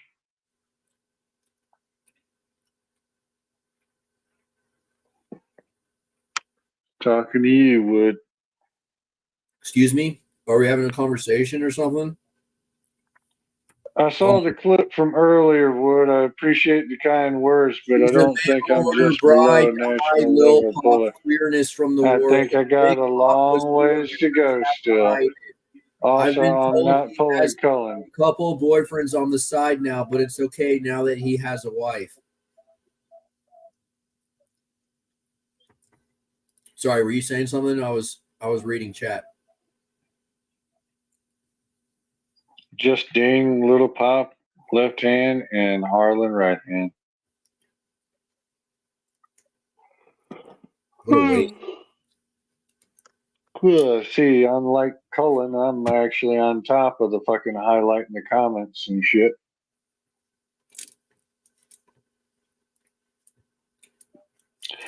It's nice to know that's how you treat one of your top followers on fucking YouTube and shit. Man, people are so fucking twisted. True story, right? You remember, was it last week, right? I interviewed a guy on my shit through David Kotlow's StreamYard, right? The South Florida Arm Wrestling League with Chris Damiani. Yeah. The Hurricane. Yeah, exactly. A fucking few days ago, that motherfucker has me blocked now, bro. Because more or less, Paul Italia, Ryan Grindin, or somebody in the Florida community got to him and said something to him. I thought that was some lame ass shit, bro. It's like, how the fuck? And I did this for him because he was the one beforehand, right? Who seriously on his own time reached out to me, said, hey, man, we would love to have you come down October 26th to our tournament. And, you know, and this, that, and the third, if we don't agree with, you know, and then, of course, later on the live stream, you come to find out he didn't know nothing about it until sometime here recently. But he did say, I swear to God, I'll take a fucking screenshot it and show that shit on here, man. But I'm telling you, man, I talked to his brother. I was like, bro, your brother just fucking blocked me and everything after I was trying to, you know, interview him and give his starting league some exposure and everything. And Ernest said, don't take it personally, which I can understand what he was saying there. You know, it's a business thing. As far as I'm concerned, if Florida can suck my asshole. Arm wrestling in America is just a bunch of bitches as far as I'm concerned. I mean, it feels like we're in fucking high school again. With like the popular groups and the suck asses. Then you got the outcasts, the emos, and fucking, you know, goth people. Then you got the fucking faggots. And then you got the preps, you know, the high school jocks or whatever. You got all these different kinds of groups going on in the social media shit.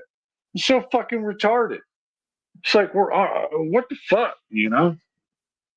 That's why I appreciate people like Paul Passmore. Just normal. And fucking Justin Bishop. You know, I appreciate these guys. You know? Yeah, Justin Bishop's a breath of fresh air, man, and just normal behavior every time you see him. Yeah.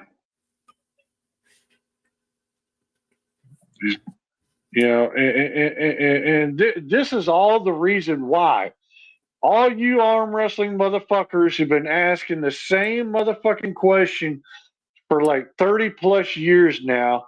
Even in that documentary with Living to Pull, with Cleve Dean, said it right here. The biggest problem with the arm wrestling community is unity. Why? Because everybody has their own agenda, their own favorites, and everything, and all this other bullshit that I just mentioned. This is why we will never come together. This is why we will always be fucking separated. This is why we will never be in the goddamn Olympics along with the fucking steroid shit. Yep. Fucking dumpster fire, bro. Fucking goddamn dumpster fire. I mean, you know, and no, you know, somebody who doesn't like somebody is like, oh, I don't like them, so I don't want to work with them. I don't want them in my group. I don't want them this, that, and the third. Well, for the sake of business, if you're smart, you'll be like me when earlier Paul Italia was going to be doing his part in the AWU. And I made it very clear, me and Paul still did not like each other, but this is business. So I'm ready to go. And I was ready to roll with it. But what happened? What do you think about other David Shell? motherfuckers didn't like it. Paul Italia was playing his games, supposedly. So it was a clusterfuck. But what everybody needs to start thinking, I mean, for the most part, they won't. Because, I mean, the thing is when you're an arm wrestler, you're basically like a freelance contractor. You're going to go where you're wanted or accepted. And this is how it goes these days. You know, it's so fucking divided. Everybody's got all their shit going on.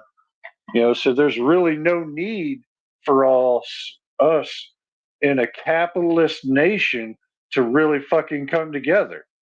Because there's going to always be competition. There's going to be promoter against promoter. I mean, it's a story that never ends.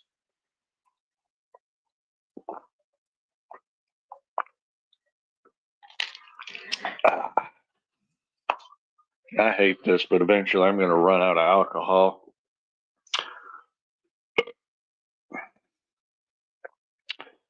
Andrew Wood, fetch boy, go get me some damn liquor. Man, I've been out of liquor for like 2 weeks now. I've been thinking about going to the liquor store. I just haven't got around to it. I actually went to the bar last night because I didn't have anything to drink, but I wanted something. You're a better man than I am. I know eventually I got to slow down though, because I'm telling you, this shit's starting to affect my muscle cramps.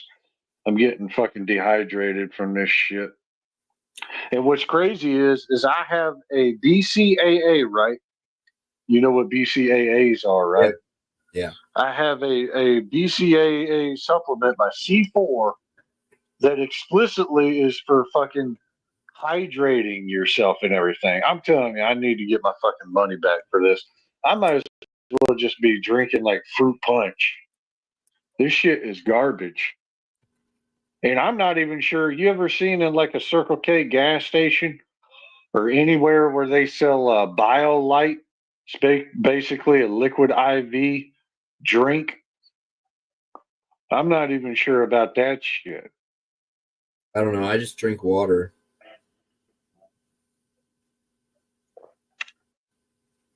I did all the supplements back in like the 2000s, and like honestly, it's just a bunch of nasty shit your body has to filter out. You'd be better off just fucking green beans and steak and eggs and putting some fucking butter on there. Yeah, I basically way before, excuse me, and then even at the beginning of my journey in arm wrestling, that was basically my diet. Like once a week, I would have a sirloin steak with some Italian cut green beans.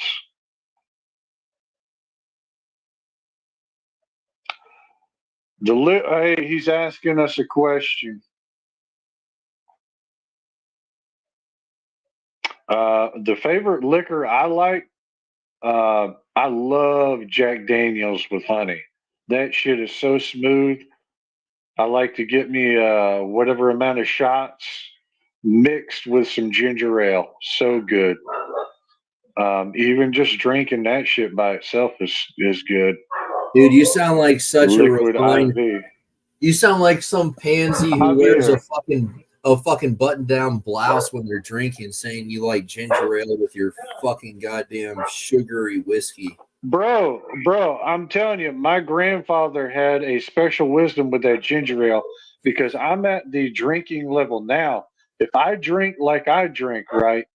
But if I drink it with like a dark soda, for some reason, I'm taking a trip to the porcelain altar. But if I drink the same way I do, whatever liquor, maybe it's whiskey or vodka, same amount, but with ginger ale, because ginger, what does it do?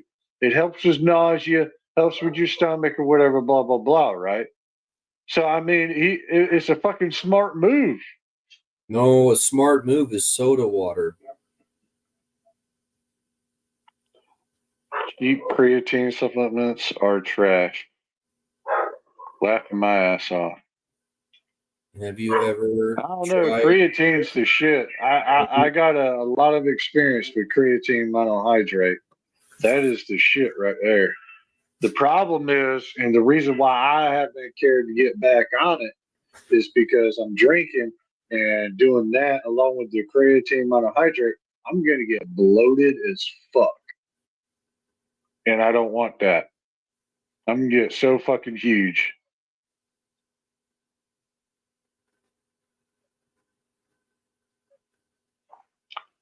I've actually had Crown one time there yet, and it wasn't bad.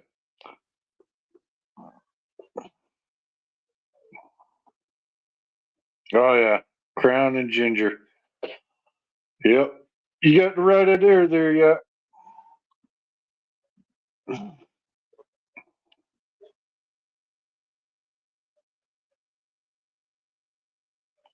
Hold on, guys.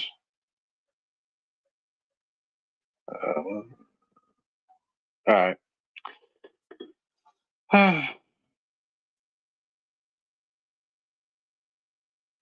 Ooh, yeah. Do you remember this? I finally finished my tub of Mass Gainer. I'm really sad. I miss it. It tasted like cake mix.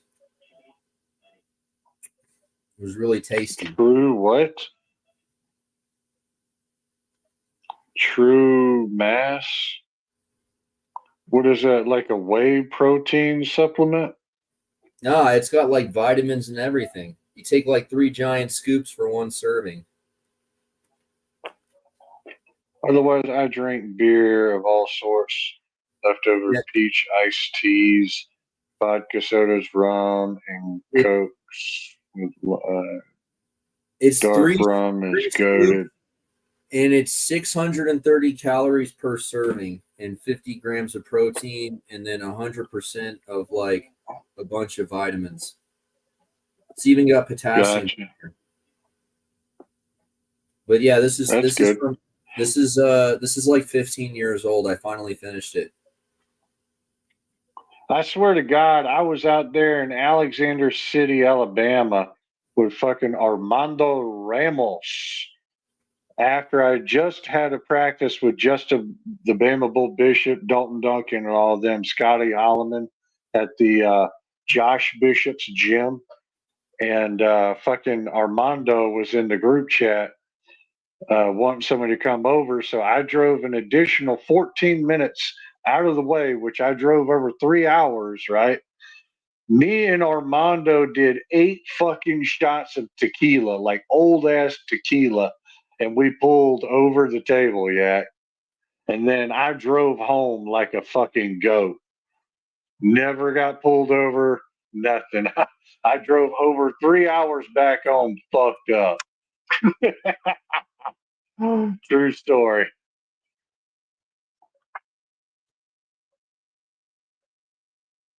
I don't know what that is, Javier. All those sound good with cocaine.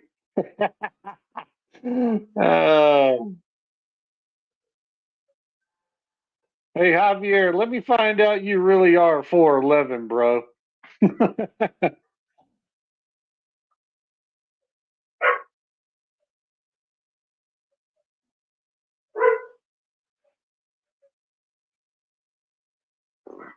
Boy.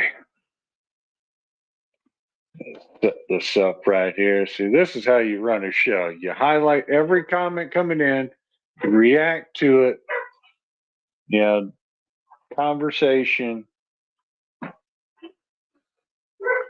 See if I can't get my lighting changed here.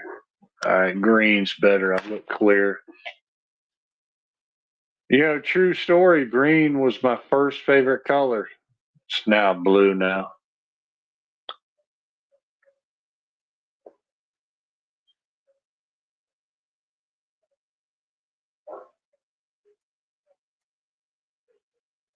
Drugs. I wonder Deadly, what kind of bullshit they're going to be talking about. Drugs. What do you think topic-wise they're going to have on the 98 tonight? Who cares? What kind of boring-ass topic? Yeah, cares, dude? was it last week? I mean, they had some Jerry Springer type drama with the promoters and stuff. You fall into the same pitfalls they have, where you just kind of ignore people and write them off under a stereotype because you found that to be the social norm for how you behave as a podcaster. And I think it's really, really lowbrow to like just go out of your way and be like, yeah, I didn't understand anything they said. It just didn't make any sense. They're denigrating remarks. Yeah, right, guys. Yeah. And it's just like, how long can you do that before it's just like, okay, like there is zero depth and you avoided having any kind of understanding of any kind of communications, and then went straight to just fucking denigrating them and laughing it off. And it's like worse than just ignoring someone. It's acting like you're listening and then turning around and fucking talking shit and you weren't listening. Could you speak English, please? I said that you're retarded. Yeah, you said a whole bunch of other things in the group chat. Oh, no. Are we going to do some whataboutism? Did I hit a chord? Should we do some whataboutism? Change the topic. Andrew Wood. Shame on you, dog. Shame. Bad boy.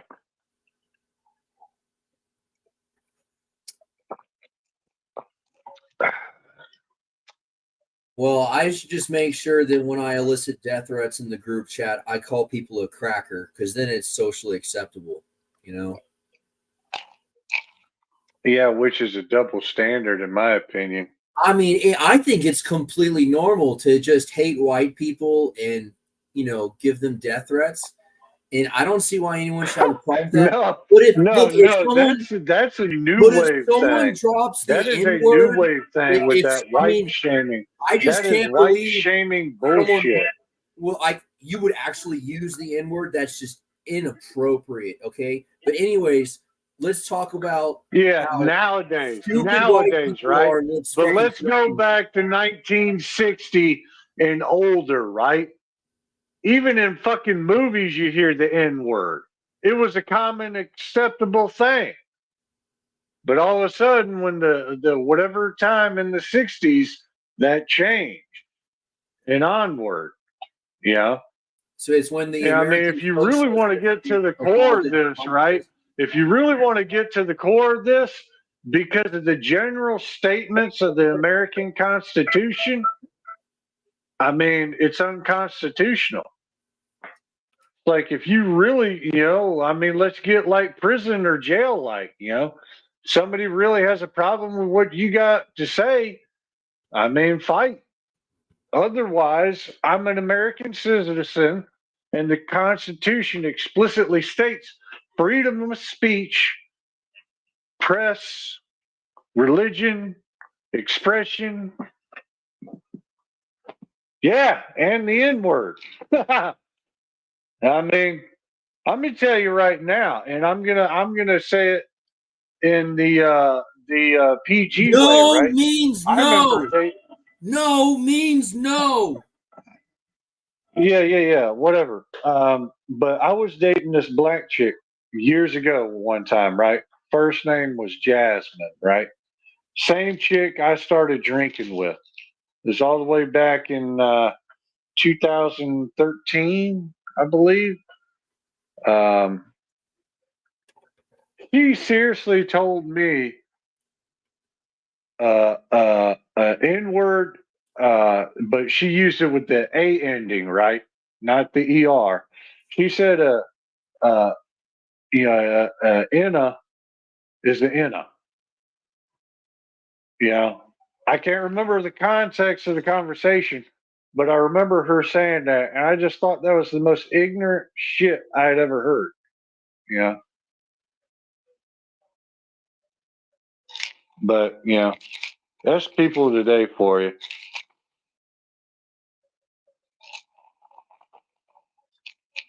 You got all these left wingers, these woke people trying to censor and everything and press all these agendas on people. And they do sick shit in Hollywood with fucking children, you know.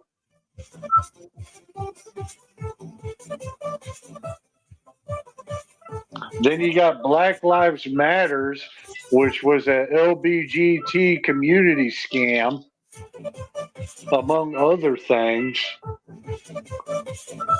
That whole movement was just a sham.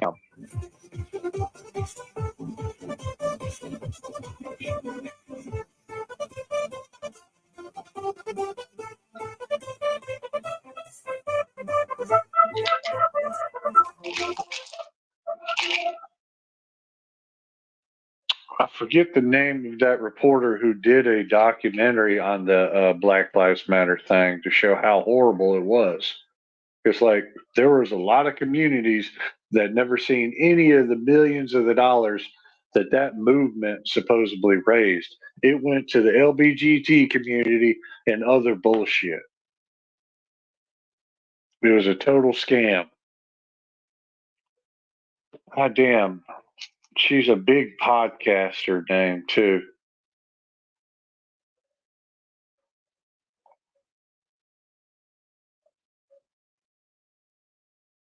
I cannot remember her fucking name. Don't you other motherfuckers watch like shit like that?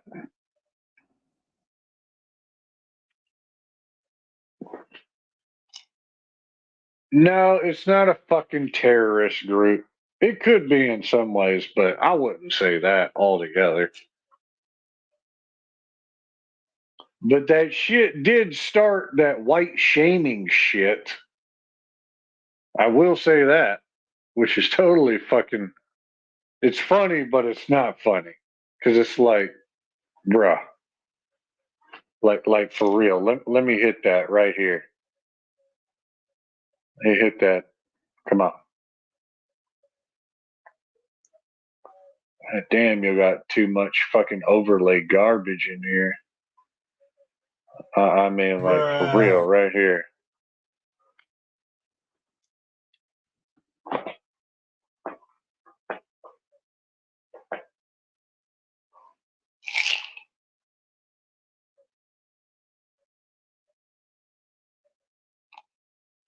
What the fuck was that woman's name?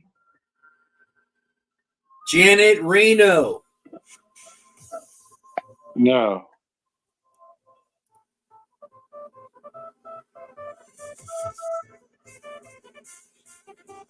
But anyways, it's seriously a documentary this big podcaster and streamer does. She's like her setup is kind of like a news reporter now. She's so big. Her first name starts with a C, and it ain't hitting me. And I should know it, but it's been a while since I've looked at some of her shit. But she's got a full length documentary on the whole bullshit that Black Lives Movement shit was about and everything. For real.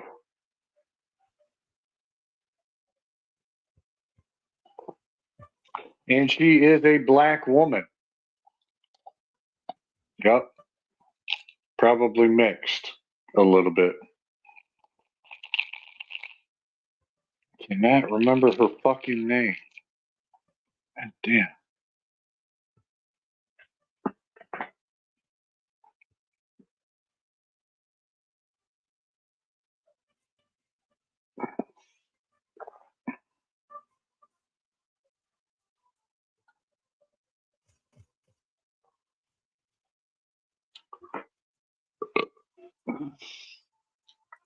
Well, we keep bebopping between 5 and 1 view. Who cares, man? It's the whole point of this show is to get views and stuff. Okay, I'm gonna read the group chat out loud. Are you listening? Sure. Are you ready? What are they talking about? After you tried to involve him and he told you that Robbie is not TAL and they have no say, when you are not in a group committee as such, you are an independent poller. Independent. The person is responsible for their own actions, just like you, but apparently you want everyone else on board fighting your battles, and it's not even a battle. It's your childish crap now, and now I don't care much for you. Who's saying all that? Arm Wrestling Uncensored. One of their employees. I know that, asshole. Who's the actual person saying that shit? There aren't many paid employees of Arm Wrestling Uncensored, but one of the paid employees of Arm Wrestling Uncensored said that. Here, they said, Mark, nah, all you have done is escalate childish stuff. Stand up guy, crying laughing face.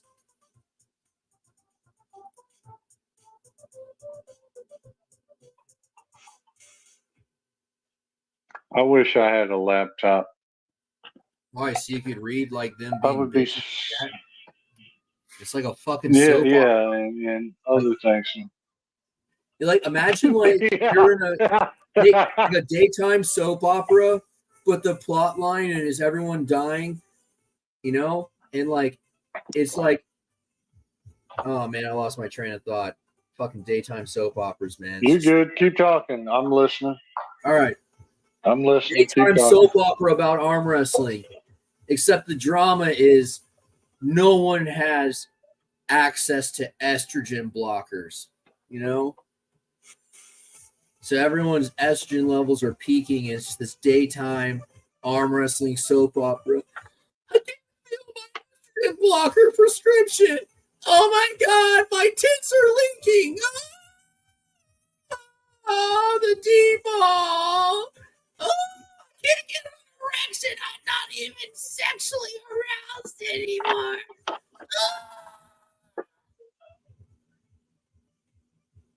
Bro, I can't imagine living a life and not being able to have sex, period. That would be like so horrible. It'd be like a nightmare, you know, like you see a hot chick and you know mentally, right, without any emotions or whatever, but you know, like normally you probably get, you know, either just visually turned on or even maybe depending, you know, physically turned on. But that's been taken away from you, so you're impotent, you know? I can't imagine being like that. It'd be so fucking horrible. My alcoholism would probably kick in tenfold. All For right, real, because it's like, what, you know. I'm going to read the chat. Are you ready? You ready? Sure. Yeah. Shit is definitely escalated now. See, the thing is, that I said what I said and I don't delete it. I'm not a bitch like you. Just look back. He's the one who replied once again about my family. On sight, buddy. I'ma hurt you. Okay. Run and hide, but no one is gonna save you. I'll still be there. I'm tired of you little punks talking shit, pushing out and thinking it's okay. Okay, sounds good. Are you mad at defending my wife or my family? What are you mad about? Because I don't take I'm telling you right now, with all this shit going on, goddamn VSA's staff is going to have to be escalated exponentially for the event. Wait, it's I'm still telling you going. right now, there's going to be a lot of people going to jail. Look, there's more. There's more though. You can't defend shit. You're gonna cry like always. I'm not crying here. Bro, gonna need facial reconstruction after I see you.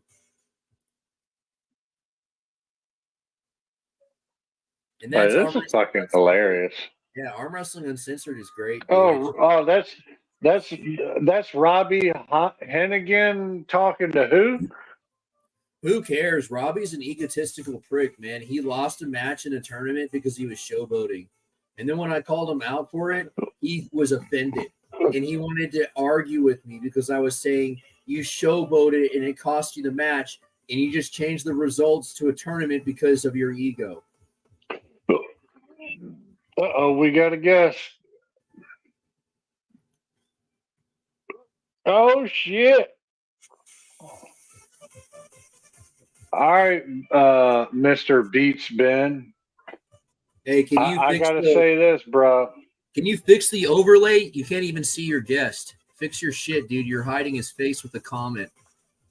I don't know how to do that. David Fix your Kotlow shit, did that. Harlan. It's your stream. Just unstar it. Fix your goddamn stream, Harlan. You can't even see your fucking guest face.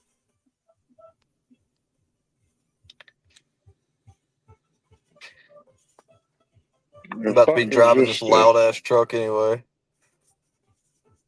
That's just hey, it's going. It keeps going. Being aggressive with no reasoning behind it. You trying to act all innocent now, but remember, you called me a bitch and flipped me off. This will be fun. Best ask around about me. Anyone who knows your face, anyone who comes at you aggressively. Being a whiny little bitch with no reason behind it. Question mark face. I thought I was the chick in the group. I think it's funny how someone who asked not to be involved is really involved. Who? Yeah, I don't know how to fix this shit on my phone. It's like when you're in class and someone has to read the book out loud and you read along. I'm just reading the book out loud. Eric, I'm gonna have to leave when I get on the highway anyways. My truck's gonna be too loud. Yeah. All right, hang on a sec. Let me see if I can fix it. There you go. Wow. Congratulations. Yeah, I figured it out. I figured it out. Oh, we got 4 people in here. Yeah, Ben, I don't have access to that clip you wanted me to play, but I had it downloaded to my phone. Oh, you bitch. Afterwards. And now I'm, yeah.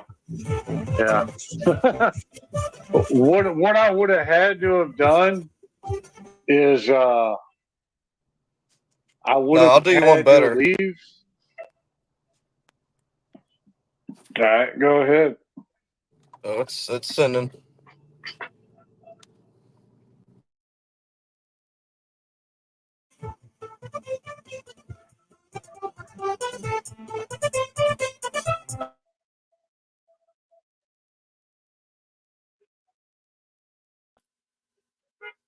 Where is he? Why'd you take him out of the studio? I ain't do it. Oh well.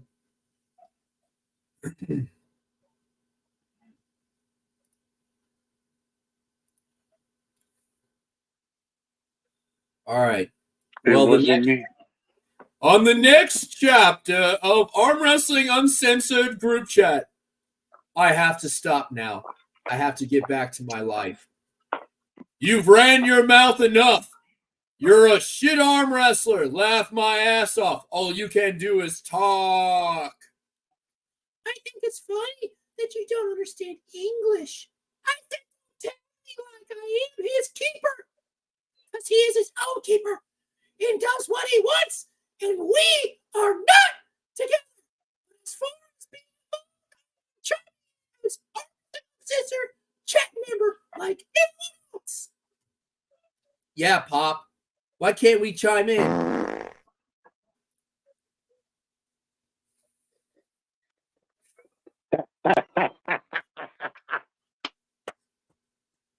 Keep going. Keep going. They type slow, man. I'm already at the end of chat. I already read it all. They're really slow typers. Oh, they're at the end. All right, here we go.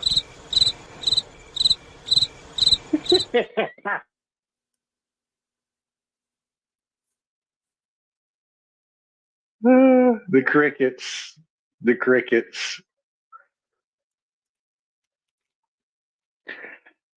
I would like to say out loud, David Kotlow, all that shit is my shit that I just added to your show so you can suck my dick later.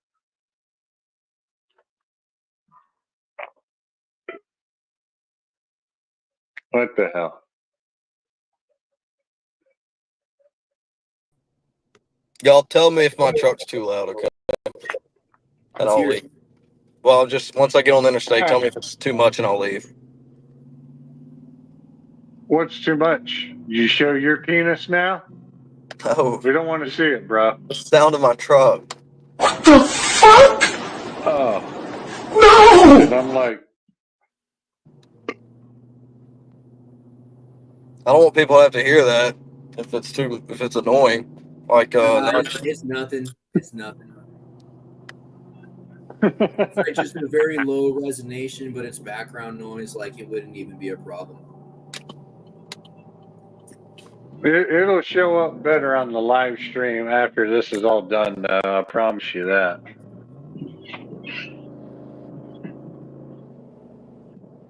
What kind of truck you driving there, Ben? I mean, goddamn Death. Bitch. Don't call me that. Hey, you put Ben in there, so I mean, I got a little drunk and confused. It's a Sierra. A Sierra? What? I used to have a Z71, but I went to good GMC. On gas mileage? It's got 35s. Hell yeah. No. 35 miles to the gallon? That's a good one right there. Oh, it's tired. Nah, the best I've gotten is like 20. I get like 20 if I'm driving good, 16 if I'm not. Oh, that sucks, man. That's not bad for this truck, you though. like you got to get you a Mazda, man. A B, what was it? A B 2800 or whatever? 2000. Yeah, no, older. I'm talking about like, stick Ford shift, Ranger. baby. Gotta get yourself a Ford Ranger. I ain't no stranger. Can you even drive stick, That's a Ford fucking Ranger. Ford Ranger. Can you even drive a stick, Seth? Yeah, I own a stick. I got a souped up diesel, a second gen. I really don't like. And guess what? Wood. The fuel system I have on my second gen Dodge, the diesel, EMPs can't shut it down. That's why I keep it. Yeah, I know. That's why it's all mechanical. Yep. Mine was a 24 valve, so it wasn't mechanical, but I had the P pump swap done.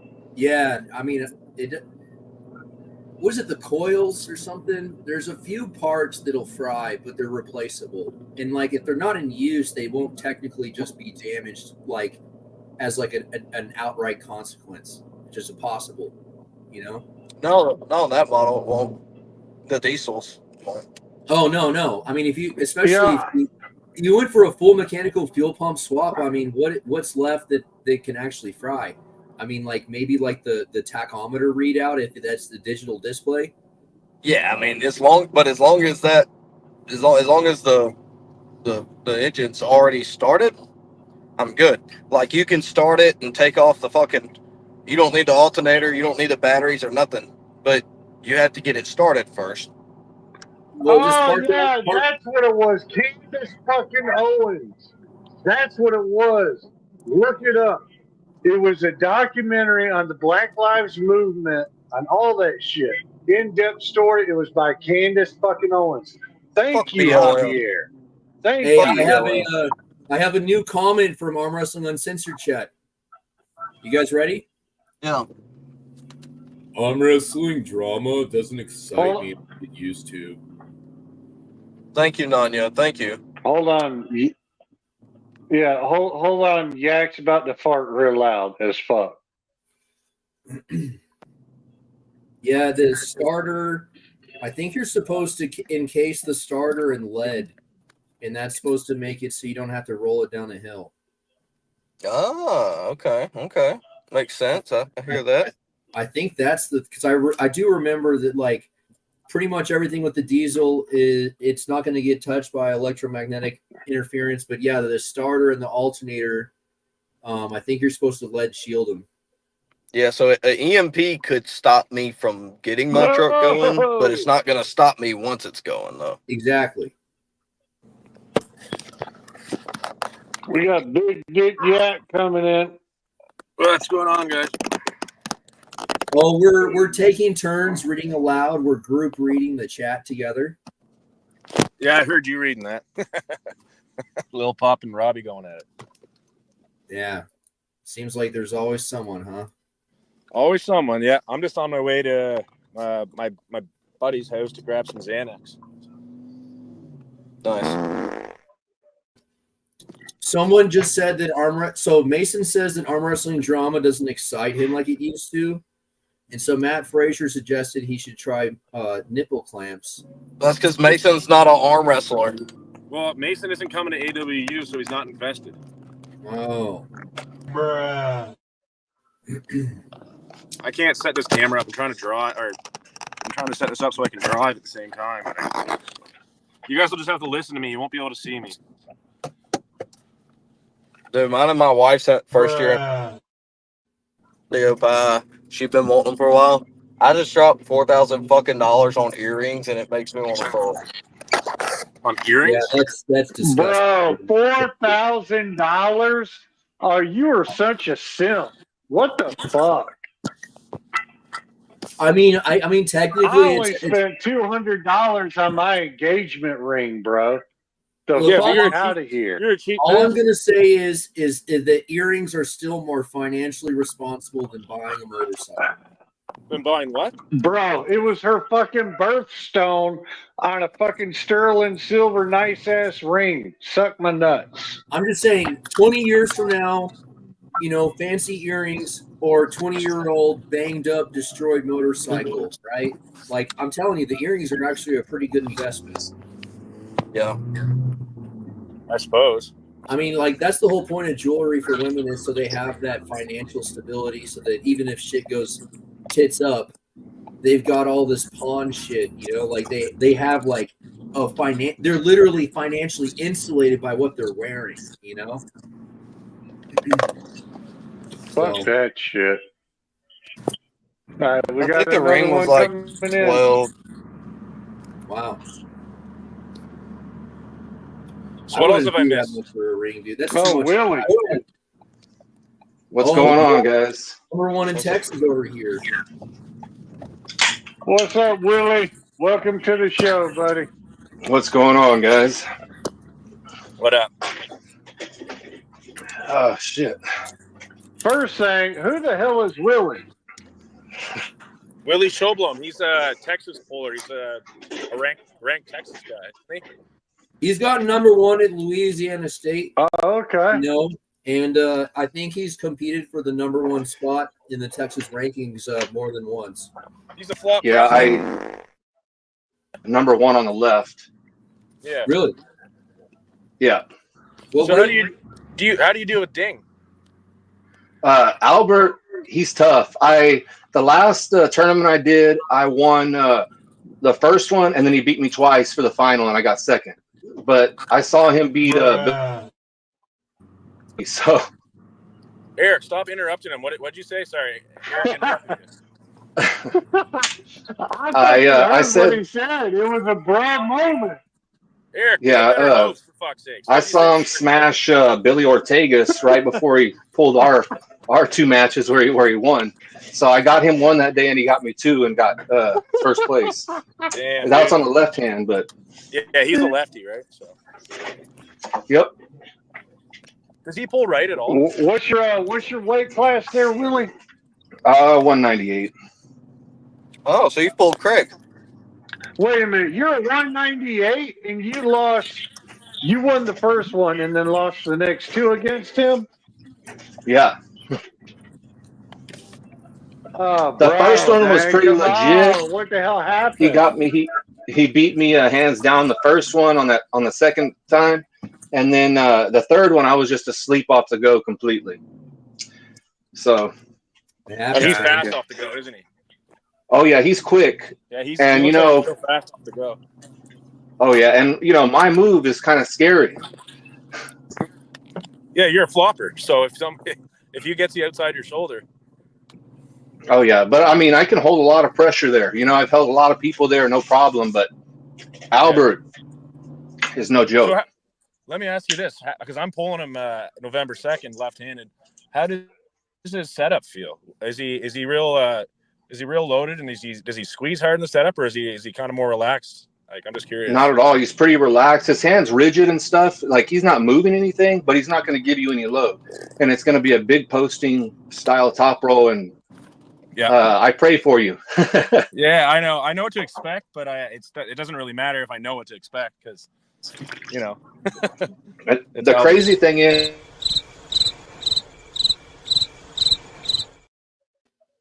hold on, Carlin. Would you be a better fucking host, for the love of God? I'm trying to talk to the guy. You're a fucking terrible host. Stop doing that. Okay, so originally he was a 198er for a long time, and then he kind of got out of it, and he's a little smaller now, so he's pulling 176. But he could go back up to 198. I mean, if he wants to. Well, he knows that I'm a 198, and I'm going to be walking around 210 or something. So he's probably going to come in heavy. Yeah, he'll probably try to. I think he'll probably come in at like 185, maybe 190 if he's pushing it. Yeah. The year I won Louisiana on the right arm, the first he won left on the first. Yeah, he's no joke. I'm looking forward to it, but I don't expect to win. But I expect to at least give him something. He's tough, man. That top roll is something else. Yeah. I expect him to take my wrist, but I can pull without my wrist a little bit. So we'll see. Well, I'm excited to see it. I'm going to go. I'm going to try to support my buddy Les. He's going up against Alejandro. That should be a screamer of a match. That's a good matchup, yeah. Alejandro's got that nasty hook King's move deal going on. Yeah, he's got that King's move with a supinated cup. Exactly. Yeah, it's a weird style, but how heavy is he? I mean, no, you know what? I think he's around 190, maybe 200. He's a bigger little guy. Yeah, he's not that tall, but he looks like he's a decent size. Oh, yeah. He used to be, I think, 176 for a while, but he's beefed up a lot. I don't see him competing at all, hardly, but he trains like 2 or 3 times a week. It's ridiculous. Yeah, he trains hard. Yeah, for sure. Well, it'll be fun anyways. I'm interested to see what happens. Oh, yeah, it should be good.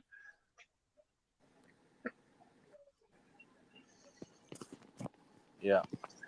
But, so I think Tucker has a match, doesn't he? Yeah, against Tillman from Louisiana. Okay. So Tillman's newer, so I don't expect Tucker to have much problem. Big boys there. I've seen Tucker run through just about everybody. Yeah, I think he's like number 15 in the nation or something like that, or higher than that. Yeah, I don't think Tillman really knew what he was getting into, but he does now. He knows. No, I think they know. I think they know, and that's what they wanted. It sounds like Tillman really is. Yeah. He's like a hair over 6'4", 270, 280, and apparently a fast learning and very strong entry level puller. But yeah, he's definitely a strong guy, no doubt.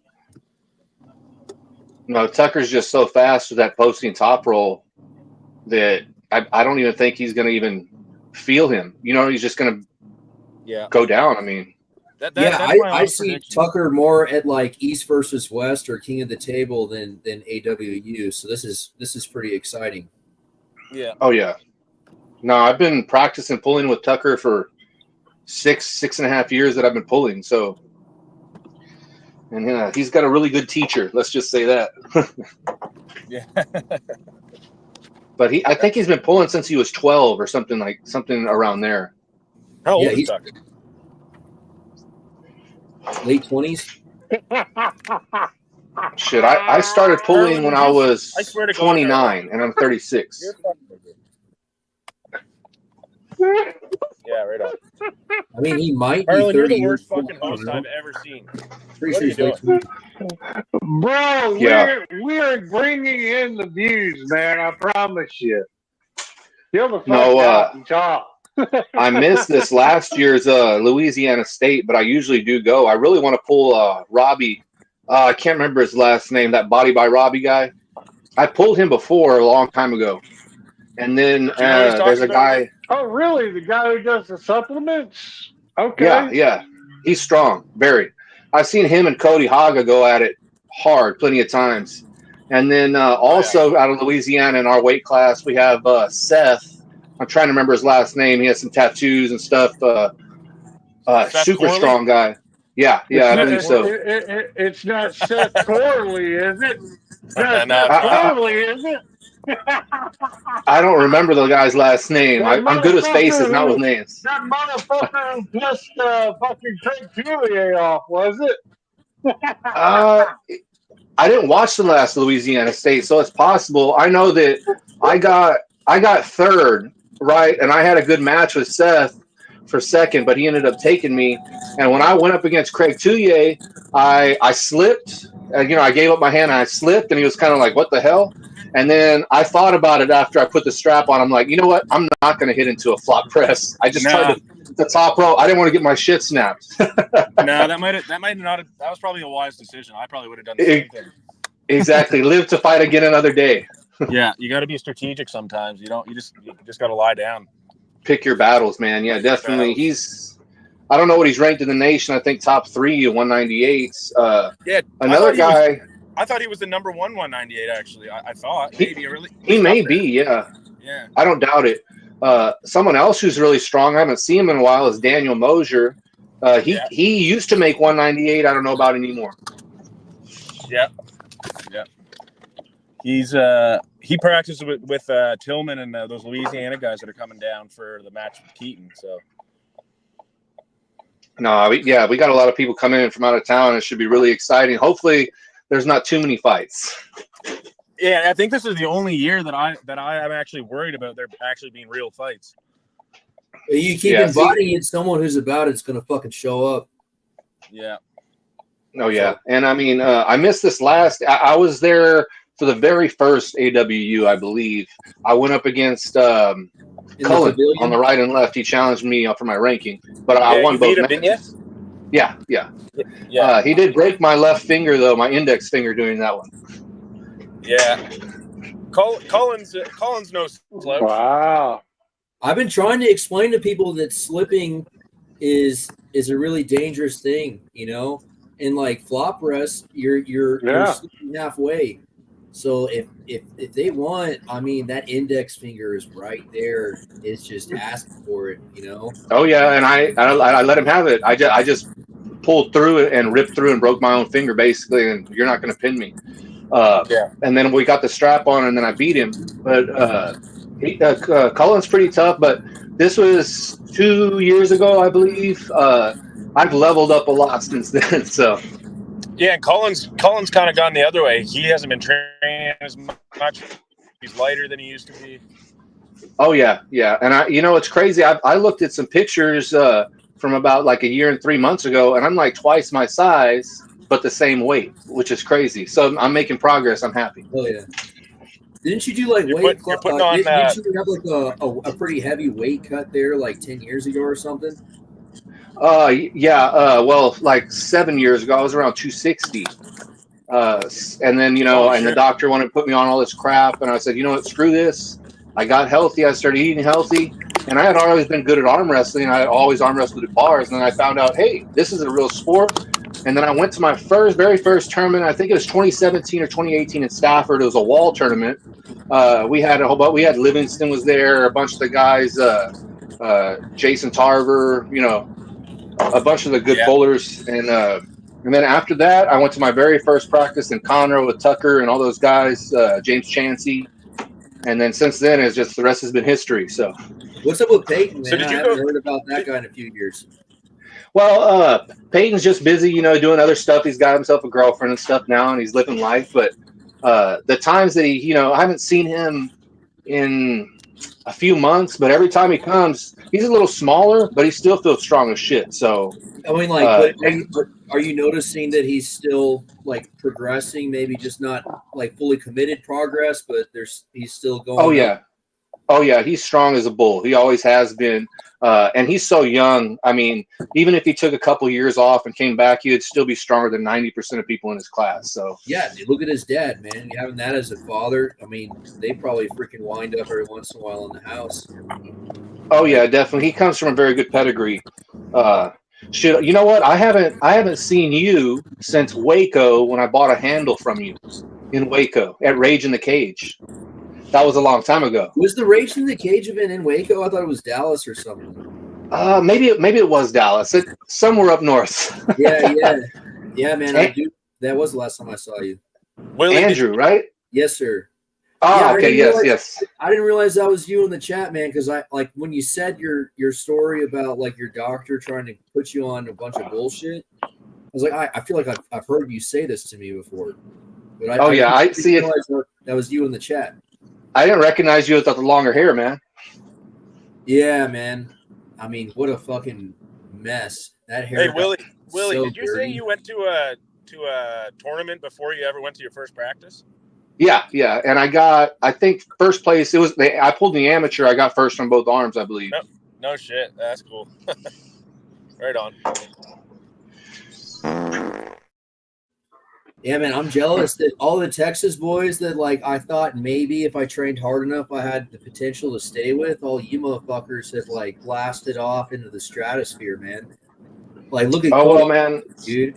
Like, never in my fucking life why am I gonna even have a reason to get on a table with someone that strong, Oh yeah, he's strong. I mean, a lot of us like me, I haven't stopped. I've taken a month off when I've gotten injured in the past 6.5 years.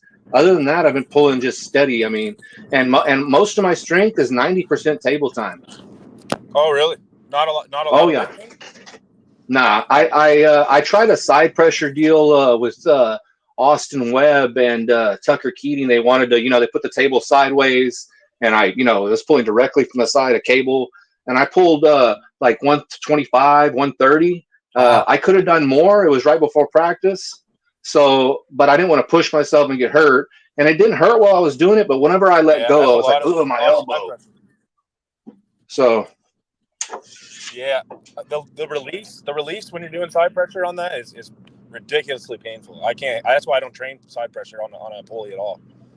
I hear you. I mean, and I don't know. I see a lot of guys. They have a lot of like high numbers on the machines, and doing all these exercises. But when they get on the table, it doesn't always translate.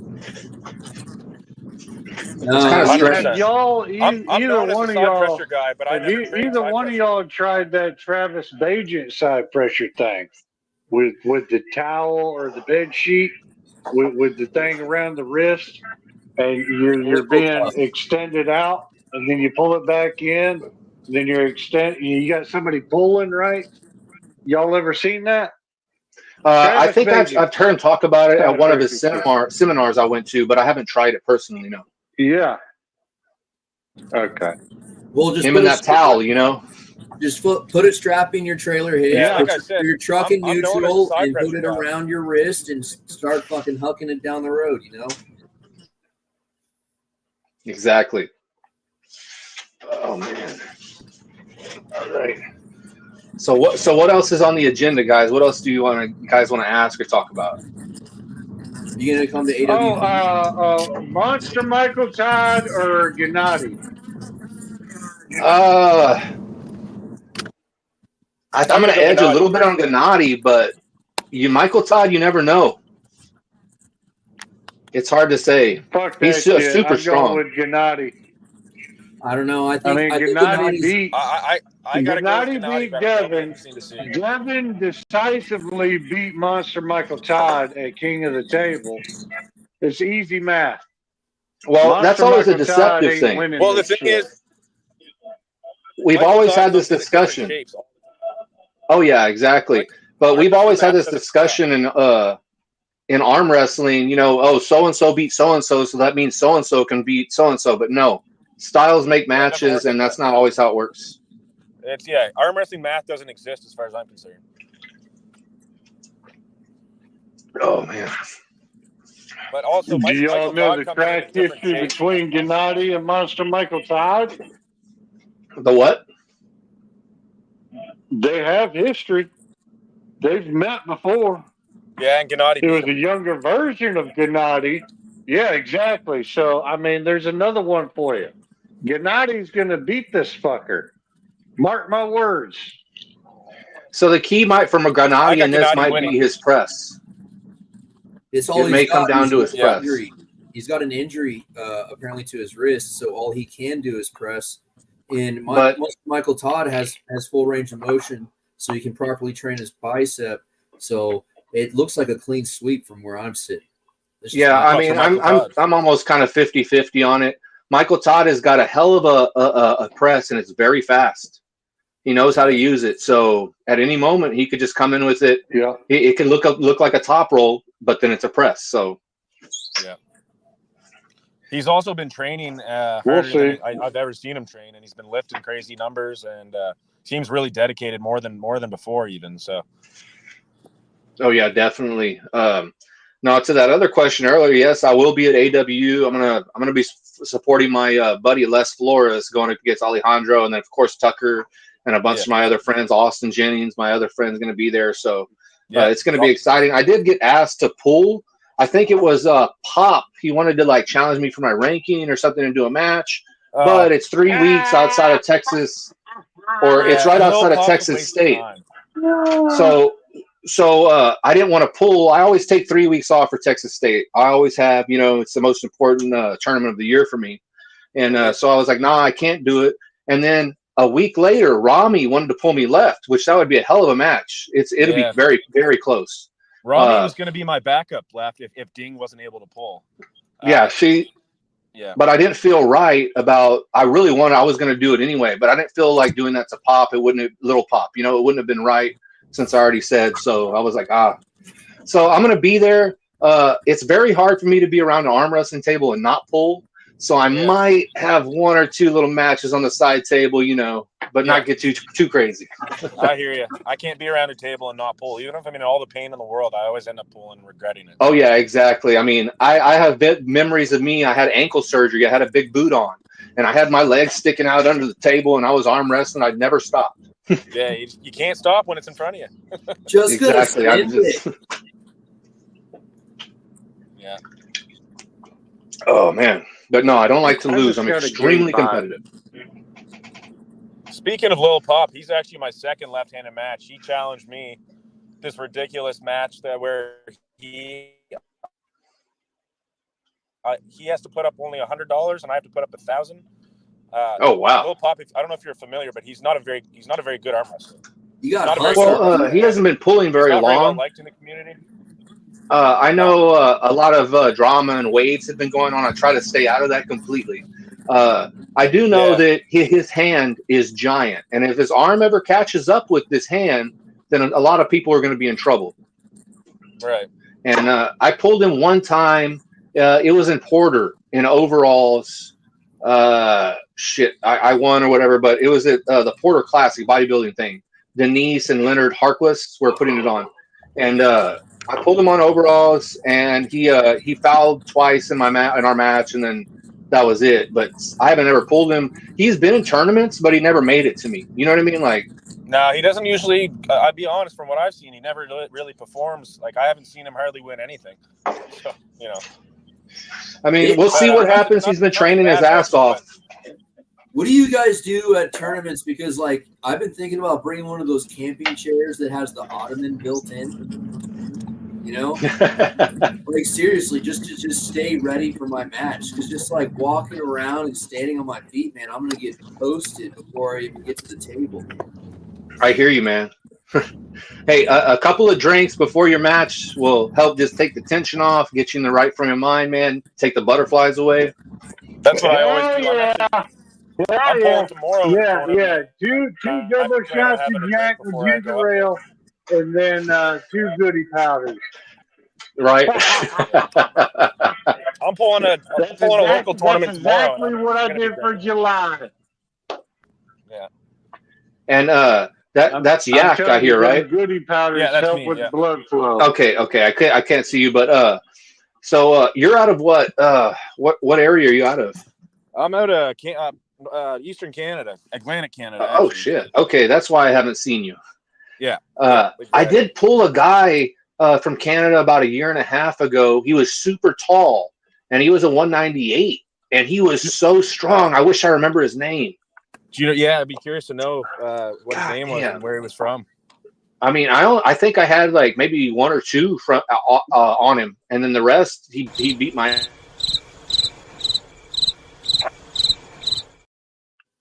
I was just like, hey, I'll pull with you. So, but God, Lee, I was like, damn, what are they putting in that water up there? Yeah, I'd be curious to know who that is. You say you don't remember even his first name or anything, yeah? No, I would remember his face probably. Yeah. I do know they tried to get me to pull. They were entertaining pulling John Theron or Theron. I don't know how to say it, but Tyrion. Okay. Yeah. So, and I was like, hell no. Yeah. I mean, a lot. I would have pulled him. You know what I mean? Like either way, but I knew that there was probably no chance.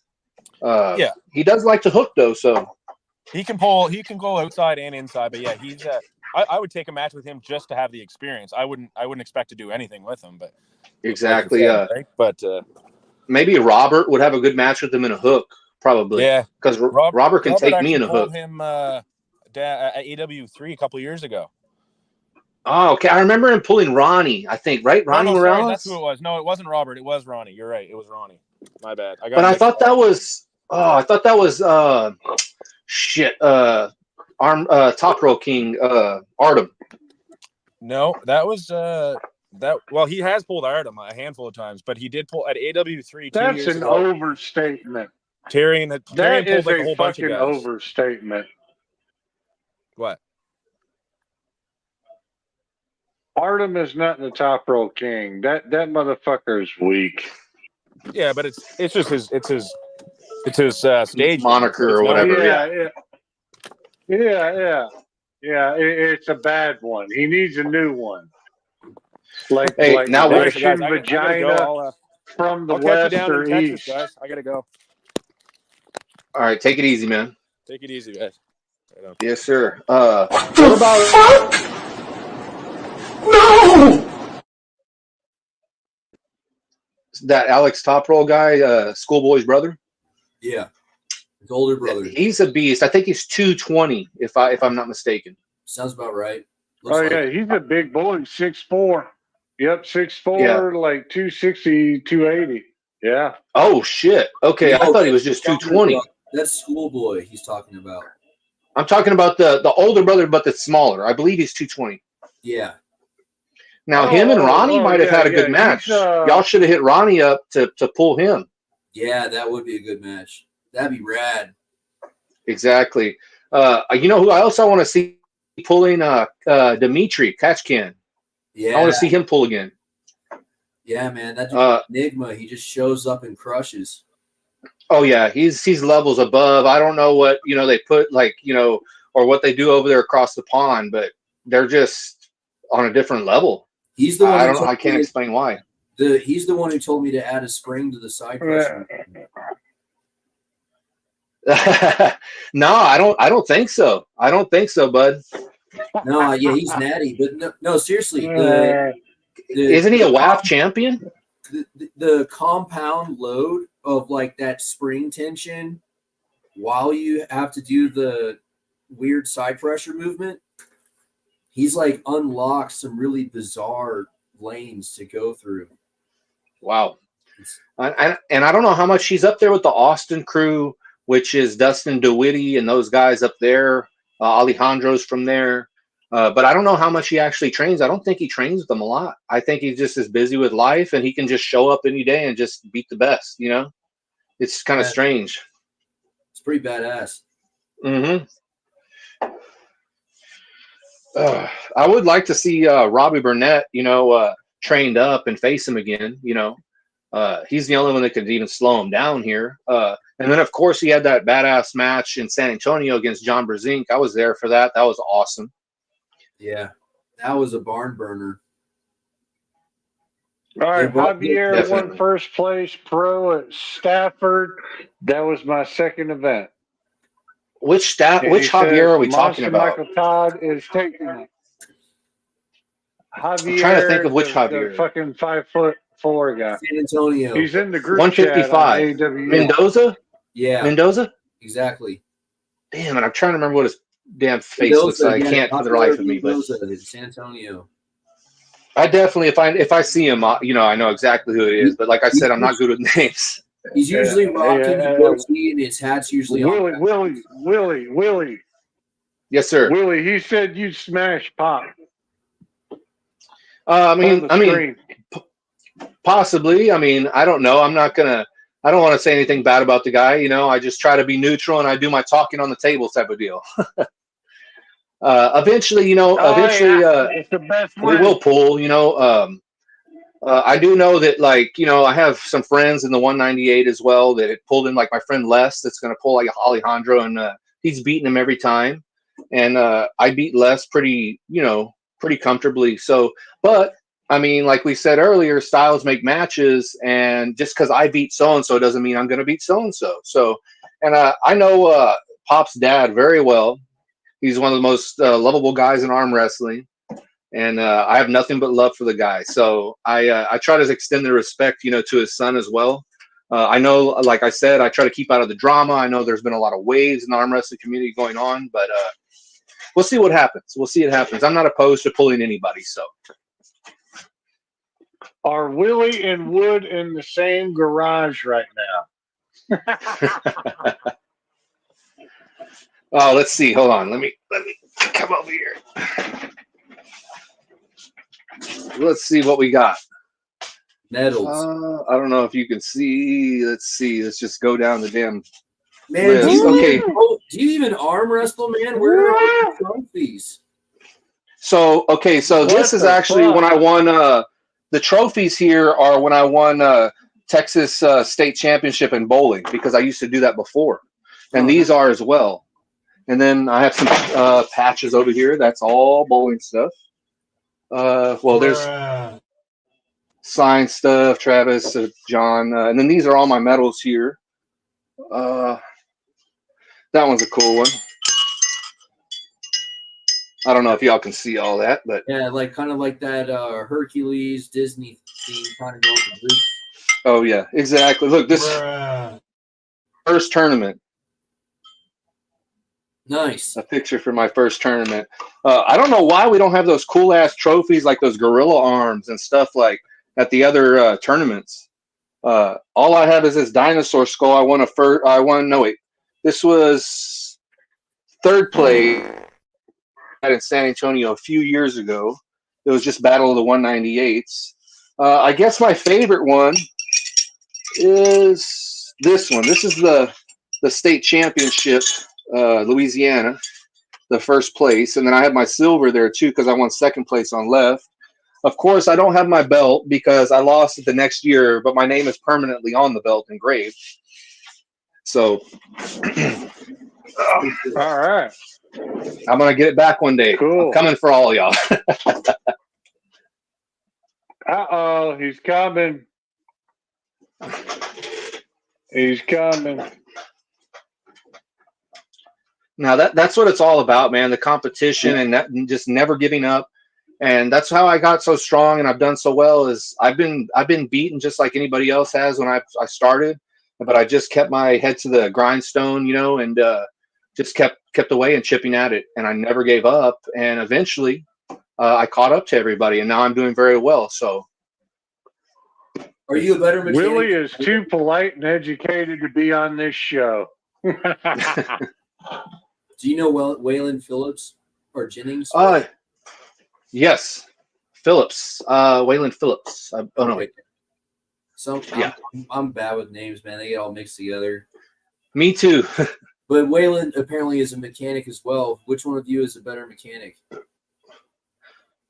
I don't know. What, the past 2 years I haven't been a mechanic. I'm actually working at a Zuzu service department now. So that. Yeah, like service advisor for a Zuzu dealership, the commercial trucks. Basically like a consultant almost. Exactly. And I applied for the mechanic position, and then they were like, you know what, you'd be a really good fit for a service advisor. And I was like, oh. And I looked at the guys, they're like 60, rolling around on the ground in grease, having a hard time getting up. And I said, you know what, it's time to make a change. So I'm making more money now, and I have an office, so it's all good, Awesome, good for you, dude. Yeah. So have you like come into any situations where you're like, you should really take this advice because I can't believe this is happening? Like he's in like stock or anything. I mean, I've had a couple. As far as the repairs and stuff like that go, I tell people the truth, what I would do, even if it doesn't benefit the company. I don't care. You know what I mean? And when I'm working on someone's vehicle, I'm working on it like as if it's my own, and then I never have any problems. It would be pretty cool to have one of those 4-wheel drive inline 6 diesels cab over, man. Those little Isuzus, and they're not that bad. Like their price point is reasonable for what you get. Oh yeah, they're pretty good. Yeah, well, that's what we deal in. We deal in Isuzu NPRs, NQRs, FTRs, which are the bigger ones. They're those cab overs, like you said. The only thing that's bad about them is they always chew up the tires and it's kind of bumpy because you're right over the axle. Now the turning radius is amazing, Interesting. So yeah, I mean that seems to be the deal, man. Like no matter what car I look at or whatever, it's like, man, the suspension could really use some fine tuning. Oh yeah, exactly. They need to go air ride all the way around. Yeah, and that'll eliminate even air ride the cab as well. Is what? I'm pretty sure you answered this earlier, but David Kotler wants to know if your crew is rolling up to AW5. I think most of us should be there. I mean, a lot of us are pulling, so I don't see why not. I think a lot of Austin's probably got a few guys that are coming just to see him. A bunch of people are going to come to see Tucker. Of course, Wade will be there. I mean, probably at least half of our crew, I would hope.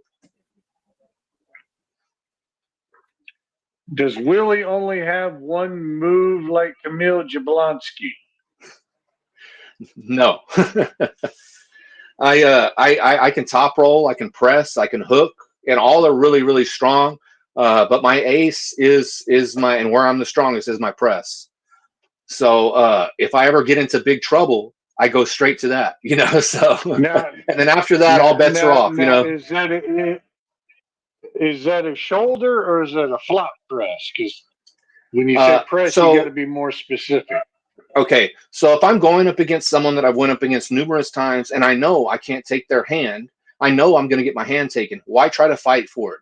I'm going to hit for position to get my shoulder behind my arm, and I'm going to give up my hand to do so, basically. And so other people, if I don't know them, and I say, hey, I'm pretty sure I can press this guy, I will regular press, and then if I'm an inch away or two from the pad, I'll flop to get that extra bit. But generally, I mean, in my weight class, Gotcha. if I have my hand and I'm pressing, there's nobody that can like, and I actually am behind my arm, no one that's going to stop it. Now there are the guys in the top 3 or 4. Even if I'm flop pressed, I can get them a few inches from the pad, but that's about it. If I don't have my hand pressing, I can't get them. So there's levels to this shit, definitely. Oh yeah. And everybody always thinks that I'm trying to slip. I started off being known. I actually started being known at the beginning of my career as a flop wrist presser, and I've evolved to where I have a hook. Yeah, I have a high posting top roll. I have a low hand. Whatever it may go to. That's kind of how I do. I do as well. I mean, wherever the match goes. I mean, sometimes if someone wants to hook, I'll just go into the hook with them. Depending on how I feel. But if the money's on the line and I don't know the person, I probably will just press right off the bat as hard and fast as I can. And then, like I said, to get those few inches, just in case I get stopped, I can always just go to the flop. And a lot of my matches, I hear, the commentators like, Willie's trying to slip. Willie's trying to slip. No, I'm not. I'll flop and I give up all this here, but I keep this. I have an extremely strong grip strength. So I just grip around your thumb so tight that you can't get away from me, and I'll give everything else up. If I'm behind my shoulder, and I'll just press you down. So I've had a lot of matches like that. Hey, what's the name of that guy? Willie versus Yak.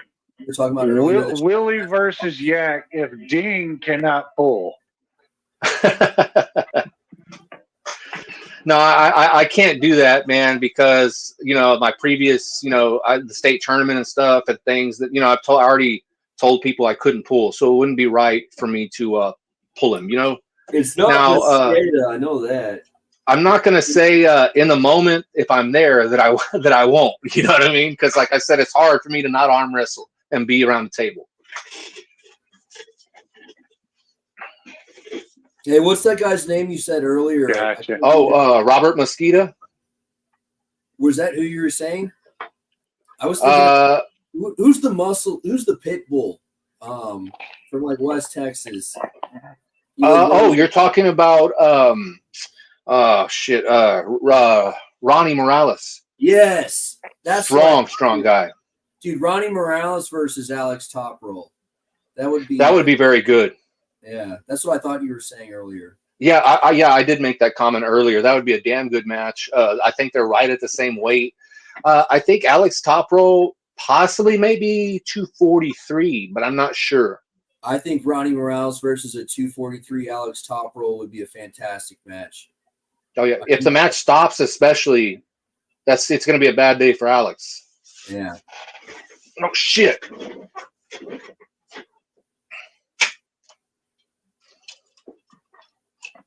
Alex is 220 right now.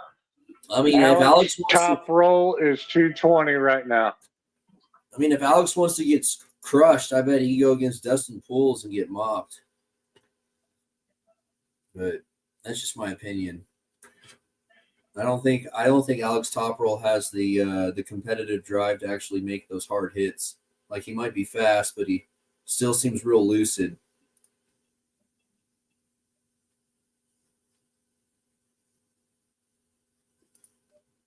We'll see. We'll see.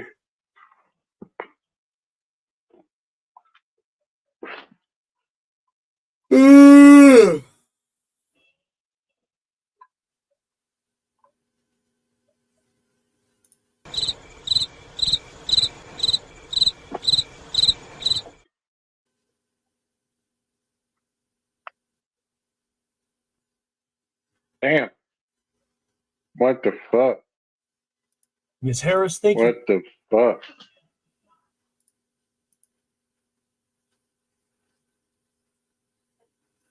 Bruh.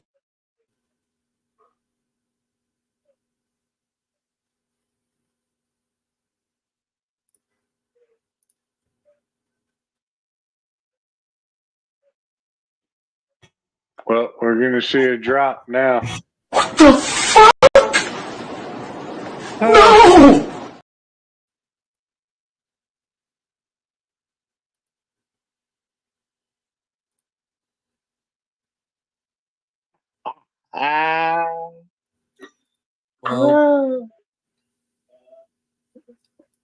Oh, we got two coming in.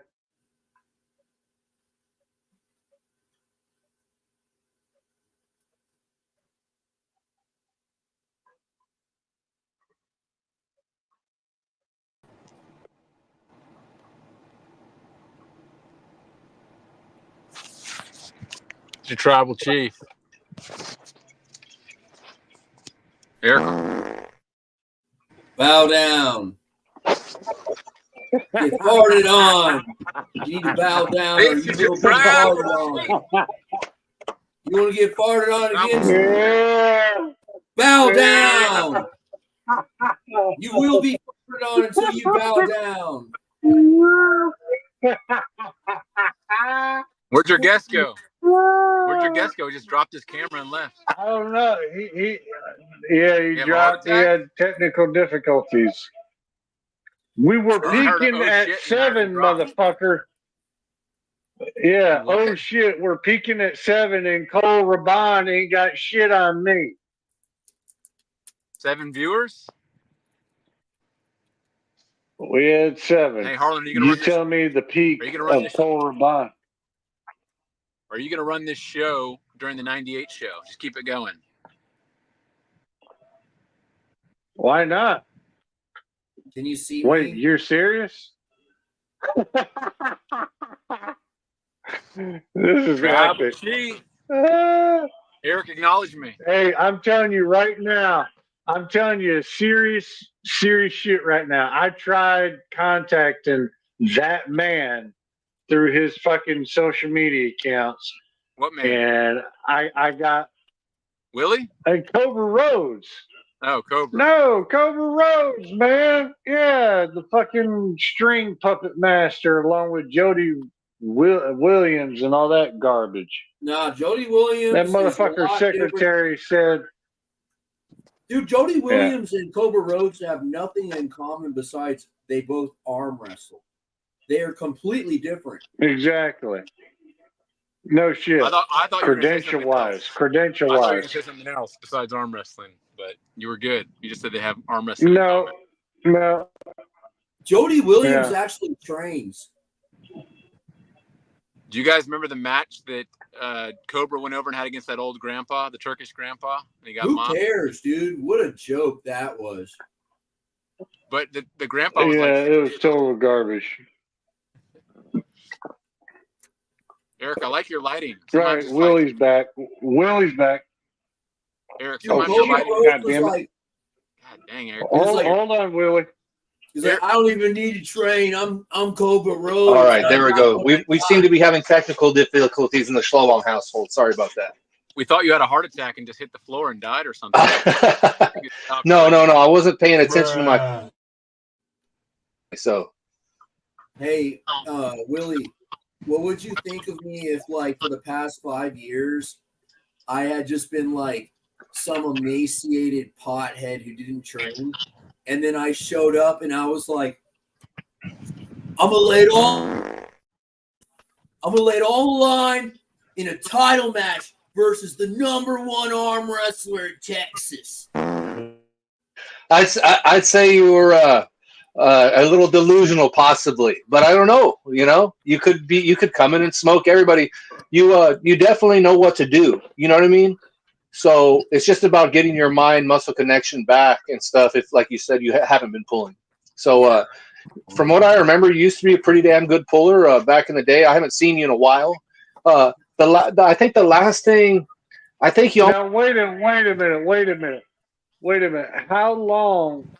What the fuck? Okay. So I think you had gotten into a fight at a tournament. Willie, how long ago was that last time you seen him? I'm a nutter, dude. I'm a fucking. Oh shit! It may have been 3.5, 4 years ago. I think. I'm just a basket case, dude. God damn. I'll myself. Yeah, really. So Willie, I don't know if you remember, but I remember you pulled Cullen in AW3, and Wood was there. I don't know if you guys even saw each other, but Andrew Wood was there. That was less than 2 years ago, so maybe y'all didn't cross paths that night. But that you know what? I think he was there. You're right. He was there. Yeah, I don't know if you guys saw each other, but that would have been under 2 years.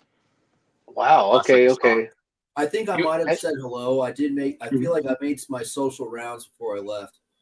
Yeah, I usually do the same as well. So maybe we did. It was just so brief or long ago that I don't remember. Sorry. It was honestly probably pretty brief because I just did like the bare minimum. Like, I'm going to say hello to everyone I know and I'm out of here.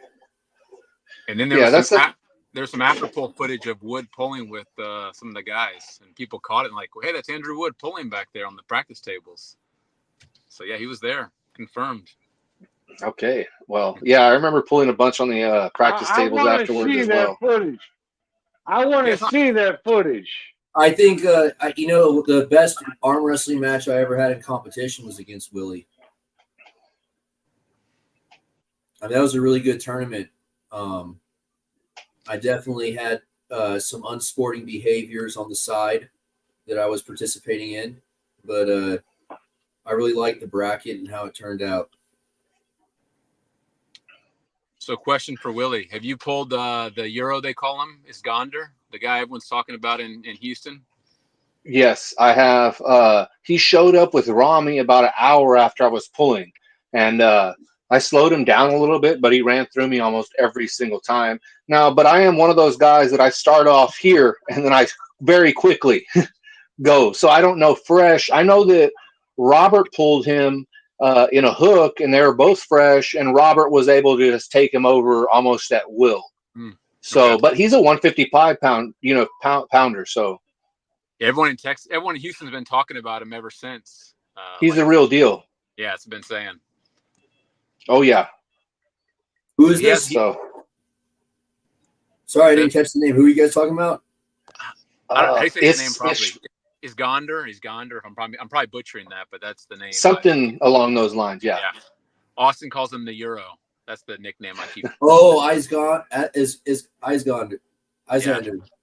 And he's a real WAF champion too. Yeah, I heard he's a junior champ, but I don't know if it means junior or what it is. But he's coming. He has a match left-handed at the event. So.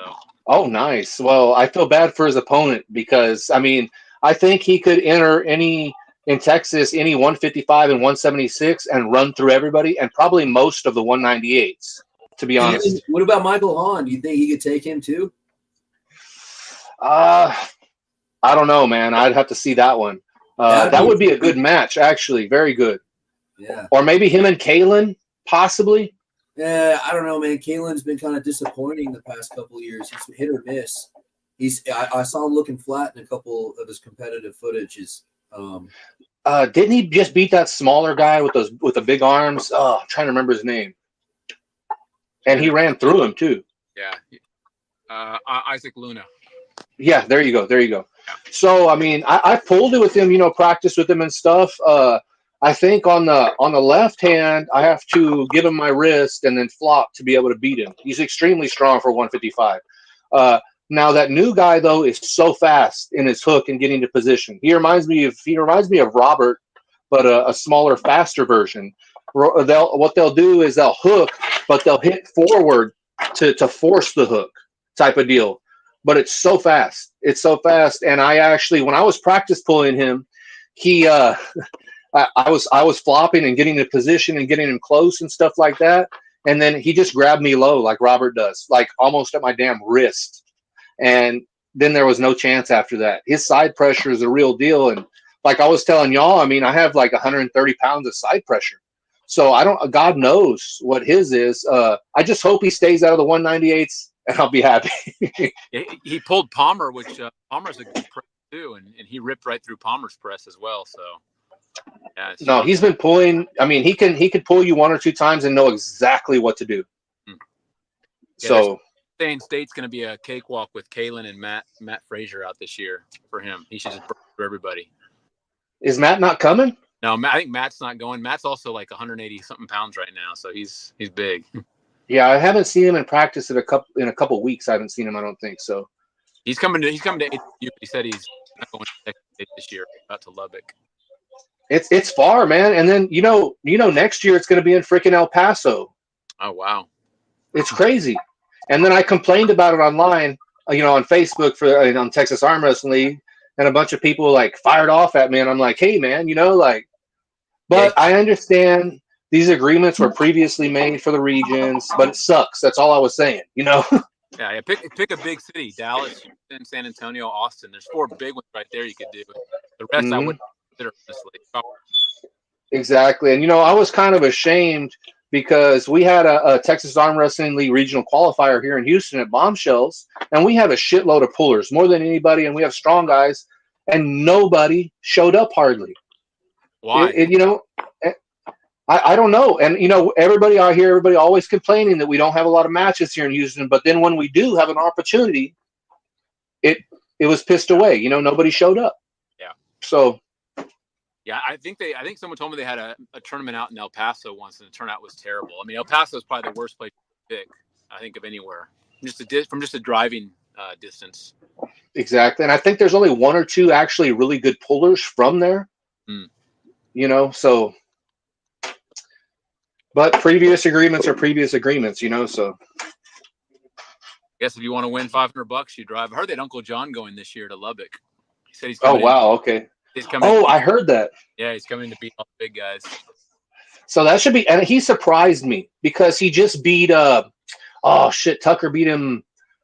Well, this was like 3 years ago after he had his surgery. Passmore. Yeah. I was really surprised. Eric Harlan's best buddy over there. You're talking about. What? Okay, so I always thought he was a decent puller, like a good puller, a decent like mid-range pro. But now after seeing him beat Paul Passmore, I'm like, whoa, he's leveled up. This guy is a real deal. Left-handed or right-handed? I don't remember. Shit, I'll have to go back and watch the video. It was a good match though. And Paul's no slouch. How long ago was it? I think this was just recent. I just saw a video within the past 3 months of this. So it was at some state, Mississippi or Paul Passmore. Paul Passmore against Uncle John. And I didn't think Uncle John would have stood a chance, Oh, yeah.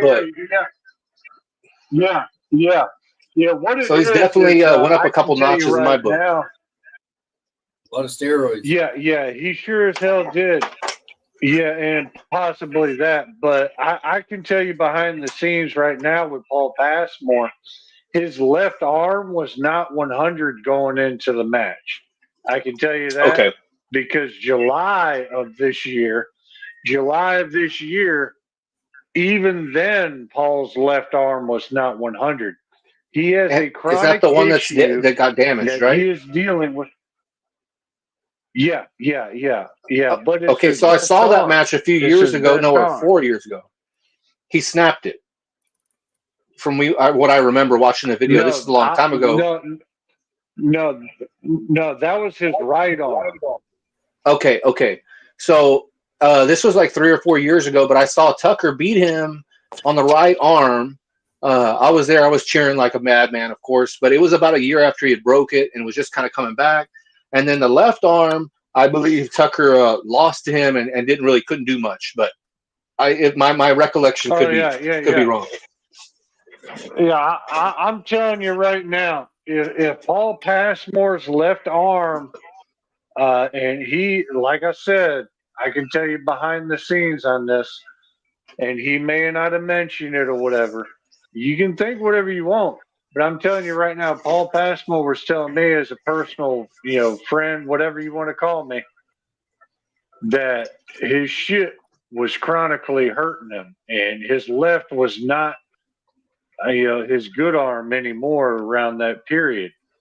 Talking about July going up to the Jonathan, Uncle John super match, but because of who he is personally, he honored the match. He wasn't going to bow out, because of this, that, and third.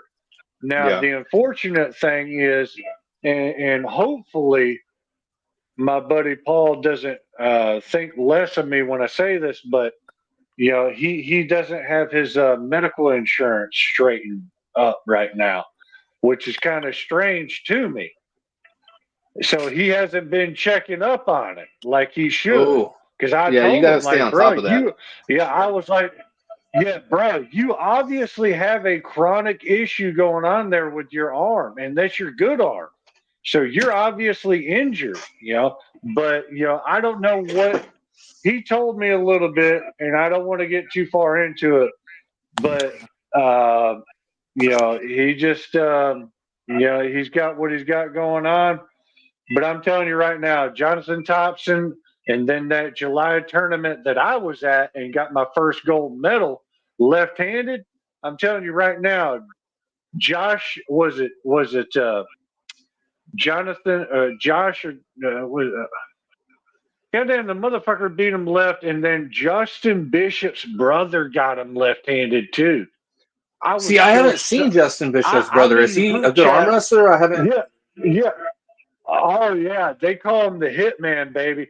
Because That I sounds told familiar. Justin in the group chat I'm with. I'm in the group chat with Justin Bishop and all them in Alabama, right? When I was there, I told him, "Hey, Justin, your brother's here." Blah blah blah. After Josh Bishop beat Paul Passmore left-handed, oh my God, they started calling him the Hitman. Because that's a badass nickname, man. He doesn't. Yeah, it is, for real, because he's real secretive on his training and shit. And I can tell you from that point on earlier, right? I have for a good bit been going to Alexander City, Alabama, which is owned, the gym there, the Elite Fitness is owned by Josh Bishop in a small ass town, right?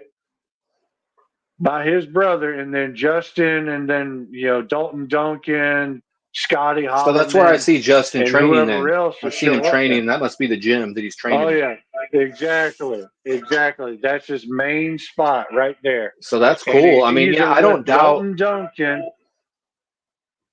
I don't doubt that Paul Passmore is definitely the way he pulls and stuff. His elbow and other things are, he kind of pulls like I do sometimes. If we have to, we'll give up the wrist and we'll just hold, just right there. And it can damage your elbow. And he's been pulling for numerous years, so there's no doubt he has some damage. Yeah. So, I have noticed that here lately with him a little bit, where he will pull. He will pull like a Todzilla, with the hand giving up a little bit, and he'll just go straight to the side. That is not a bad tactic if you have it, Exactly. It seems like he's missing some type of connection that he used to have. I can't explain what it is, and he's kind of forced to pull like that. I know he's always been able to pull like that in really hard matches. I saw him pull. Who was it? Robbie Burnett? I can't remember, but I've seen him have some good matches with him as well. Who's the other Texas guy I'm thinking of? He flops. He has a small hand, super strong. Bald guy, 300 plus. From the Dallas area, possibly. He's one of my buddies. I should know. Can't think of his name right now. But no, he's a strong guy. I'm sure he'll come back. He'll find a way. But like you said, he needs to stay on top of it. That's the thing. And I think a lot of veteran pullers, like myself and others, we've had moments where we have a chronic injury, and some of us are lucky and it just goes away, and some of us aren't so lucky. I know that Anthony Lowe from Dallas, Top Roll. Anthony Lowe, he had a chronic injury and he tried everything, PRP therapy, BPC 157, and nothing really worked for him. But I've been seeing him pull. This was a couple of years ago I talked to him. So obviously he's found something to fix it, or it resolved itself. But I've had pops in my elbow. One time I was pulling against Matthew Frazier, strong Matthew Frazier, when he was a year and a half, 2 years into the sport. And it was on the left hand, and I gave up my hand on purpose. And I let him almost get to the pad, and I tried to Todzilla, just straight side pressure. and I heard something snap in my elbow. It sounded like a candy cane snapping, and he can attest to this. He was there. He was like, "Oh shit," you know, and it was very sore for a few weeks. And I just stayed top rolling instead, no hook for a month, month and a half, and then I was fine. I've had a lot of stuff like that go on, and a lot of pops, and I've never went to the Hey, doctor. we need to talk now. Yeah, we need to talk now because a week after, right? Exactly a week after my first tournament, September last year. This was after the FAL Spring Hill SmackDown. Paul Italia was there and everything, Sarah Backman. I got into a hook right at the beginning of a practice with a guy over there with Tom Jack Jackson and them.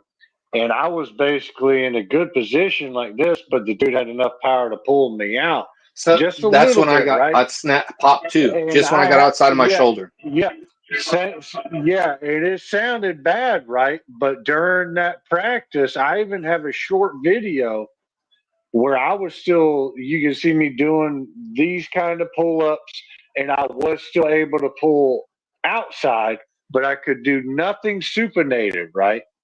Well, a few months later, courtesy of Paul Italia, he sent me 2 free vials and a needle of BPC 157. And what I did is I did a little bit of research and I spread those 2 vials out for one little teeny tiny shot a week right into the area of it. See, Subcutaneously under what the you do skin. is you pinch the skin. Yeah, you pinch the skin and then you shoot the little tiny needle at the bottom of it, right? I Exactly. spread it I've out used it for probably 3 or 4 one times shot as a well. week. I'm telling you, it did something to my arm because I was starting to notice there for several months until here recently, right? Until here recently, several months, except for at the beginning where like I would have a practice and I would use my right arm. It was kind of like a choo-choo train was the way I would explain it on the inside. Just get a little work in and then maybe a little pop, that didn't hurt or whatever. And then just working it, but eventually no pain. And also, as compared to my left arm, my right arm never got tired, never got sore, like the old regular pains that I was getting, Mm-hmm. but my left arm was regular. And I'm like, wow, this shit did something to my arm because it's not getting sore like my left arm. You know what I'm saying? Exactly. Hopefully And I hopefully always it healed it. train evenly. Now, every time I have More or gotten less hurt and did. used it, I took like a week off while I was using it because they say you're not supposed to train while you're using it. And you're just supposed to rest for it to be as effective as possible. Now, those pops and stuff in your elbow, Really? that's a little bit of I did connective not hear tissue that. going or cartilage or something coming loose is what that is. Like me, I feel fine, but Okay. my tendon in my elbow or my bicep, it could be hanging on by a thread or two, and I will never know it until it goes. And if you go to the doctor, they won't do surgery until it's completely torn off, which is ridiculous. You could strengthen it, say if you're attached by 10%, and you can do normal everyday to-day life, but doing what we do, it's going to get ripped off the bone. But try having to convince a doctor to just sew it up. They won't until it's completely ripped off. If I ever get told that, I'm going to be like, all right, I'll see you in a week. Let me go to a hard practice and purposely rip it off the bone because I want to be able to pull again. Bro, I did that with my hip. He's like, well, your hip isn't that bad. Let's just try doing some pain injections, and then you just do some normal activity. And I'm fucking a week later, I'm at the park, like on a mile walk through like the easiest trail in the fucking city, and I'm stuck. I can't take another step. I finally get out of there, and I go to the fucking hardware store, and to sit down and to get in my car, I fucking fall on the ground. And then I call up my doctor because it's like, you told me to go do this. All right, now let's fix it. He's on vacation. Of course. The healthcare system is kind of a racket, man. It really is. I don't know about the universal healthcare deal, everybody keeps raving about, but other places where they have it, you have to wait a month sometimes to see a doctor or longer. So what help is it, Well, I mean, the main issue is the financial insulation and the financial influence that the insurance companies and the drug lobbyists. The pharmaceutical companies. It's just really frustrating because like you have to go through like a 3 to 5 deductible process to even get to the right doctor and have the right conversation. Exactly. And you know, even if we did have universal health care, all of a sudden we would have all these other problems. You see, so it's not a band-aid. I hopefully soon the healthcare system will be overhauled for the good, but I don't think it's ever going to be perfect, especially with all the lobbyists from the pharmaceutical companies and other entities. If they're, you know, that's why I've never agreed with lobbying ever, you know. So we'll see how it pans out, but I don't know. It's just there's certain things that have to be addressed, and like, you know, I just don't want to be a full-on Muslim, but like there has to be moral law. Like you can't have a health insurance company based out of Brazil that says, I'm not going to cover your terminal cancer, sue me if you want coverage. You just can't. I mean, that shouldn't be a conversation. That exactly. By the way, you know, like what? Yep, exactly. And say if you know, the universal healthcare thing, if you're waiting on basically the state or your governing body, I mean, people have died with cancer waiting a year to see a doctor and shit. I've heard horror stories.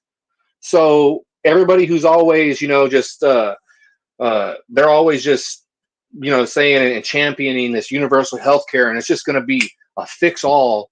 It's just not going to happen overnight, and it has a lot of imperfections. You know, there is no benefit for the current economic structure of medicine for proactive medicine. So as an athlete, there really is no advocate for us other than if we are going to that one specialist who just loves athletes and that's what they're there to do. Like you're right, you know, there is a free market, but their market share is really small. Most doctors you go to are not an advocate for an athlete, you know? Exactly. But if you have money, they'll do everything you want them to do. Oh yeah, man. Like, have you seen like the crazy, there's a whole brain center that works with like Nitro Circus around like spinal injuries. And they're like leading in the medicine world on rehabilitating people that had nerve damage to the point of never being able to walk again. Oh, wow. And like just rigid structured therapy, forcing the body to adapt back into movement. Yep. No, that sounds definitely promising. Nerves can grow back. Yeah. It takes like a. Are we talking about arm wrestling on this arm wrestling show, or all right. is this a political podcast? we got off on a tangent. Okay, staying kind of within the same context, but with arm wrestling, when I did feel that pop, like a candy cane, like I was saying in my elbow, my left elbow, I did go to one of the best doctors in Houston. He's works at Methodist in downtown, and he takes care of all the baseball players and stuff. And he thought from my symptoms and looking at things without doing an MRI, he thought I was going to need like Tommy John surgery, like the pitchers need, because that's the same movement, that snap, you know. Yeah, that's what my doctor told me. Okay, exactly. But it turned out to be just some type of little nodule that was not consequential on my that elbow tendon that attached there. So then I was like, okay, and I never worried about it. I haven't been to a doctor since. Collateral ligament, right? There you go. Yes, medial collateral ligament territory, right? Yeah. No, it's I think it's a UIL maybe, or ulnar something possibly. Yes, UCL. Yeah, there you go. So I mean, that's always a danger for any of us arm wrestlers, especially when we get desperate. Yep. I wasn't even desperate. I was really getting into a battle there and got a little aggressive, and I was actually on top of it. But this son bitch had enough strength just to pull me out just a little bit, and goddamn, it sounded bad. That's all it takes, you know. And too bad. Yeah, and I mean the people that are at the most, that can be injured the most are going to be strong amateurs. Those are going to be the most susceptible to injury, and I've seen it many times. One I'm thinking of. I'm trying to remember the guy's name. Brian Sinton was pulling him at Diamond Sports Bar. I think it was in. It wasn't a Ranzis Pass. This is a tournament we used to have at that place. I'm trying to remember the guy's name. He was 260, 270, a very promising guy. Huge. He pressed and he beat Brian Sinton, and then he went up against Daniel Mosier, and Daniel Mosier was like 210 at the time. This guy's like 6'5", 260. This is the Cajun French guy that broke his arm against Mosier, right? Yes, and it was ugly, and he hit to that hold to hold him in a press like he had just done to Brian Sinton. And Dan Mosier is so fast with his move, it just was snap, snap. Me and my brother were actually talking to his wife all the way in the back, and it was like a 2x4 snapping. The whole crowd, everybody went silent, and then the tournament was just kind of dead after that. Everybody just gave like 80%. Everybody was scared. Oh, I'm trying to remember that guy's name. Did he ever come back? Because I don't. He never came back. Yeah. I mean, how do you come back? Wow. Mosier just fucking took your arm, bro. Like, yeah, exactly. It was scary. It was scary. Really. Well, Mosier. Damn, I'm trying to think of that guy's name. Mosier handled it really well. Oh yeah. It was some. He's always been a sport. Cajun French name. I forget what it was, but he had a very strong French name. God damn it, I can't remember it. I hate that when I can't remember names. You know, I have his face in my mind, but yeah, he looked like a real stand-up guy, almost like Clark Kent, but like you said, just like supersized. Oh yeah, he's big and was extremely promising. Yes, sir. Willie, just wanting to hear about your flop press and how close it is to getting on Jerry's level. Texas Piranha. Probably pretty damn far away. I mean, he's super strong. Now, I did see y'all had him on, and I should have gotten on because that's my idol, obviously. I'd love to pick his brain. I wish I lived closer to him and could practice with him because he could probably help me a lot. But a super strong guy. I have a lot of respect for the guy, and he can. I mean, if he goes to a state tournament or a national tournament, you won't see him flop. He doesn't have to. His hook is so strong just by itself. It's only the top 10 guys in the world or so that he has to flop against. Everybody else, no. So even without the flop, super strong. I messed up on the right elbow against Keith and arm breaster when I was a year in. I won by elbow sounds or elbow fouls like a machine gun going off. Texas Piranha. That's definitely some type of connective tissue or cartilage in the elbow going off. Ripping is what it's doing. Hopefully it's not too bad. Like I said, I've had it happen, and I did rehabilitate with that peptide BPC 157 as well as growth hormone at the same time because I just wanted to give my body the best chance. And I think I was on vacation. I went to Colorado, so it may have been 2 or 3 weeks that I took off completely. And then when I came back, I didn't really have much pain at all, and I just jumped right back into it. And I haven't had much problem since. I have actually done it I've done it twice on my left and then once on my right, where that same pop. But I already knew what it was, and I wasn't kind of worried. I felt a little sore, but I just kept pulling. And like I said, I haven't had any problems. I've been very lucky with my style, especially. I've been very lucky. But I pressed ever since I started. Ever since I started, I pressed. And I remember, even from my very first practice, even until now, I have Lindley Keating yelling at me, don't press, don't press, don't press. So, I heard that for a long time, still to this day. Yeah, that's all people will say. Well, Jerry Ketterett didn't have to press against Camille Jablonski, which was awesome, or Monster Michael Todd. Who was it? Oh, he pressed, but he didn't flop.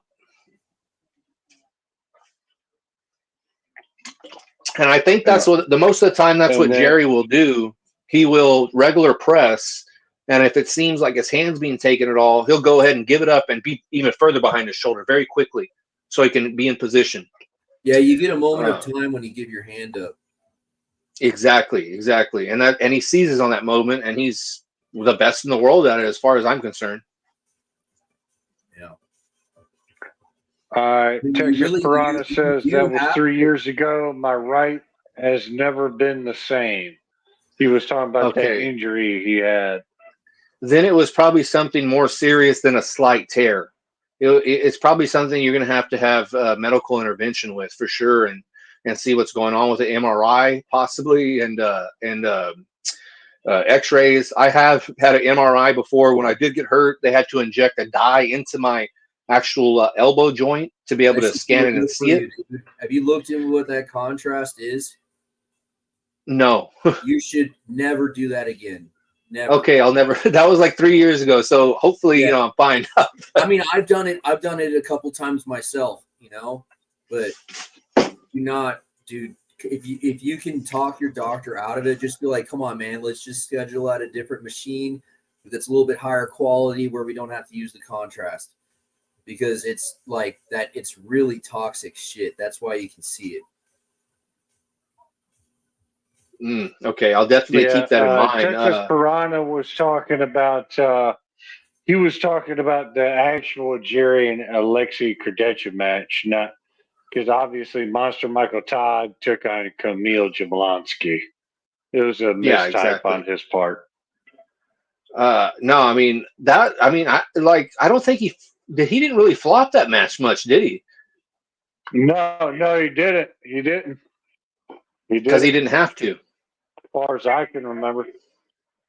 And that's what he'll do with most people. It was a blowout.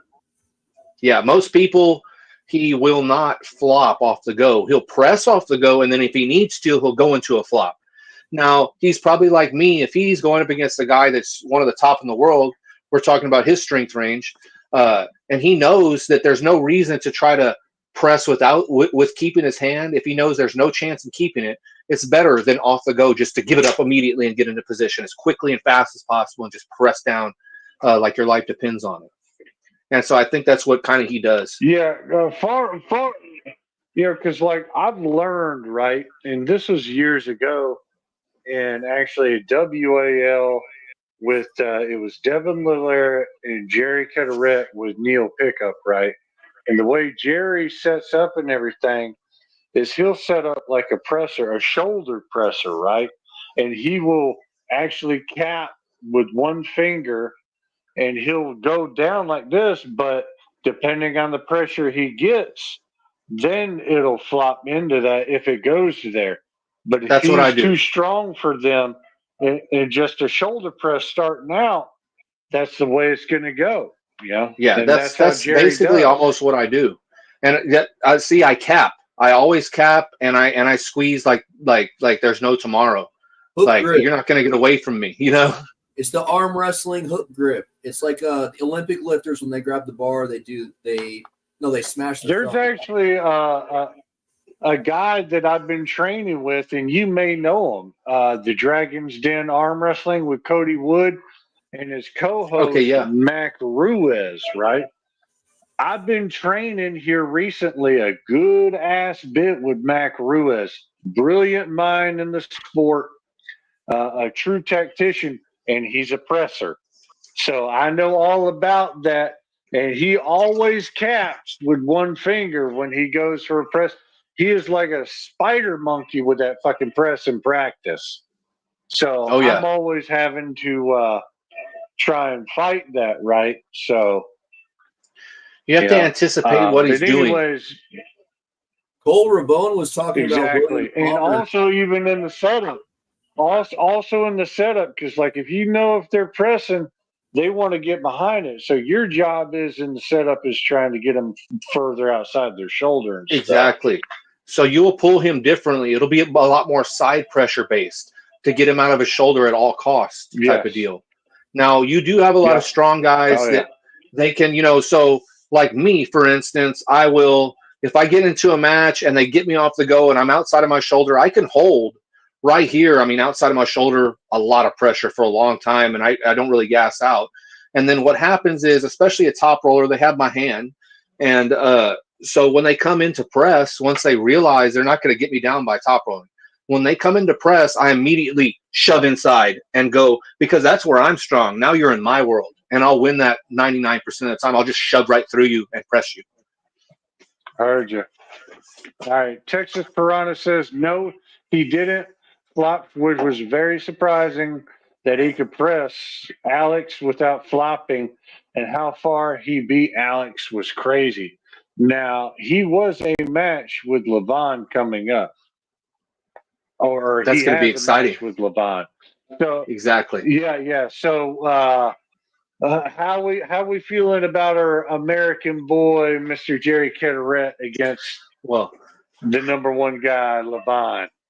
Okay, so I am of course going to be rooting for Jerry always. Now I do know that if Jerry gets him into the same position that Hermes was able to get him in, he will be able to press him down.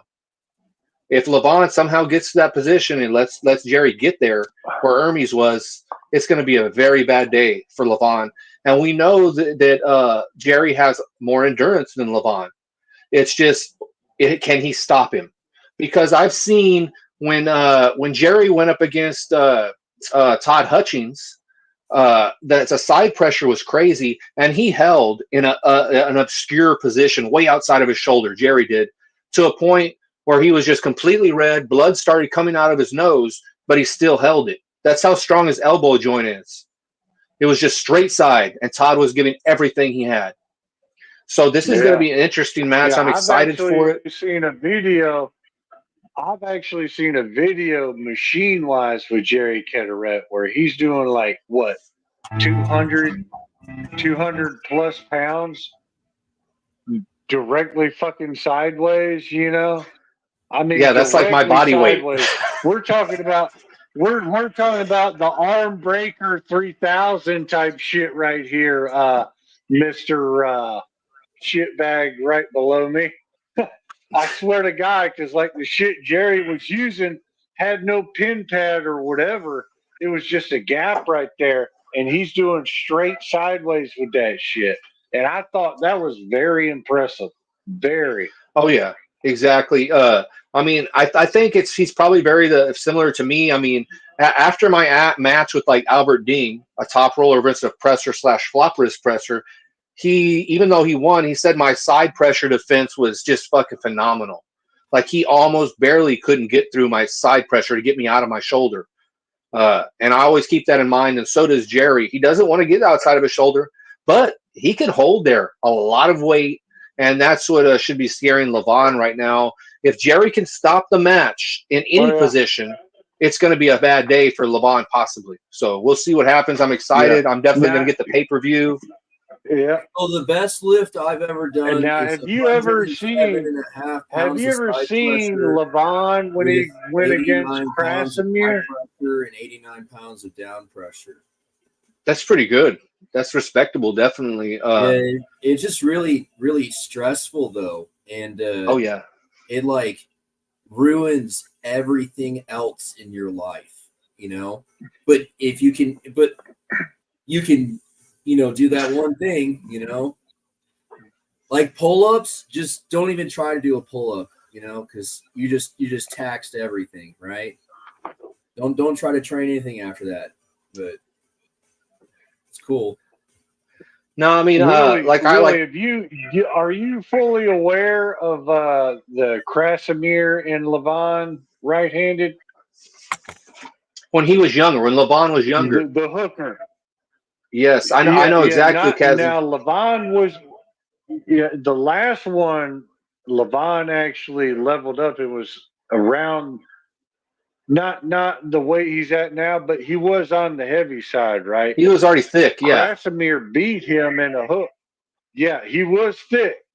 But we're talking about Krasimir, the kryptonite of John fucking Brzezinski, right? John Brzezinski never beat this guy right-handed in a hook or whatever. Even I wouldn't say in his younger years prime, but John Brzezinski, more than once, man. This guy, John Brzezinski, just couldn't beat Krasimir Konstantinov. And it just befuddled me. Not even one time in a super match could he do it. The Yeah, he had crazy that thing lock, that hook that he has. is you got, yeah, and then and then the fact we know that John Brzenk has beaten an early version of Todd Hutchings, right? But then Todd Hutchings, since day one, had Krasimir's number. So that's where what you were talking about earlier about styles and shit, as opposed to putting 2 and 2 together, like he beat him, so he should be able to beat him, right? That's what you Exactly. were talking about earlier. Yeah, and What do that's you, the amateur arm wrestler's kind of mindset, but it's not the reality. As I became a pro and realized styles make matches, like we said, just you're exactly spot on. So, no, I mean, like the last time I saw Koznadinov was in Louisiana, and he got beat by Corey West, if I'm not mistaken. what a mismatch. That was a good match, but he didn't slow him down, I don't think, at all. I don't think he slowed Corey. It was like a 200-pound difference. It was like seeing a 200-pounder versus a 400-pounder. Oh yeah, he really is a gorilla. He's not as tall as I thought he was, but he's wider than I fucking thought he was. I mean, I think his shoulders touch if he tries to use a regular bathroom stall to take a piss. That's how wide this guy is. I believe it. Oh yeah, and I think his coordination How long ago was what. that? It was shit, and there was a few other famous people there and stuff. This was like 2 or 3 years ago. I think 2020 possibly. And who else? Someone else pulled. A guy that trying to remember. Tucker beat him. Famous guy, and damn, I'm so bad with names. But this is a guy. He sometimes when he shows up, he just beats everybody, and other times he's just not the same guy. It's kind of weird that some people are like that on different days. Oh shit! Trying to think who I think maybe a Mississippi guy. He's a skinnier looking guy, but super strong. I haven't seen him pull in a while. Damn, I hate that. I can't remember. Texas Piranha says turn sideways to walk through the doorways. Yeah, exactly. So what do you think about, have you heard about William Palmer and Cole Rabone? Palmer and who? Cole Rabone. I haven't heard of. Okay, so anyways, they had a super match, and Cole Rabone was remarking that he had never felt someone pressing straight down. Like Palmer's press, there was no transitory pressure. Apparently, it was all down pressure to the center of the table. Well, when they let you start with your shoulder carved so much, it is straight down. Yeah, but I just you know what I mean. But that direction of pressure, I've only ever seen used as a technique to slit for the straps. I've never seen it used for anything other than that. So I'm just confused. Exactly what he was doing. I mean that's kind of what I saw. He had a super match at Ryan Carter's house. I was there. Nunya pulled. I think when he pulled Mason, that it was during that, and then Rami pulled Palmer and lost, but barely, and it was kind of like foul type deals. But see, the thing is that I've only seen Palmer pull 2 or 3 guys ever in his own weight class.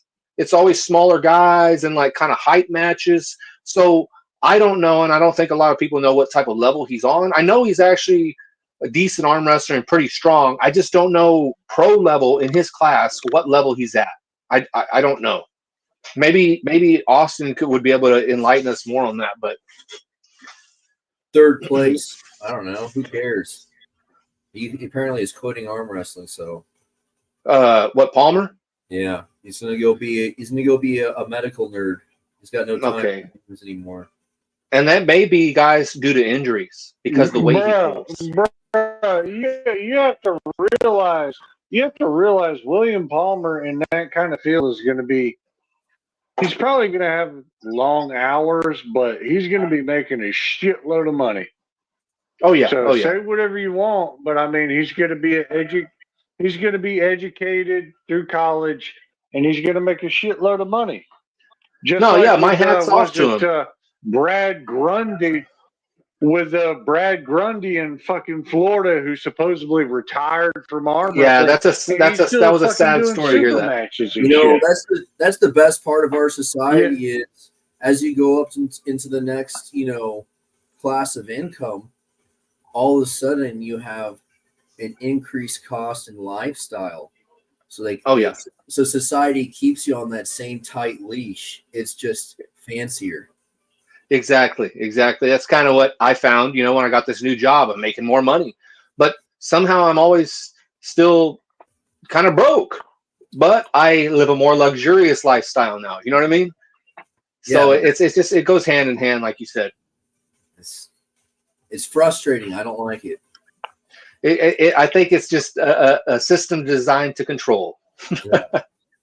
So, but now we'll see what happens. I'm excited. What do you think can take the about blue pill or the red pill.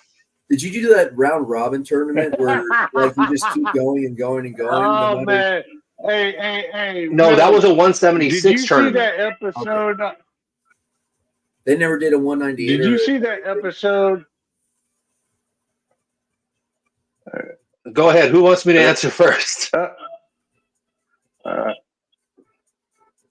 Okay. was an episode on Robot Chicken, right? It was very hilarious with Seth Green and his brother Green. It was that same scene you were talking about with the red pill and the blue pill, and it had Morpheus. He took the wrong pill.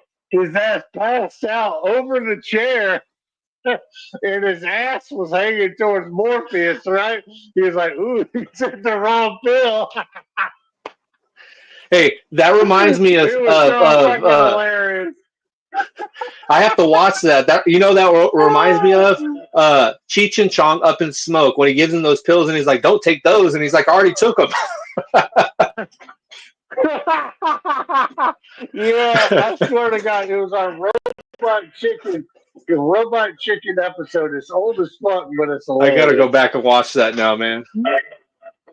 And your question was, Andrew? I have no idea. All right. Well, I'm the same way. If I don't stay on topic, I'll kind of forget, where I was going as well. So, no harm, no foul. I actually developed a really abrasive personality around that because I've been dealing with memory issues for so long.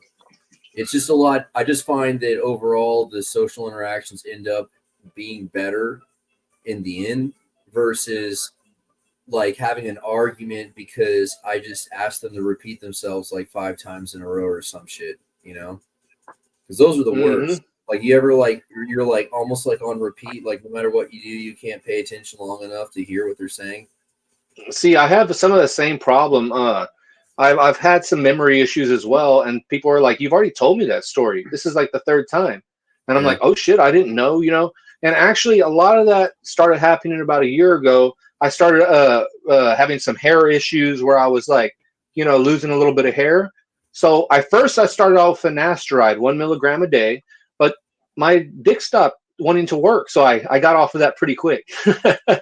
And then I what I've been doing lately is, and some guys that'll happen, some it won't. But so what I've been doing lately is minoxidil this past year, and it has worked and helped tremendously. However, memory loss has been an issue. Really? Get off that shit, bro. Wait a minute. You don't take any. But I love my hair, guys. No, but look, hair on the head is a youthful thing. Like when you become a man, your hair goes away. It's a part about the long-term development as a man means that you lose your hair. See, hey, if I bald and I can't control it, then I will definitely get on heavier stuff. Then I won't have to worry about my hair anymore. Yeah, I would just Willie, what is your experience with collagen peptide powders? Now I have taken some of that. I do actually, especially when I'm coming up to to like Texas State here soon. I'll start taking more of that. It does kind of constipate me a little bit, so I have to be careful. But other than that, I think it's a great thing. I take a lot of supplements. I did I have been for the 6 years that I've been pulling. The last, and yes, I have been needling and minoxidil for that comment that popped up there. But like I said, the memory loss thing has kind of been an issue. So I've sporadically been using it, but it has worked. And mostly I only deal with shedding when I'm on a cycle. I'll have a little bit of shedding. But other than that, it's pretty good. There's Wade. Yeah, that's Wade there. He's a class act. But I've for the last 2 years, I haven't been natural. The last 2 years, it started out with me getting on testosterone because actually, and Wade was the one that got me kind of into it because I was like, man, I have kind of low energy. My desire. This was like 2 years ago at a practice. There's like 13 different kinds.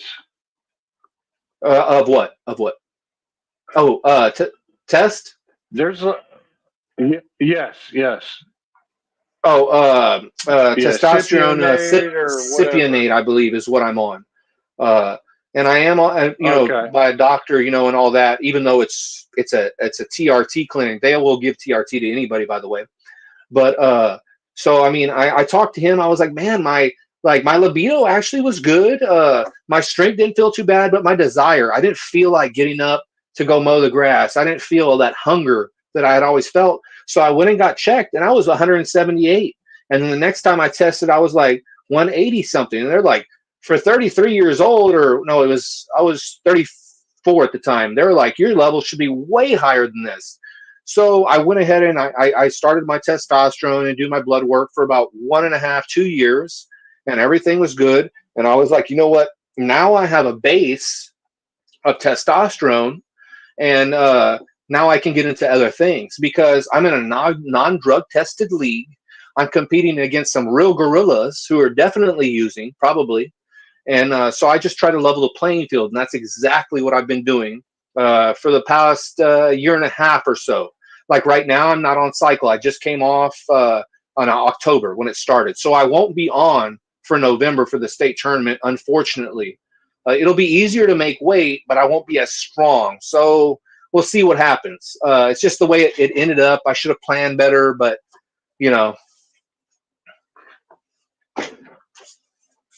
and I don't do anything crazy either. I don't take anything crazy. Roommate. So did you notice? Yeah, I actually have a roommate who actually takes cypionate testosterone needle-wise. Did you notice? That shit is very syrupy looking, and yeah. Oh yeah, no, I know what you're talking about. I don't take tests myself though. And to your question, Andrew, you were saying? Did you notice any changes in your physiology, such as your volume of mass? Yes. In parts of your body. Like, did you notice like your clothes fit differently, or you had to get new clothes or something? I didn't have to get new clothes because I was already very physically fit to begin with. I had abs and everything before I even started. I was in very good shape. I had a good base. But I did notice a size increase and strength increase. And then as well as I had I'm not a hairy guy, but I started having some hair that I never had before, places I never had it. So, but it helped me tremendously. And I'm only on 180 milligrams a week, and that I'm not a hyper responder to testosterone. So that only puts me at about 600, 650 at best, which some other guys on 180, they would be at 1,000 or past that. So, yeah, I think Ian Wagner was saying something about being really high on his test scores, and I think Chisty was saying he was at like 1,200 or some shit at one point. Oh yeah, I know that Livingston, he got tested. This was a few years ago, and he's in his 50s, and he had like a 700 or 800. They couldn't believe it. So it's just from person to person. You know what I mean? You don't know, and I didn't know I had a problem. My junk was still working, So I was like, oh no, But talking to Wade, I was like, you know what? let me just go get tested. I have good insurance now. So I went and got tested, and the rest is history now. So, and I've never tried to hide any use or anything from anybody. I've always been very, very transparent. Like I said, there are probably many people, in our league and stuff that are non-drug tested. I know that if we did, I would like drug testing, honestly, to be honest with you. But the cost is a thing, that I guess is what's holding us back.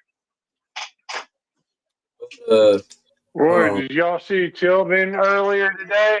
He had a hot, fat, titted nurse fucking treating him earlier today. He said, I get 160 a week of TRT.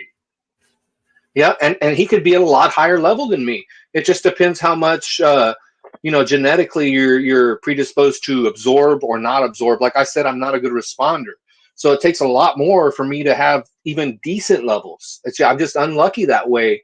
Now, I have only had to give blood twice because my hematocrit has gotten too high in the past 2.5 years or so that I've been on it. I've been lucky. Some guys have to go, once a month, they have to go give blood. And I don't like giving blood.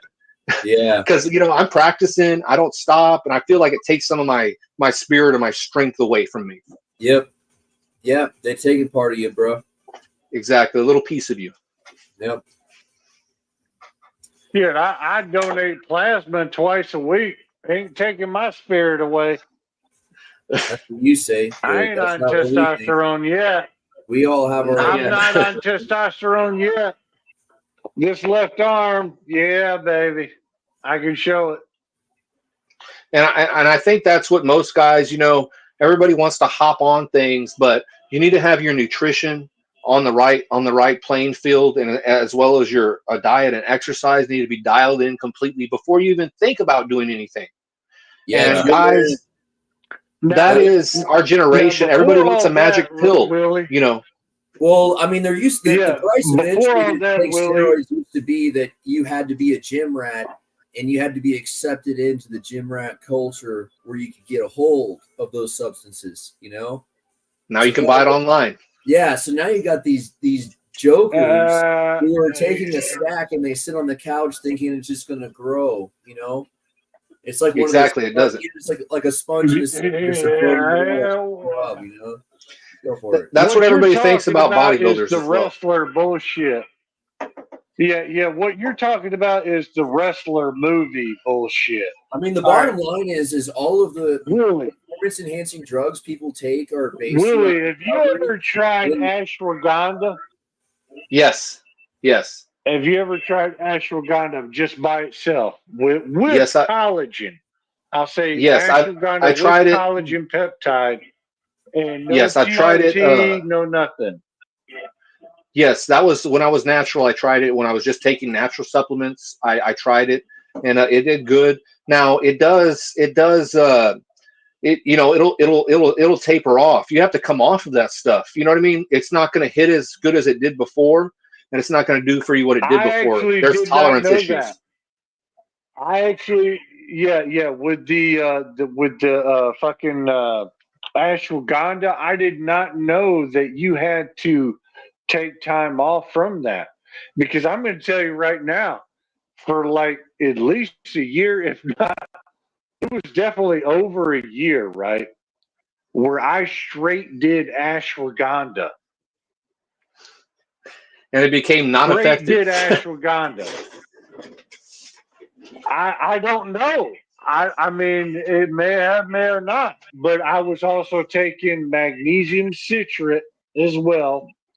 That's good. And as well as zinc. You should take zinc as well. Yeah, I had a diet food-wise for a good while there in my first year, along with those two, magnesium citrate and ashwagandha. I was doing one sirloin beef steak a week, right? Along with Italian cut green beans as one dinner meal. Tuna would always be in there. And then one whole can of beets in a meal during the week would be in there as well. Schedule. That's good, nutritious food. Yeah, there's no problem with that food at all. It's it's all about though is calories in, calories out. Honestly, even if you can, you eat healthy, but it's more about how much you're putting in your body, how many calories. If you're trying to lose weight, like if I go to 1,500 calories a day, I'll just drop weight. I mean, and I'll lose some muscle too, though. Believe it. I did a cut for at 190 in San Antonio about a year ago for the East versus West qualifier, and I won both hands. Now, unfortunately, I did not go to California, even though I qualified. I should have, but I would have probably, beat some people. But it's just so costly. We don't have a lot of support, as far as all of us, even the guys that are really good or nationally ranked and top 10. We all have to have regular jobs. It's kind of sad, I hope we get to a point, that we don't have to do that anymore. I have a couple sponsors, but it's only like $1,500 a year in total. But I'm appreciative, I'm happy for any help I can get. And I was very surprised to learn that like our Olympics, because we want to get arm wrestling in the Olympics and stuff. But a lot of these guys, even if they win gold whatever, they're making $30,000 or $40,000 a year only, and they spend half of that on travel and supplements and other stuff. That really enlightened my eyes when I looked it up. Yeah, because I thought we took better care of our athletes. So not in arm wrestling, because you want to know why? It's because we would rather see on ESPN. Was it Pinochle? Yeah, right. There's breakdancing now. Yeah, I mean, come on, man. It's fucking ridiculous. And arm wrestling has been around way longer. Exactly. But you know what the issue is, and it's always been, and I'm not the first one to say it, many people are, is that we have too many different organizations and too many different rule sets, and we're always fighting with each other. And one day when we stop fighting with each other and unify completely, then possibly that door may open for us. But until then, it won't happen. And actually, the way that most sports get into the Olympics is they get into Paralympics first, and then that opens their foot in the door, and that opens, and eventually it becomes mainstream, and then they go in the regular Olympics. Oh, okay. So you're talking about levels, okay? Yeah, like Paralympics, like guys in wheelchairs, arm wrestling, basically first. Yeah. Cleve Dean, right? One of our arm wrestling OGs. There is it's a small level, but it is a documentary film. It's got Cleve Dean, the Iceman in it? Oh yeah, I know who you're talking about. Boy, Black. Fuck, man, I'm so drunk. I'm trying to remember his name. I'm trying to get there. Son of a bitch. I'm the same way. Johnny Walker. And I should be ashamed because I'm a Georgia boy, but Johnny Walker started arm wrestling at age 36. But anyways, you got all these OGs, right? It's called Living the Pool. Type that in the YouTube thing. You'll find this documentary. You know them same motherfuckers back in Cleve Dean's time. We're talking about the same motherfucking shit.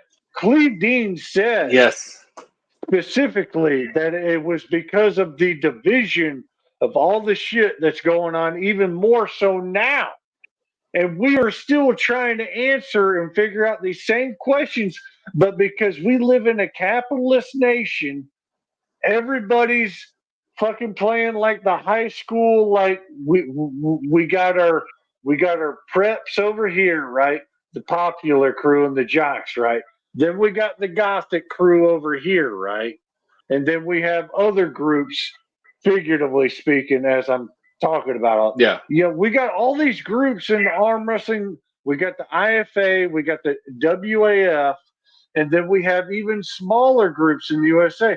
Like I even hosted on my own shit with the South Florida Arm Wrestling League that is just starting now as a fucking baby, right? I mean, we got all this shit in other states going on. Nobody's coming together. And God forbid you say something on social media that they don't like. Oh, then you're banned from this group. You're banned from that group. Paul Italia, Ryan Grindin, and this, that, and the third in the U.S. is going to go to you ASAP, and you're going to be blocked from the mainstream or whatever they're controlling. Swear to God. Tell me No, I'm you're wrong. right. That Tell has me I'm happened a wrong. lot. I'm very absent kind of on social media. I don't really chime in a lot. But when I have, even though when I've been like, hey guys, this is just my opinion, but what do you guys think about this? And then I start getting attacked, and I'm like, what the hell, guys? So I see where you're coming from, and it's a lot of different promoters and organizations, and there's money to be made here. Whenever there's money to be made, there's going to be some level of corruption. And there are people that are going to want to keep our organizations and divided so they can keep going to the bank. And that's the bottom line. I know that, like let's say Travis Bajan, some of the tournaments he puts on, he competes in it and then wins all the money. It's crazy. It's just little things like that just, you know what I mean? Yeah. They point to the real key issues, like you were saying, with the division and everything. There are people that want to keep us divided. There are. I think really Oh it yeah, is about criticism and because how it's received. they're like Because you even can't with even that have a Travis Bajan conversation shit. until you can actually criticize I something. mean, I love Travis Bajan It's when he not was in his misconstrued prime as and like stuff, right? fighting words, Okay, one at a time, guys. Go ahead, Andrew. I'm going to the bathroom. Okay, you were saying, sorry. Criticism. It needs to. Without criticism actually being heard with an open ear, then it's like fighting words. Like exactly. I criticized the guy about what I believe to be unsporting behavior, and I was like, what I perceived to be as unsporting behavior affected the outcome of the match, and that was in a bracket tournament. You just changed the outcome of the entire tournament because you were being unsporting and showboating during the match. And then you turn that into, oh well, we're gonna fight now, Yeah, I'm just really tired of it. Like how do you even reason with someone who wants to fight you because you try to reason with them? Yeah, I understand that, and I know you're no angel. You've always been a firecracker. So yeah, I'm an asshole, dude. That's all I. But I always try to approach things very similarly in a non-hostile, just opinionated manner. Like, hey, this is my opinion, or hey, bud, I really didn't like that. I should not have to walk on eggshells when I criticize you for you to not want to threaten to fight me or beat me up because I had the audacity to word my criticism the wrong way. Exactly. And then that goes back to the division and why we'll never be in the Olympics or anything like that or have better opportunities is because of that issue right there. We can't have a partisan debate amongst each other. We can't talk like we should be able to. And we're professionals. I've had many tournaments where two guys started almost fighting. One I can think of was in San Antonio. It was Rami, and it was that ex-UFC, not UFC, ex-MMA fighter. Yeah, I remember that because I was against Rami on that one. He totally started that fight, and he played the games that would fucking get me to want to fight you because you're acting like you didn't do anything. Like, I understand, yeah. Go ahead and lie to my face about the bullshit you're playing right now. I would fucking want to fight you too. Exactly. No, and that's understandable, the heat of the moment. But I was screaming, keep it professional, guys. We're professional. And it's just it just puts a stain on the arm wrestling community. And that's why no Olympics and no other opportunities is because of little things like that. It all adds up and it develops a perception from the outside looking in, that it's not, this is just a bunch of ruffians. And they're, you know what I mean? They're just a bunch of knuckle draggers, basically. That's who you're advertising for. They're seeing the culture, dude. Like look at the way Craig Tullier can threaten people because they have the audacity to criticize behaviors that they've noticed. It's I don't think any threatening behavior or threats of violence or anything like that should ever be tolerated. We're professional sport. wish you could keep it professional. And as soon as you stop acting professional, that should be it for you. You know what I mean? Yeah. I mean, there has to be consequences no matter what your name is. Yeah. Unless there's a Vince McMahon, figuratively speaking, and we have kayfabe involved, baby, and you know what I'm talking about. Like, I did this with my boy Clinton Pickering, right? Like, I told him way months ahead ago, like, bro, smoke me, whatever, right? And Clinton Pickering may be able to chime in on this, he may not. But I told him, let's sell this shit, Clinton Pickering's been smoking me, and I've been smoking him subtly right back on social media or in the chats, right? What I like to do is and I chose him. Now, he may tell me, and the true story is that our guy, right? Fucking David Kotlow actually contacted him sometime before I eventually did on my own for this super match, right? David Kotlow was trying to sick him on me and get my ass beat, blah, blah, blah, because he's black and I'm white. I said the N word, blah, blah, blah, all that shit, right? The true story is after AWU 4.5, I contacted on my own, not knowing that additional shit until here recently. Woo, we got two trying to come on. I wonder who it is. Make sure they have a web camera or they're not getting on. Okay, I let Clinton know ahead of time, right?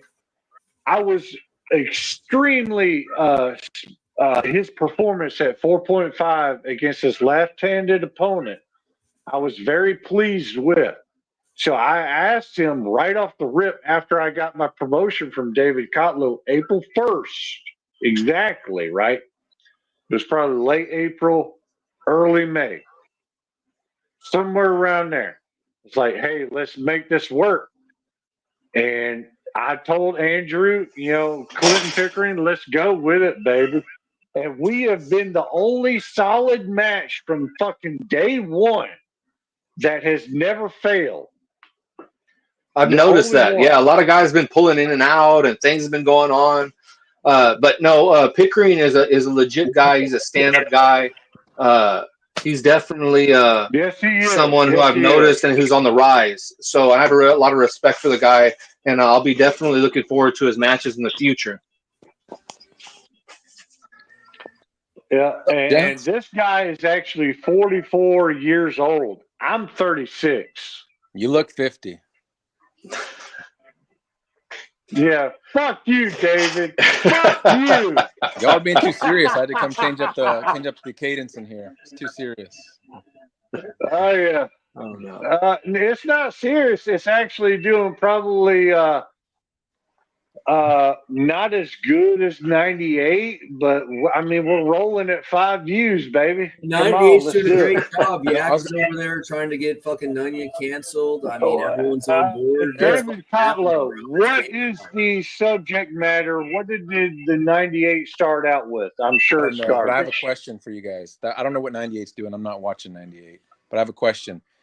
If the goal is to grow the sport, and again, everyone has their own goal. If your goal is to become champion or grow the sport, if that is the case, do you think all the antics, AWU is kind of wild side, you have professional tournaments, are you against certain organizations that do things differently? Because again, if your goal is to grow the sport, you should be happy to see even the wild stuff because it's promoting the sport, it's getting arm wrestlers out there.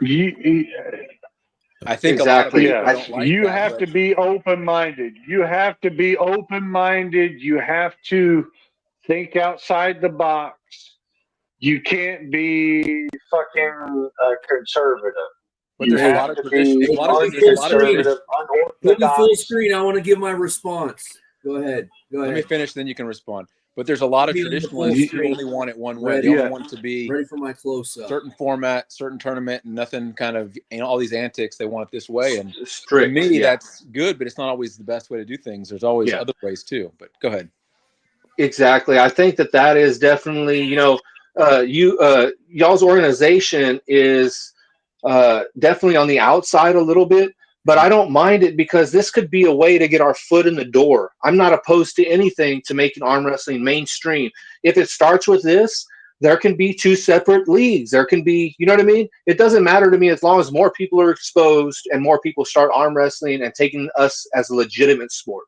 Yeah, I always tell the guys who complain about all the drama. Another thing, Eric, hold on. Another thing here is no. Another thing you have to think about, along with what he said, is you have to hit the right person at the right time at the right motherfucking place.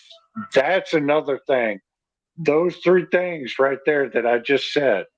Because, like, we already know that Paul Italia, Ryan Grindin, all of them are sleeping, figuratively speaking, in the same motherfucking bed.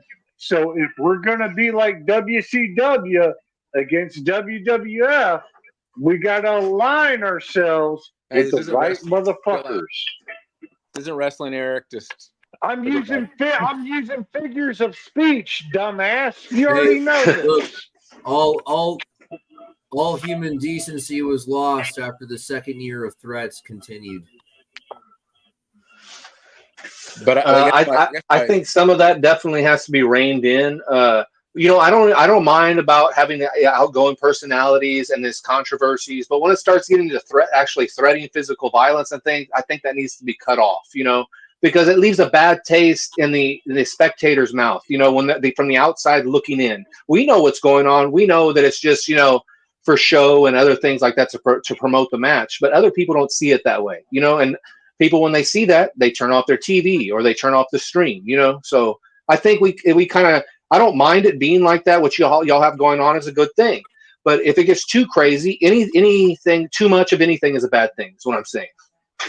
Yeah, it's tricky because people want this whole uncensored playground where you can say whatever, but then they also want to limit too. They want, it's like, well, don't take it that far, which is understandable too. Like, don't make death threats. Don't talk about my wife. But you don't can say the N-word. I thought that would be a given, David. I know, but a lot of people don't they don't think that. So, to me, like, if you can keep it at an 8 out of 10 and not go to a 10, it's okay. But exactly. And people go. You have to be the guardian of that, yeah, David Kotlow. What if I was to tell you we could get?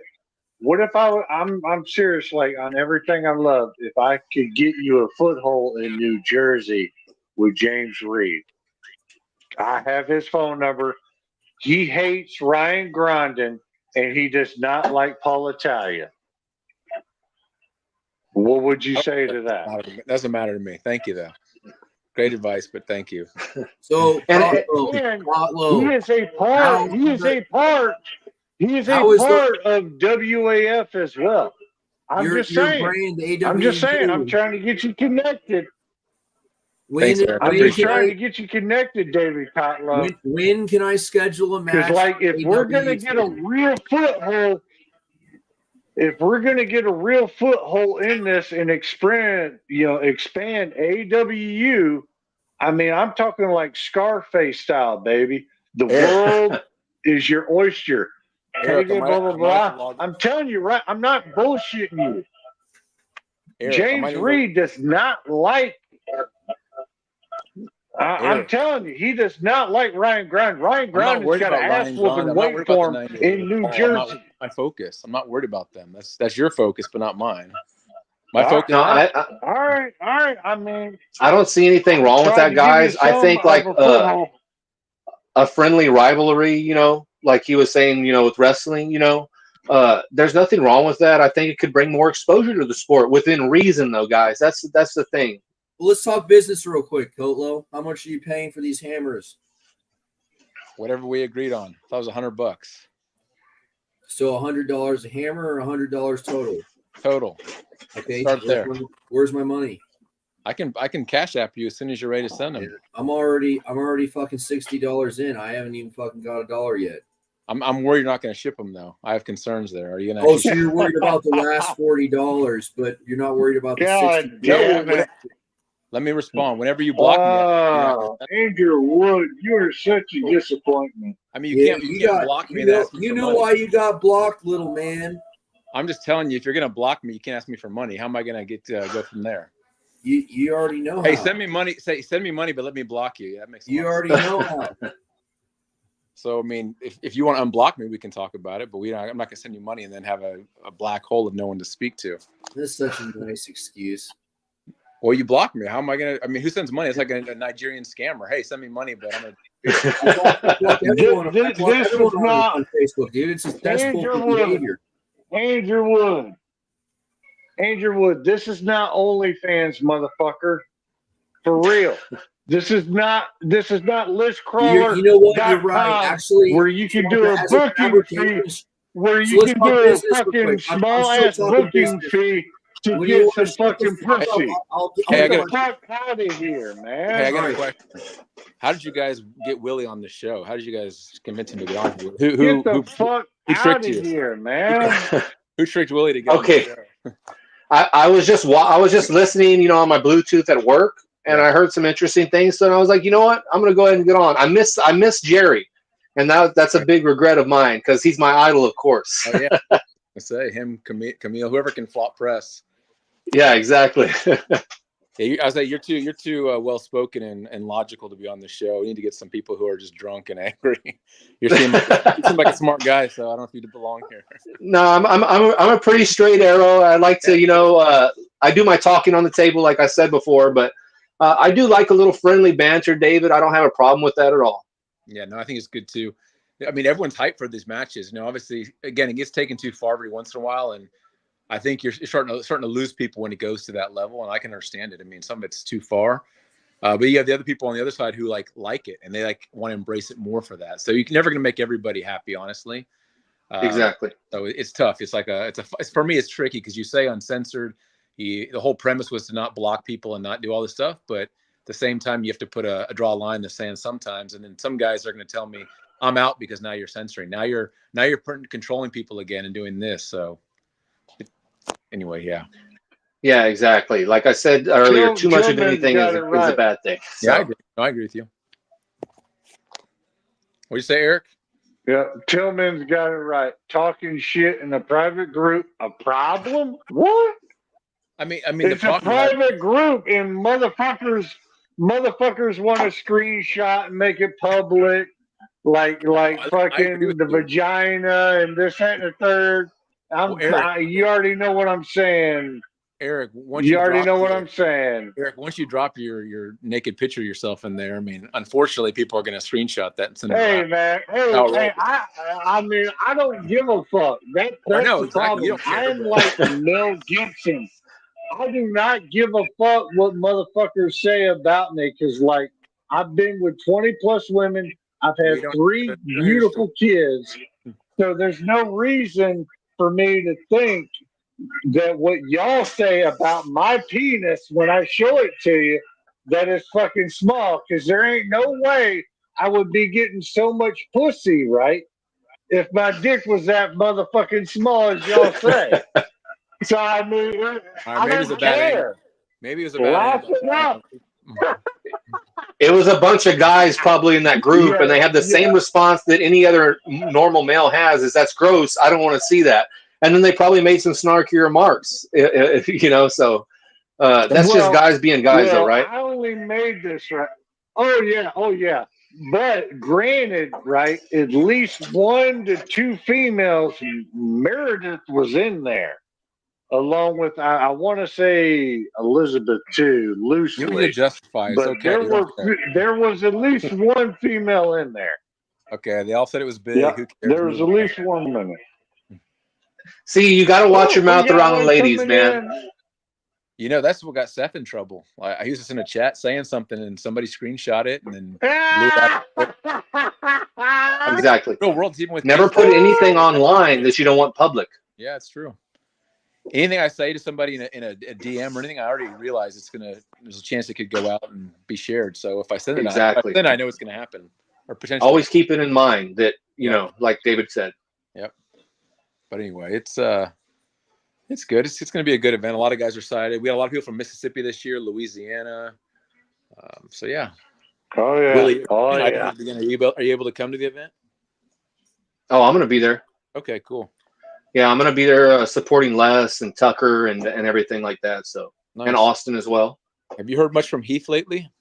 He I haven't heard from Heath. He's in Oklahoma now. He's on a tear. I know he's strong as shit. So he's going to be bringing fire. He always does. I'm excited to see him. I believe he's one of the matches, correct? No, he's not coming this year. So he got offered a match with Alex Toproll, and he was real excited for it. And then in the chat, he started kind of jabbing at Alex. Well, Alex came back with a lot of heat, and I think Heath didn't like it. And I think also Heath was maybe tipped by somebody that, hey, this is probably not it's a tough match for you. So he was already kind of like, I don't know if I want to have it. And then when Alex started biting back pretty hard, I think Heath just said, nah, no thanks. And that may be the smartest move for him. Heath is strong as shit, but Alex is way heavier and been arm wrestling a lot longer. And Heath is not one to back down. He'll hurt himself rather than lose. No, I would agree with you there. He's a wild So one. that may be the best thing for the longevity of his career. Yeah. You have to choose your battles. You do. Number one now? I saw the ranking not that long ago. Are you number one on one of your arms or no in Texas? Yeah, I'm number one on the left, and then on right, I'm supposed to pull. Danny Gillian for the number 4 or 5 spot. I'm trying to remember. We got moved around because Dustin DeWitty is now in line. He beat Robert, so I think I'm 4 or 5 now. But I challenged the next guy ahead of me, which is Danny. I thought it would have happened by now because we see each other so much during the year. Tournaments, we're always, he's Dallas, I'm in Houston, but it just hasn't come to fruition yet. So hopefully soon that'll happen. I'm not worried about it. I know he'll pull me. He wanted to pull me actually before state. And I was like, man, that he goes to a lot of tournaments, national, masters, all this stuff, world tournaments. But for me, that's the most important tournament. I don't want to pull before the state tournament, a super match. That's crazy. Yeah. And then he wanted to pull at the special needs kids tournament. Unfortunately, I told him, I was like, hey, that week is that day is my wife's birthday. There's no way that's going to happen. So it like I said, it just hasn't happened yet, but I'm not worried. It will happen. Me and him always have great matches. So that's going to be a real burner. I think it's going to be endurance wise. Who'd you beat left-handed to be number one?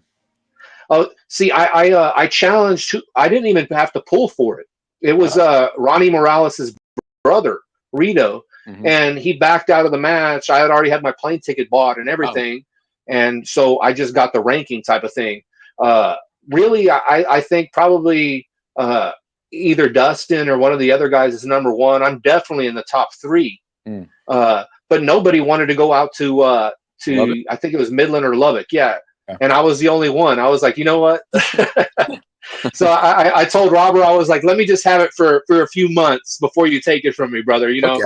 So let me bask in the glory a little bit. But I definitely, belong up in the top 5 and on both hands. So I'm not worried. I'm going to keep on, trying to be number one like I always have and just keep hammering away at it. Aren't there rules to challenge the number one guy? Like it's like a bigger payment, and because I remember we had it was 500 or something. AWU3 Billy Boo pulled Chris Hood, is it? And Chris Hood. Yeah, Chris had to pay a bunch of money to pull Billy. There's like a fee for the top guy. I think it's like $150 or $200 just to do the bet.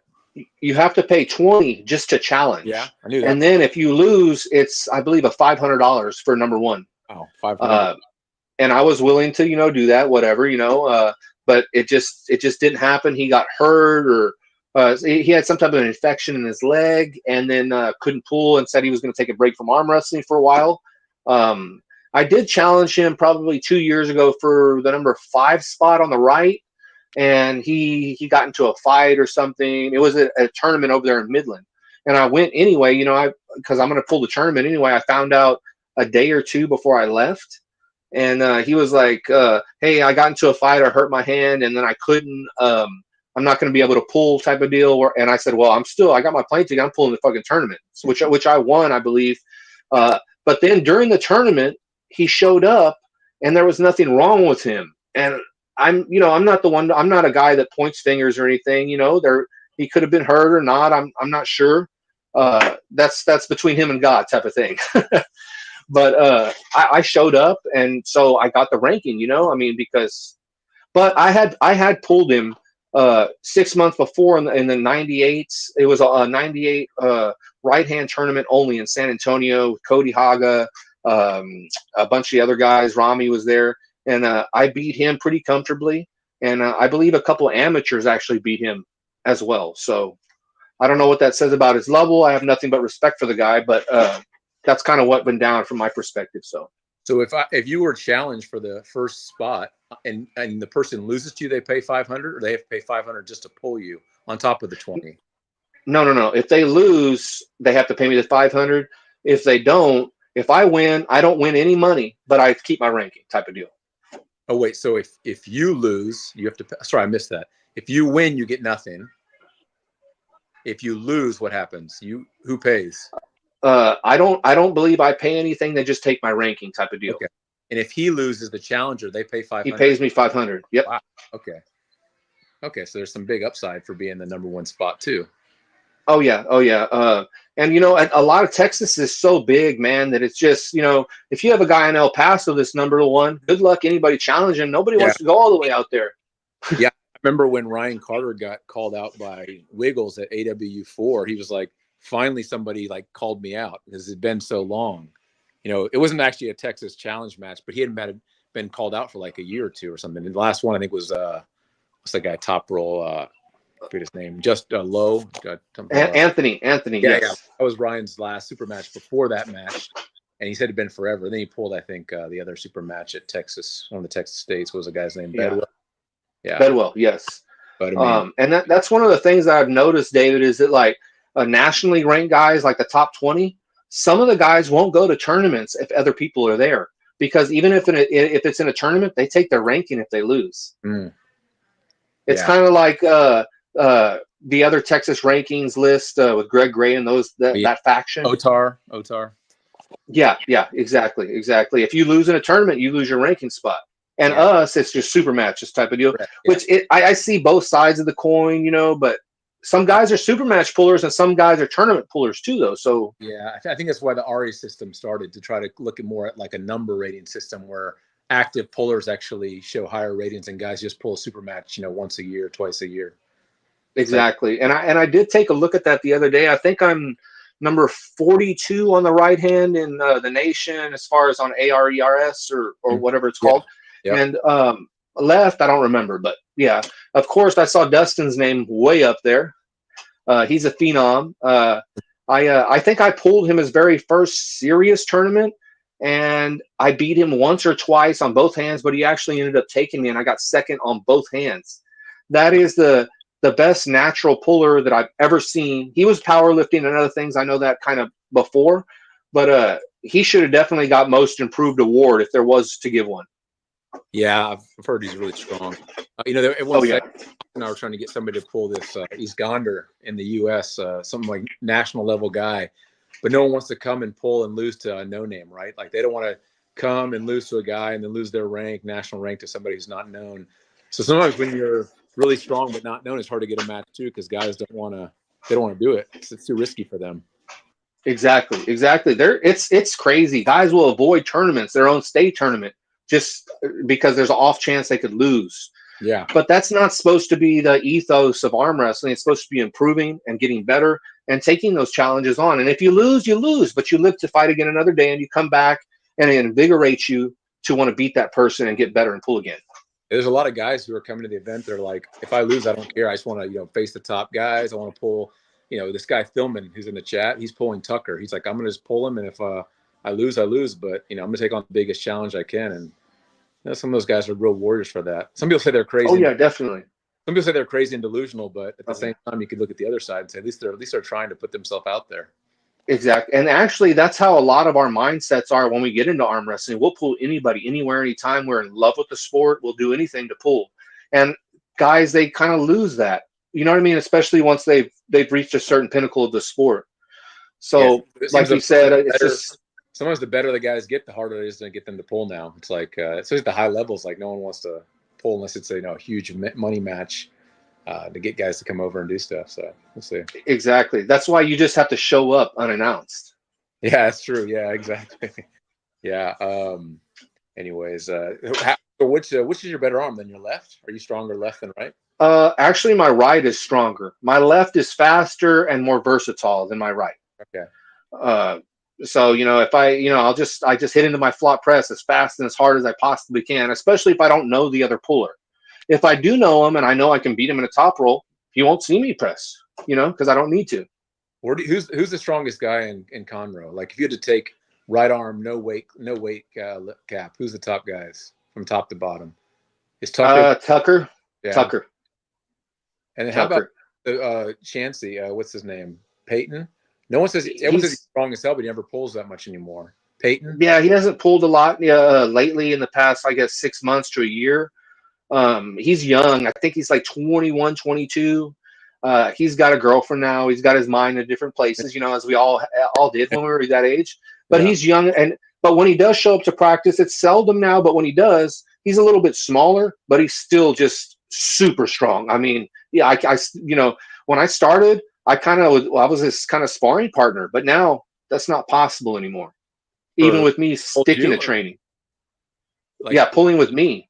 He'll just top roll me. Oh, he can go through you. Okay, the other way. Oh yeah. If he allows me to get into my press, I can press him down possibly, but only because he lets me. Or if I'm quick off the go, really quick, and just can go into position.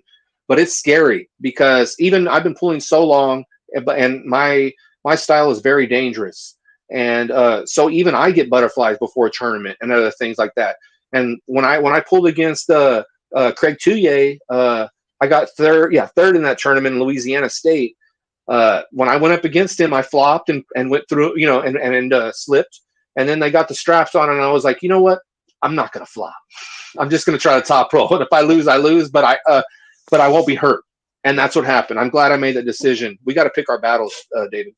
Yeah, it's funny these guys like Peyton and people that nobody knows about, and they're kind of quiet guys behind the scenes, but there's a lot of strong guys that no one knows about, right? I mean, people were telling me, are there any strong other people in Houston? I said, there's probably a ton of them, but I don't know. What happened to like Stan Peach? Was he?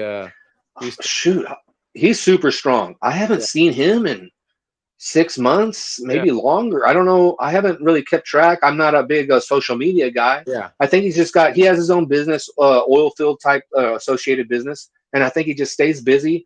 I haven't seen James in a while, James Chansey. I think it may be just because his boy's not coming. So, type of thing.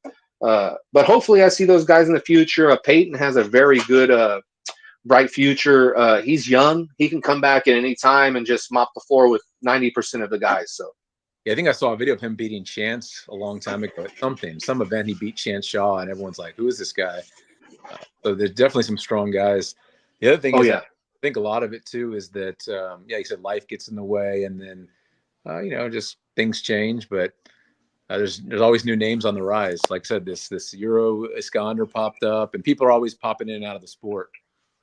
Oh yeah, exactly. So I mean, we'll just see what happens with that guy. He's got a lot of people afraid for sure. Like I said, I hope he just stays out of 198, and I'll be happy because he's very fast and very technical, very dangerous puller. How do you do with Rami right hand? What, me? Yeah. Oh, we have good matches. Of course, he most of the 90% of the time is going to take my hand. But I'm a warrior. I fight. It would be a very, very close match. Very close. He may win. I may win. I don't know. It just depends on whoever gets their spot first. A lot of my style is withstanding more pain than my opponent. I just have a very strong will, and I'm super competitive, and I don't like to lose. And that match that I had with Cullen at your very first tournament, I believe it was, he broke my finger, my index finger on my left hand. I didn't know that. Yeah, and I mean, he had it, and I just said, all right, and I just and broke it. And then I got in the straps, and then I won. Just determination. Both arms. You pulled in both arms. I remember you won both. Yeah. Yes, sir. Yeah. So, I mean, it just, sometimes it's a matter of wills. It really is. But I think we would definitely have a good match. I almost took that match on the left hand for Rami. but I felt bad and it wasn't right. I'm a guy of honor, you know, and I had already told Little Pop that, you know, had already commitment for state tournament and I couldn't do it. So it didn't feel right for me to just take that match. Oh, he reached out to you to pull. Little Pop was asking you for a match to do. Right after you made the announcement, and I told him, "Hey, man, it's too close to Texas State for me personally." Blah blah blah. And then Rami hit me up way later, and I said, "Hey, man, I really want it." Like I was very close, David, to just saying fuck it and doing it. But I did not, because it wouldn't have been right, you know. Oh, I was going to say too. Yeah, I remember. I think I made a chat with you and some other guys because when there was 198, we had a lot of people in there. We had you, Heath, Rami. I mean, there's a bunch of guys. I was like, all these guys would be good choices to pull Alex. You know, these top kind of Texas level guys. But I don't know. Everyone's saying some people think Alex going to roll both guys real quick, Rami and which I don't know. We'll see. Left-handed. Alex is a beast. I know that he's top national level. I think he's like top 6. Oh, yeah. Right-handed is a different story, though. Yeah. I think Danny Gillian has given him a lot of trouble and even beaten him. But we'll see. It's a style thing. I can't say 100% how well those guys are going to fare against Alex. You'll have to do some pulling with him in the after pulls. But he said his left arm is hurt. He said he can't pull on his left at all. Got to get an MRI. But his right. Well, again, I guess you guys have states. So you don't want to over pull too, right? You got to be careful on how much. Yeah, but you know, I'm so competitive. I like that. If I don't want to pull, I have to stay away from the table because if I see a table, I will pull. And then someone says, they'll say, "Come up on the table. Come here. I want to see how your press is." And you're like, "Ah, shit. Like, okay, whatever." Yeah, I'll probably end up, you know, doing a couple good matches, you know, left and right hand, and then I'm just gonna have to be like, "All right, guys, I gotta stop." You just got to get some video with Alex. If Alex is there, maybe just do a little bit of that because he's gonna film for his channel. So yeah, might as well if you can hop on with him. Awesome, definitely, I will. Are you going to state to pull both arms? Because it's what $500 if you win state championship. Yeah.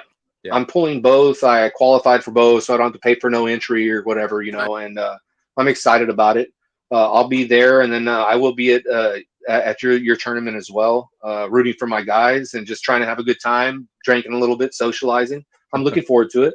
Yeah, nice, good deal. You know, it's a good venue. Yes, remember last time, the outdoor space, and you can kind of just hang out there and do your thing. So yeah, same location, right? Same location. And then I don't know if I sent it to you. I sent it to a lot of people. They're having like a Friday night thing too, like a pre-party event at St. Arnold's. So I saw that. Yeah, like 6:30. Probably have people go up there and just hang out and socialize and shoot the shit and hang out until a couple hours before the event next day. Cool. Yeah. So anyway, it'll be a good time. Awesome. Yeah, I'm looking forward to it. Yeah, where'd Harlan go? He bailed. I guess we were being too serious here and talking about. I should have let them just yell at each other. They both left. Yeah. No, I mean, these are pertinent things to talk about, David. You know, things that are people that are interested in. People want a little bit more serious talk every once in a while. There's nothing wrong with that. No, and I think you're a guy that probably everyone in Texas knows about, but I don't know outside of Texas. Like, is your name like? Well, do people in Louisiana know you and Mississippi? A lot of guys in Louisiana do because I always go over there for the state tournaments almost every year. This past year I missed it, but yeah, people know me definitely. Nice.